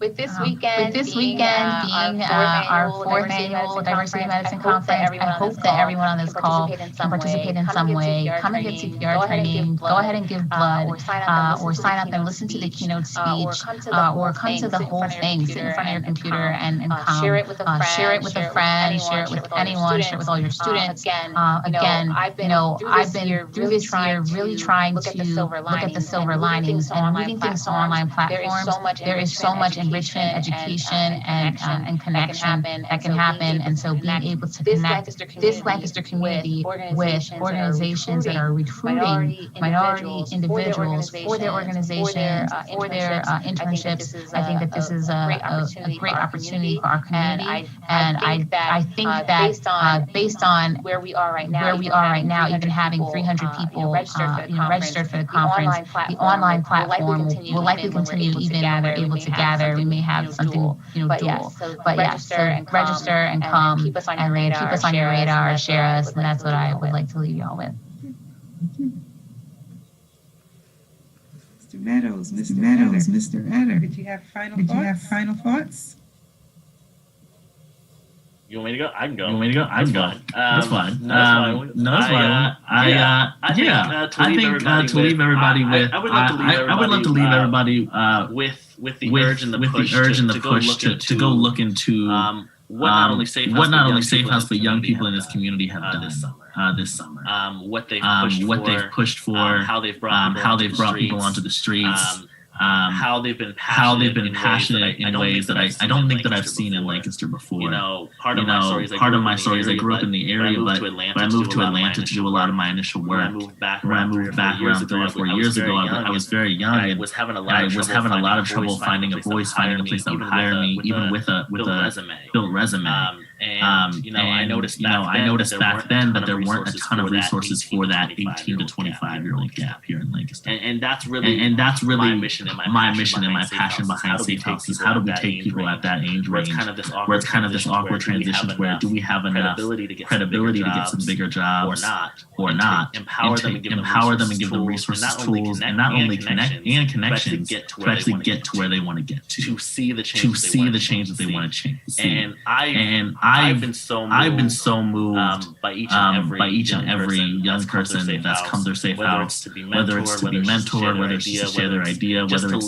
just to live in that community with us, because they're passionate, they're brilliant, they're creative, and they deserve seats at the table, they deserve a spot, and they are going to affect huge change in Lancaster and be our future leaders. I would urge everybody to look at the Safe House spotlights. We did a series for a couple weeks where we did spotlights of people that have come through Safe House. Look at them. Look at what they're sharing about their passion and their heart. We have amazing young people here that could also use support and resources to see their ideas come to play. And so if anything, support the young people. I'm originally from Philadelphia. I've been in Lancaster for about 25 years. And the way Lancaster has grown has been really incredible. It's changing. And when I young people that I teach and mentor, I look at them and I want them to be a part of the change that's happening in Lancaster. And I don't want to be telling them things that aren't true. In the aspect of if you work hard, if you go to there's going to be a place for you here in our city. I don't want to be lying. I want to make sure that they have the same opportunities as everyone else. If they work hard, they apply themselves, and that's the thing that I want to see. I do see Lancaster growing. There's a lot of positive things happening. A lot of opportunities. This is happening for everyone. So people like you said, want to throw around those buzzwords of inclusion and equity. Are they really about what they say they're about? And so. We have young people. I don't want to hear there's not qualified candidates. That's not true. That's a lie. Young people who, like I said, they have choosing to go other places because they don't feel welcome here in Lancaster. They haven't made those connections where people haven't welcomed them. So we have plenty of talent that comes out of McCaskey every year. Dr. Morant, you're a graduate of McCaskey. Just like I said, I don't want to let the young people down. And I just hope the powers that be. And like what Isaac is doing is so important because it's applying pressure to people. It's making people. It's holding people accountable for what they are saying should be happening. That maybe some of us know isn't happening every day. I'm an educator. I'm almost sad to say this, but I'm the oldest African American teacher at the School District of Lancaster. I've been here 25 years. And there's not too many other African American male teachers in the School District of Lancaster. And so they need to do better. And so we do better. So it's education, it's financially, it's the judicial system. You have to do better. And you got to hold people accountable. So when we're telling young people these things, altruistic things, we got to make sure that the world is ready for them. I've had people come back to me and say it's been heartbreaking. It's not exactly what you said, Mr. Meadows. I somewhere else because get a job at this construction company. They're not interested in me. So that's heartbreaking. I appreciate that. And so we have another comment that I think is a wonderful way to wrap up our discussion for tonight. And the person wrote that this was my first time attending. I'm blown away by the panelists and content. I totally agree. We need people of color in all areas of our lives in Lancaster County and throughout our state and country. Integration improves everyone's lives. Thank you. That was what someone shared. And then I also want to say thank you so much. Thank you so much for participating in tonight's session. This session and all of our community now sessions are posted on our website. And we ask that all of you, our panelists, as well as all of the folks who are watching, continue to walk alongside us as we continue to have these essential conversations. Good night. Good night.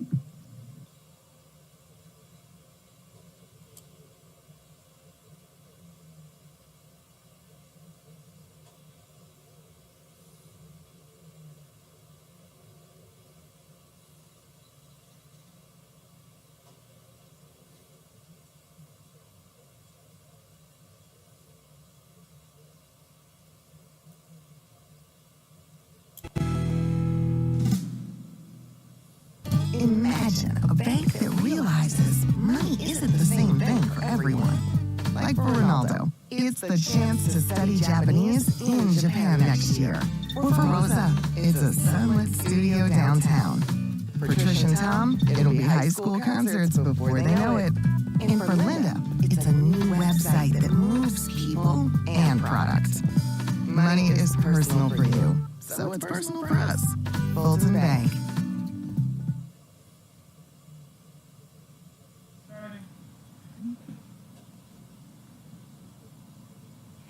Good afternoon, everyone, and welcome to the YWCA Lancaster's Women of Achievement Awards Luncheon. I am Dr. Keisha Morant Williams, and I am a board member of YWCA Lancaster, as well as having the pleasure of being your MC for today. For the past 4 years, YWCA Lancaster has proudly honored 18 strong women leaders in our community. They were chosen based on their efforts to strengthen the community in line with our mission. I was so honored to be recognized last year, and today we will add 4 more. In recognition of the 100th anniversary of the ratification of the 19th Amendment and the 55th anniversary of the Voting Rights Act of 1965, we are so pleased to stand with our sponsors and invite you to join us for this hour of recognition, a moment to recognize the collective power of women and the imperative for true unity. While we are challenged by the pandemic, we are undaunted. We're having to celebrate together in different locations, but celebrate we will. Let's start by giving a great big thank you to our sponsors. Thank you to Erie Insurance and Hershey as our award sponsors, and to the leadership sponsors, Allegra Events and Martin Insurance Company, our benefactor sponsors, Lakinger Thomas, EHD, Eversol Brothers Construction Company, Ephrata National Bank, Fulton Bank, Penn Medicine, Lancaster General Health, UGI, and Woodstream, and all of our other wonderful sponsors and donors. And finally, thank you to our media partners, Susquehanna Style and Oak Tree Outdoor Advertising. New this year is your opportunity to give to YWCA Lancaster to further their mission and programming dedicated to eliminating racism and empowering women. It's really very easy to give. No need to download an app or anything. Simply text YWCA to 243-725. Again, that's YWCA to 243-725. You will see this displayed throughout the program at the bottom of your screen. We are excited to tell you that the YWCA board and a few generous donors have committed to a $5,000 match. So every dollar you give will be matched up to $5,000. And yes, every dollar counts. We also have some tempting gifts with certain donation levels. For a donation of $150 up to $500, you get this marvelous pop-up book. And for a donation of $500 or more, you receive How to Be an Anti-Racist, a #1 New York Times bestseller, and the selection for our December and January book club. This book is described as a groundbreaking approach to understanding and uprooting racism and inequality in our society and in ourselves. These fantastic books are while supplies last, so don't miss out on getting yours. Grab your phone and text YWCA to 243-725. Now, on with the program. To get things started, we want you to hear what's happening at YWCA National. So here with us is the CEO of YWCA USA, Alejandra Castillo, and I am excited to hear what she has to share. Hello, my name is Alejandra Castillo, and I am the CEO of YWCA USA. Like YWCA Lancaster, our mission is to eliminate racism, empower women, stand up for social justice, help families, and strengthen communities. YWCA is the oldest and largest women's organization in the nation, serving over 2 million women and girls and their families, supported by over 200 local YWCAs across the nation. We stand on our legacy of strong women of achievement, and I want to congratulate all of the deserving honorees here this afternoon. For over 160 years, YWCA has been at the forefront of the most critical social movements, from women's empowerment and civil rights, to affordable housing and pay equity, to violence prevention and healthcare. Our times calls for courage, action, and determination. And I see all of this in the leadership of the Lancaster program, as well across Pennsylvania. I am delighted to see the launch of the Center for Racial and Gender Equity in Lancaster, and know that this effort will create opportunities for change. As we face these uncertain times, we will continue to rise up to the challenge. I invite each and every one of you to step forward, join with us, and consider how you will support our efforts to create communities that eliminate racism and empower women. Thank you for inviting me to speak at today's event, YWCA's Lancaster's Women of Achievement Award Luncheon, and congratulations to the honorees that are gathered here today. Thank you for all of you who are viewing this online and support YWCA Lancaster. As we like to say throughout our YWCA network, we are fearless together. Thank you very much. Thank you, Alejandra. We are proud to be a part of the sisterhood of YWCAs across the nation and to stand together working on our mission. Let's bring it back home and talk a bit about what's happening in our community. To do that, it is my pleasure to introduce you to Stacey Blake, the CEO of YWCA Lancaster. Welcome, Stacey. Thank you, Keisha. You know, there's a lot of things happening right here, right now in our community, and YWCA is right in the middle of it all. We're engaging with local businesses through racial equity training. We know we need to say that Black Lives Matter, and we work for gender equality and empowering women every day. You know, I meet so many people with a history of connection to YWCA, but some gaps in knowledge of our current work. And with over 130 years of service to this community, we've adapted with the times, and we continue to evolve and meet the needs of this community. Recently, we led an initiative called Lancaster Votes, and 27 partners joined us to register voters across the county. We worked with other local partners on the census, and we collaborated to commemorate women's suffrage with the first African American monument placed at the Capitol in Harrisburg. It features Frances Ellen Walker Harper, and we link all of this back to our mission, always. Last month, we launched the Center for Racial and Gender Equity, and we'll tell you more about that a bit later. But instead of me speaking about what we're doing, join me in watching this video. I trust that a picture is worth 1,000 words. Let's take a look.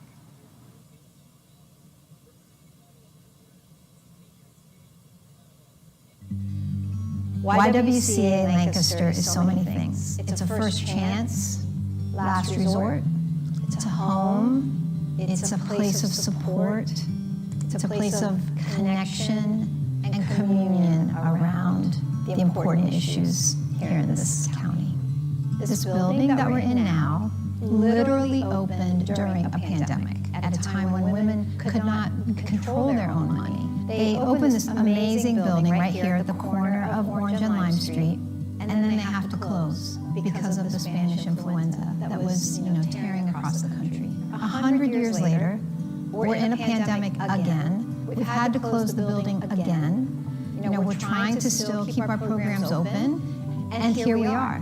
The YWCA has a mission that is unfulfilled. The mission of YWCA Lancaster has evolved over the years. From some early ideas about proper upbringing of young women and protection of young women, to some ideas about empowerment. And then today, really in the 70s, YWCA nationally and here in Lancaster coalesced around one imperative, and that is to eliminate racism. Sadly, we still have work to do.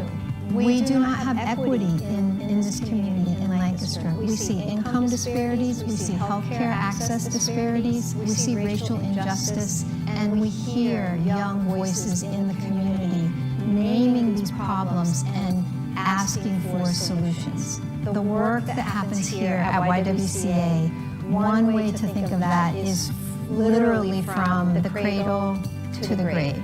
And even in just 1 year, I've had the experience of coming to the office and finding a woman in labor on the couch. And then recently this summer, I came to the office because a woman had taken her last breaths here. Now in between there's a lot of work that we do.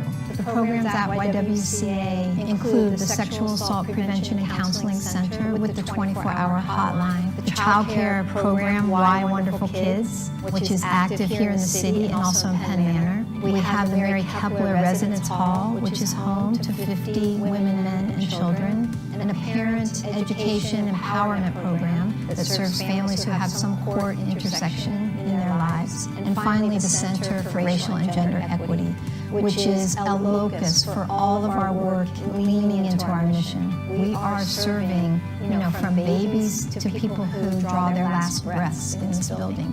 And working together, not only on the social service type work, but on the racial equity work specifically in the community, is not free.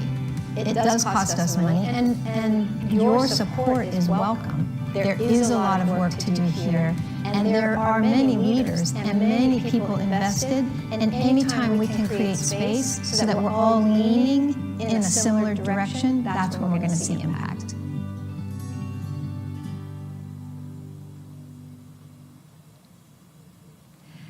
It's really an honor to serve the community at this time, and we're grateful for your support, your engagement, and your trust as we continue to walk together on this journey. I am thrilled to introduce Jasmine King to tell you more about our latest effort, the newly founded Center for Racial and Gender Equity. Welcome, Jasmine. Greetings. I began serving as the director for the Center for Racial and Gender Equity just last month. We are so excited about the center and how we can listen, learn, and lead as advocates for our mission in an equitable community. We see the work in three parts. With community engagement, our goal is to promote equity and inclusion in multiple ways. A few of our events include the Dr. Martin Luther King Jr. Celebration for Children, the Race Against Racism, our Dorothy Height Book Club, and the Community Now Dialogues. And this, our Women of Achievement event. With research and advocacy, we seek to better understand how systemic issues present in our local community and our role in leading change. Finally, we will continue with our training and education components with the 13-hour Racial Equity Institute. This is an opportunity to learn the foundational elements to becoming anti-racist by understanding systems, gaining common language, and developing tools to identify and begin the process of dismantling racism within our respective institutions. We have greatly expanded our capacity to offer customized training to local businesses based on their specific needs and centered around the issues in Lancaster. To say I'm excited is an understatement. We realize the challenge ahead, and we're committed to creating meaningful opportunities in this community. I look forward to meeting you on this road to change. Thank you, Jasmine. You know, we're already seeing impact and opportunities with the new Center for Racial and Gender Equity, and I invite you to join us and help us. You can make a donation by texting YWCA to 243-725 as shown on the bottom of your screen. Now, we've updated you on the agency, but the reason we're here today is to celebrate and honor several special women who dare to make a difference in this community. We do this through the Women of Achievement Awards every year, and this year is no exception. These 4 amazing women were nominated by their peers, and we're delighted to introduce them as Women on a Mission. Keisha, we've waited long enough. Let's go. You said it, Stacy. I am so excited to share with you our honorees for 2020. Their names will be added to the growing list of distinguished women of achievement. Please join me in welcoming our first honoree, Evita Colon. Growing up in the 90s in Lancaster, I felt like there was a huge sense of community. Like, we knew our police officers, we knew our firemen, we knew the postman or the post lady. We knew all of those people, and I feel today we have gotten a little bit away from that. Today in 2020, we speak of there being 2 Lancasters, and that is what people would like Lancaster to be and what Lancaster really is. And incorporating what Lancaster really is incorporating the places and the people that aren't seen as, you know, the beauty of Lancaster and finding the beauty in them. Art immerses people that aren't a part of a culture into that culture. You're feeling their feelings, you're seeing their traditions and the things, how they process things. You're seeing that through art. So it's very important because it immerses you into an experience, and that results in empathy and compassion. You need that to move forward in the world. I created Speak to My Soul my senior year of college. I wanted to leave a legacy for my son. I wanted to do more with my passion and my craft, which is spoken word. And I created a play called Speak to My Soul, Montage of Voices, which told the story of the Black experience in America. It meant a lot to the community because they were able to see themselves, their stories, their triumphs, their trials, and trauma on stage, and they felt seen, they felt heard, and they really resonated with the words that although we went through these things, we can still be empowered, we can educate each other, we can uplift each other, we can love each other, because we all have something in common, whether we realize it or not. And I think that's what really turned Speak to My Soul, the play, into the organization, which turned into a movement as well. A Concrete Rose Book Bar was created with the intention to create a space for people of color to feel comfortable, so they can go into a space and they can meet with their friends, and they don't feel like they have to code switch or put a mask on. They can completely just be without feeling like they're in danger or feeling like someone is judging them. Like, we want to create this space. It's so important for us to feel liberated in the spaces that we walk in, and I feel it's very important for people of color to create those spaces, because when you walk into a space like that and you see someone that looks like you as the owner, and they're the boss in there, and they're the ones that tell everyone what to do, that empowers you because you see yourself in that person. It's important to lift women up as I go, because my initial reason to create the organizations that I created was to leave a legacy. And what is my legacy if I'm not leaving anything for generations to come, or other people in my generation to empower the people behind them? I would like to thank the support of my community. I would like to thank the endless support of my wife, who empowers me and empowers the person that I am when I am not in front of the community. When I do take my cape off, that's the person that is supporting me. And I want to thank my son DJ for lighting this fire. I want to thank the empowering woman in my life that never gave up, that never gave up on themselves, that never gave up on me, and, you know, kept me close to their heart. And last and certainly not least, I would like to thank the YWCA for seeing me, for hearing me, and awarding me today. Congratulations, Evita.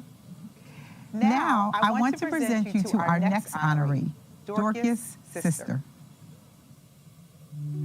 I was born in the city in Reading, Pennsylvania, but moved out to the country at a very early age. The youngest of 7 children, my father, a Mennonite pastor, who felt that it was more appropriate to have his kids out in the country as opposed to in the city. In my early 20s, I kind of gravitated out of the church. In that time, I got my licensed practical nurse, so I became a licensed practical nurse, left Pennsylvania and moved to Jackson, Mississippi, intentionally only to be there for a year with a voluntary youth service program.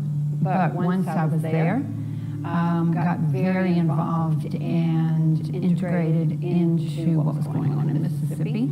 So it was there that I changed a lot of my values, beliefs, and became very aware of the racial situation within my own context, being America. And then met a South African, and we started dating, we got married, and so I moved to South Africa. Instead of the social apartheid that I saw in Mississippi, in South Africa, it was enshrined in the law books.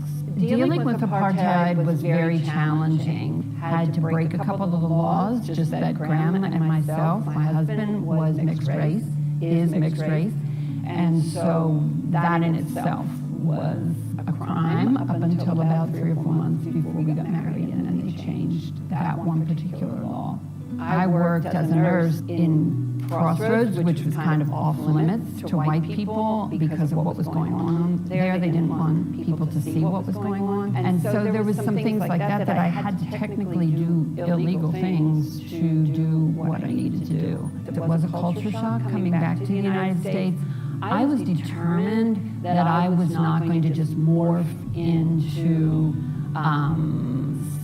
kind of what society expected me to kind of fit back into here. It's a very lonely journey at times, being one that has their life really, really changed by things like that.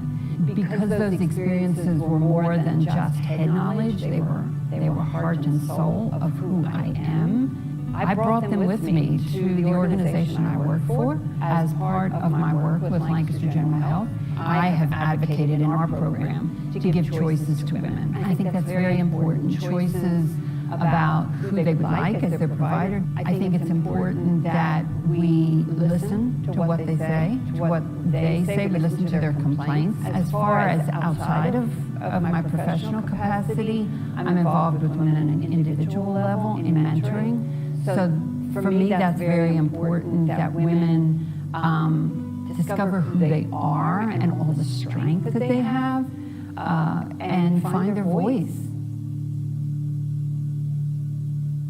I'd like to thank the YWCA for honoring all of us as honorees and being so involved in the community and eliminating racism for all the activities that they give the community opportunity to participate in.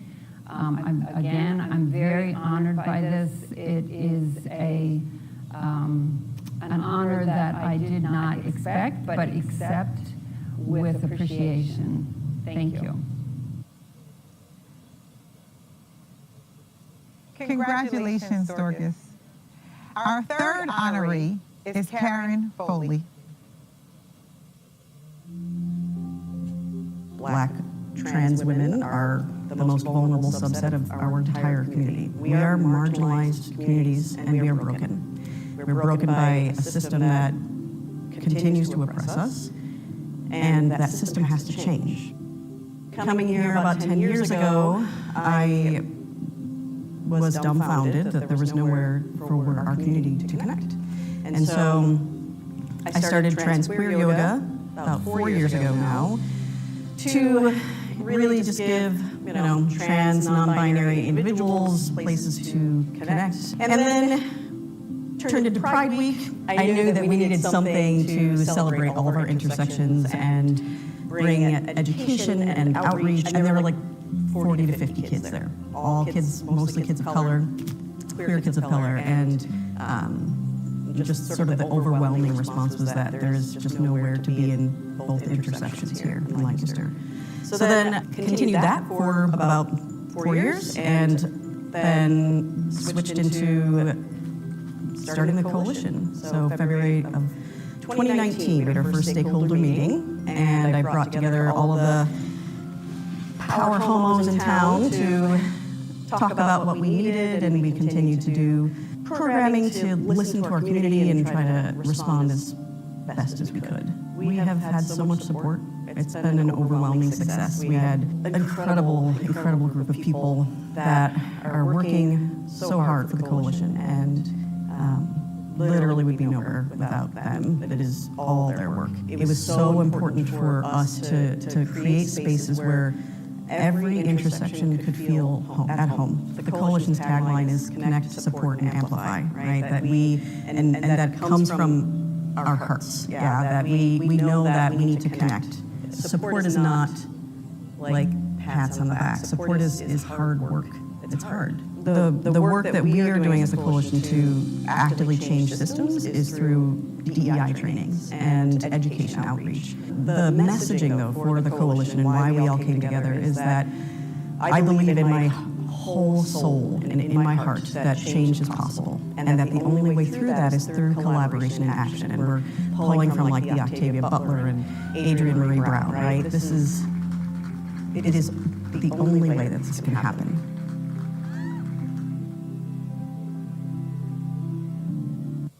Thank you. This is odd to be filming this, but I'm so grateful, and obviously this is for the Black trans women that are incarcerated in male cell blocks. This is for all of the folks in the coalition that have literally done all of this work, right?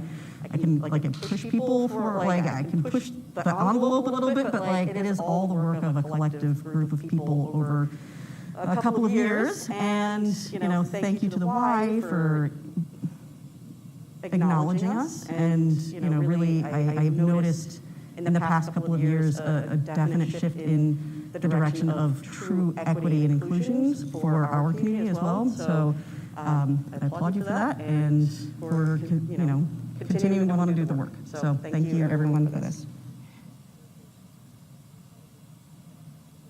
Congratulations, Karen.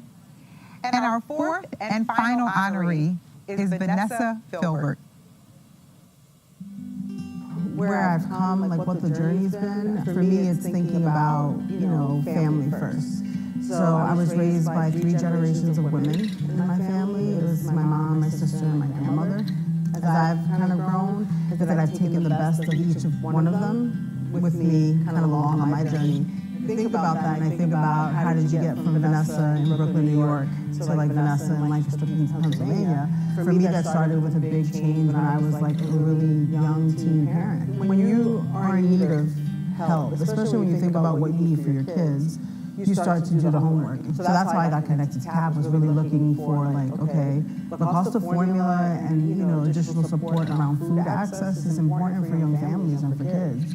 Community Action Partnership of Lancaster County is part of a national network of community action agencies. So there's lots of programming that happens. So CAP's kind of core focus belief is that their purpose in the community is to create prosperity, justice, and equity.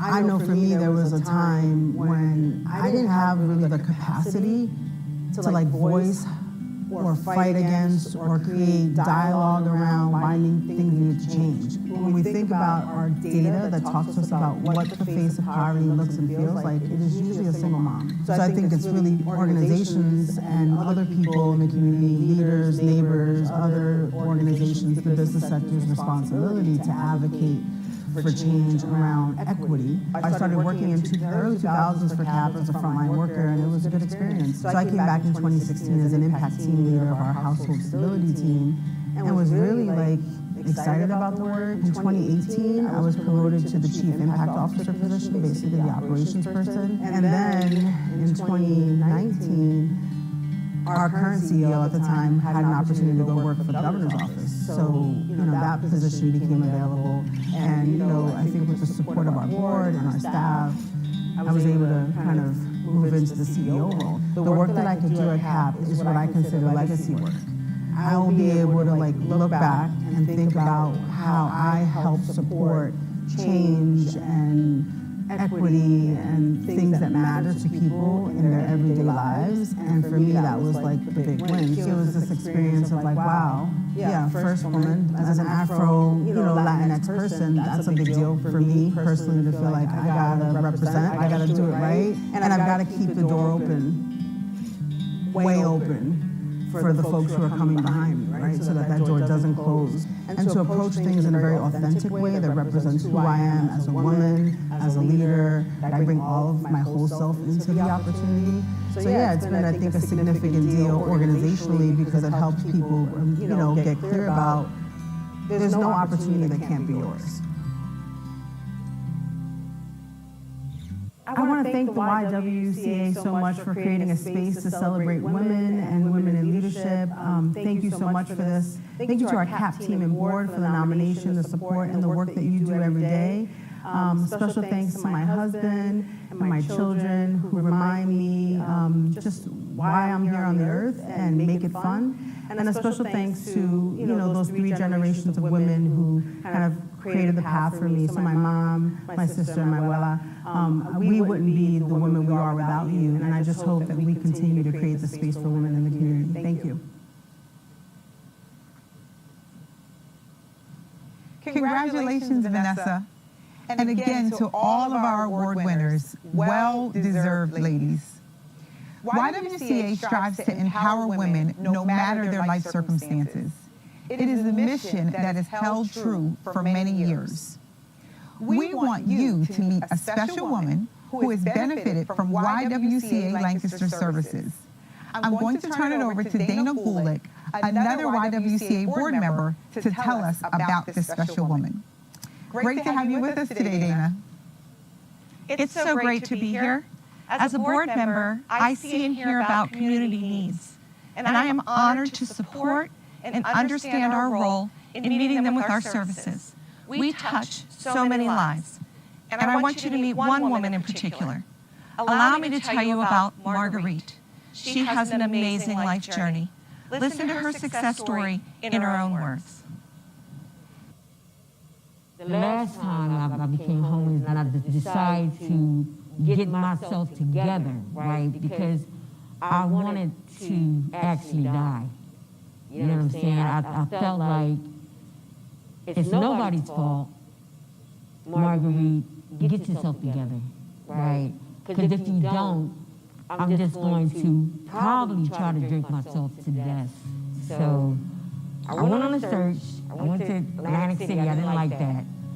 I went to New York. I really didn't like that. When I came here to Lancaster, somebody said, why don't you go to Lancaster because you can get some recovery up there. I was trying to get housing, right? So the person was telling me, she said, well, you have to go through 211 in order to get shelter, in order for you to get permanent housing. And I did that. I went through 211. And they housed me at the YWCA. When I first came here and I finally got me a room and my own bed, I think I slept off and on for 3 days. You know, that's how tired my mind and my body was. I had a warm place to come to. I can go and look for work outside if I wanted to. I can go and look for an apartment. I had a place to clean myself up. I had a place to read. I had a place, you know, where I was pretty much welcome. And so a staff member had came along and asked me, Marguerite, how would you like to become a part-time supervisor, right, at the Y? And I told her, well, give me some time and I'll think about it. So I finally said, yeah, I'll do it. I said, this is nothing but God. You know, because I had that roof over my head. I came from nowhere to here, right? I got into another program after I left here, right? Because I didn't want to make this my permanent. I felt like it was a stepping stone for me, you know. So I'm going to give somebody else a chance to do the same thing. I didn't realize how hard that people would not accept you back into, you know, society. I didn't give up. You know what I'm saying?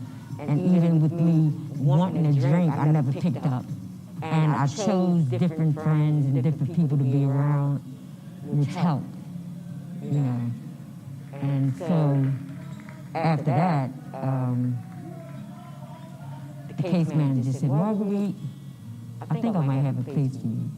So I goes and I ride around and I ride around and I look and I say, God, I would do anything, if you would bless me with this apartment. So the lady called me in and she said, Marguerite, the apartment is officially yours. When I got to the apartment, lo and behold, my apartment number is 211. I said, look at God. With me being in so many different places, I never got what I got when I was in other cities. You know what I'm saying? I never ran across the women that were so compassionate to me until I came here.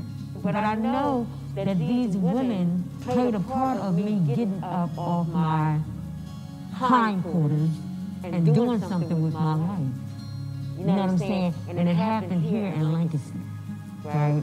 I don't have to move no further. You know what I'm saying? But it happened right here. The women right here helped me. Until I get to be 80 years old, I'll never forget it.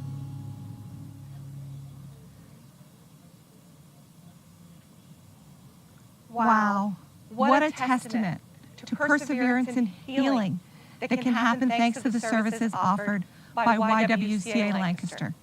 I too can attest personally to receiving assistance from YWCA services. As someone who benefited from them many years ago, when my young daughter and I spent 6 months living at the YWCA in Honolulu, I can tell you just how impactful and healing it is to have a safe, warm, and comfortable place to call home. It is truly priceless.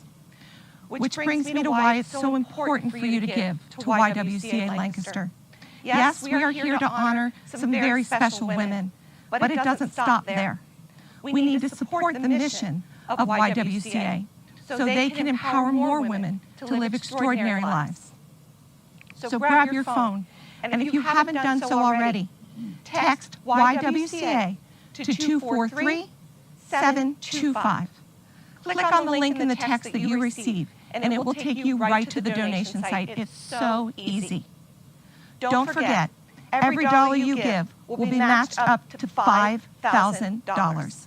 I am confident we can meet that match. In fact, we've had donations coming in already. We are so grateful for those donations. Please keep them coming. I want to take this time to invite you to donate to the mission of YWCA Lancaster. To help illustrate where your money goes, I will tell you that $1,140 will cover infant care for one child in our Why Wonderful Kids program for an entire month. If you want to help in this area, simply click on the donate button on your phone. For those of you who have children, you know how important it is to have your children attend a safe environment so you can go to work. Having access to quality childcare is so very important. Your donation will help to keep this program running. Did you know that by giving $548, that will cover 1 month's rent for one of the residents in Kepler Hall residence? Yes, they do have to pay rent. Your donation goes a long way to keep rents in line and affordable, and the need is real for affordable housing.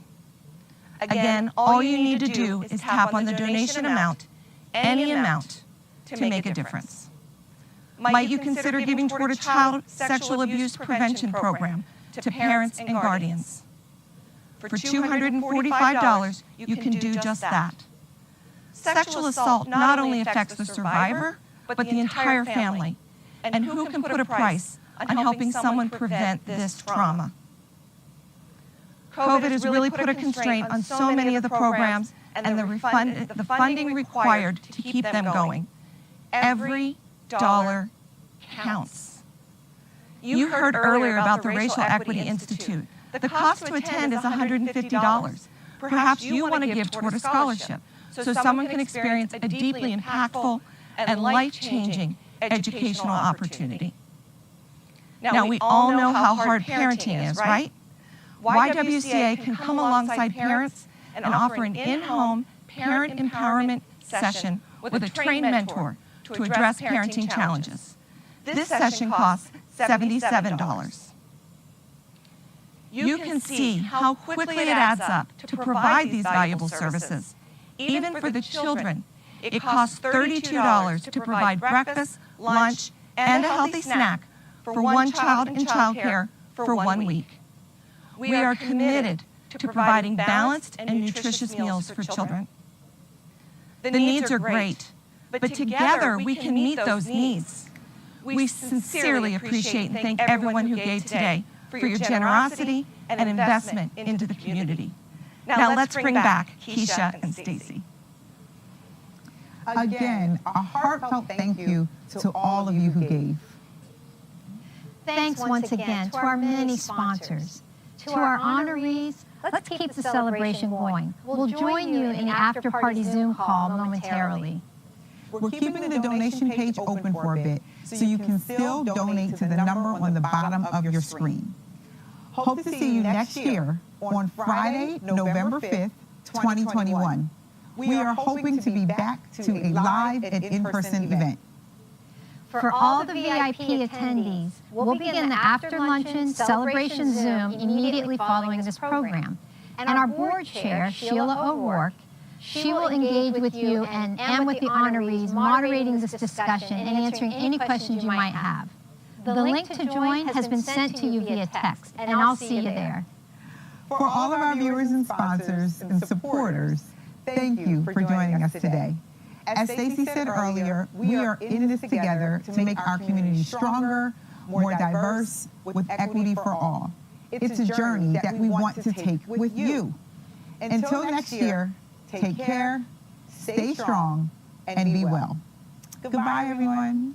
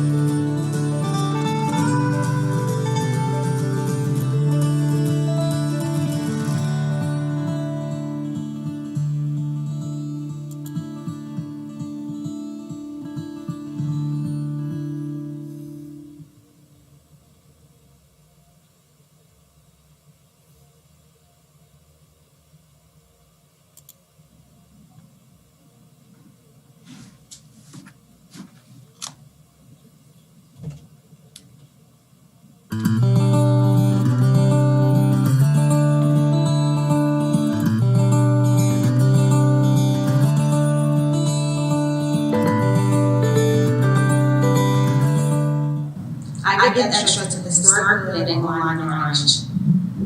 I give extra because as a mom, I know what affordable childcare needs are, and I like to be the voice and the face at the line for our community.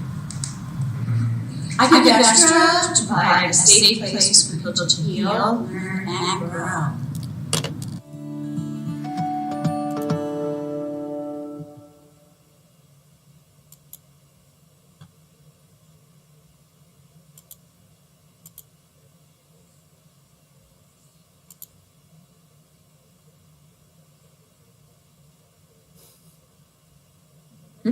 Hey, Bob. So I popped on throughout the night to check on the video. What's that? I said I popped on throughout the night just to check on our video. What'd you say? Yeah, I did the same thing. Yeah. It seemed good. The only thing was that echo or feedback, whatever you call it. Yeah, I don't know how to fix that.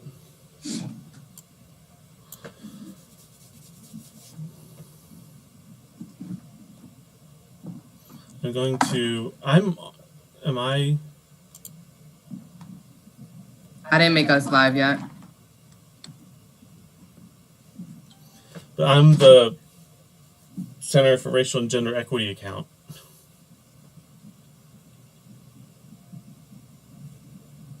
Oh, so you're host right now? I'm not the host now. Oh, okay. I want to go check. I'll be right back. I want to see what's on the screen.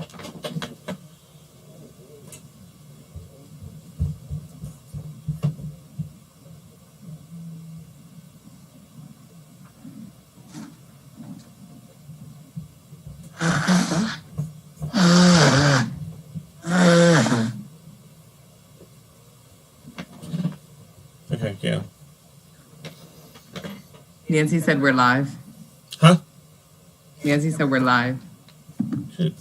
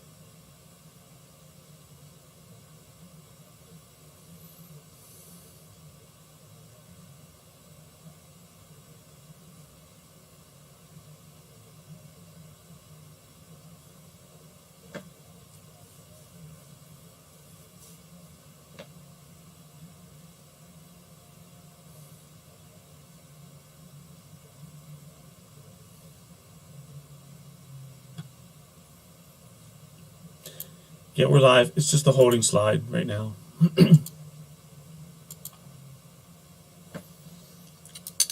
So is Charles coming on to do the yoga?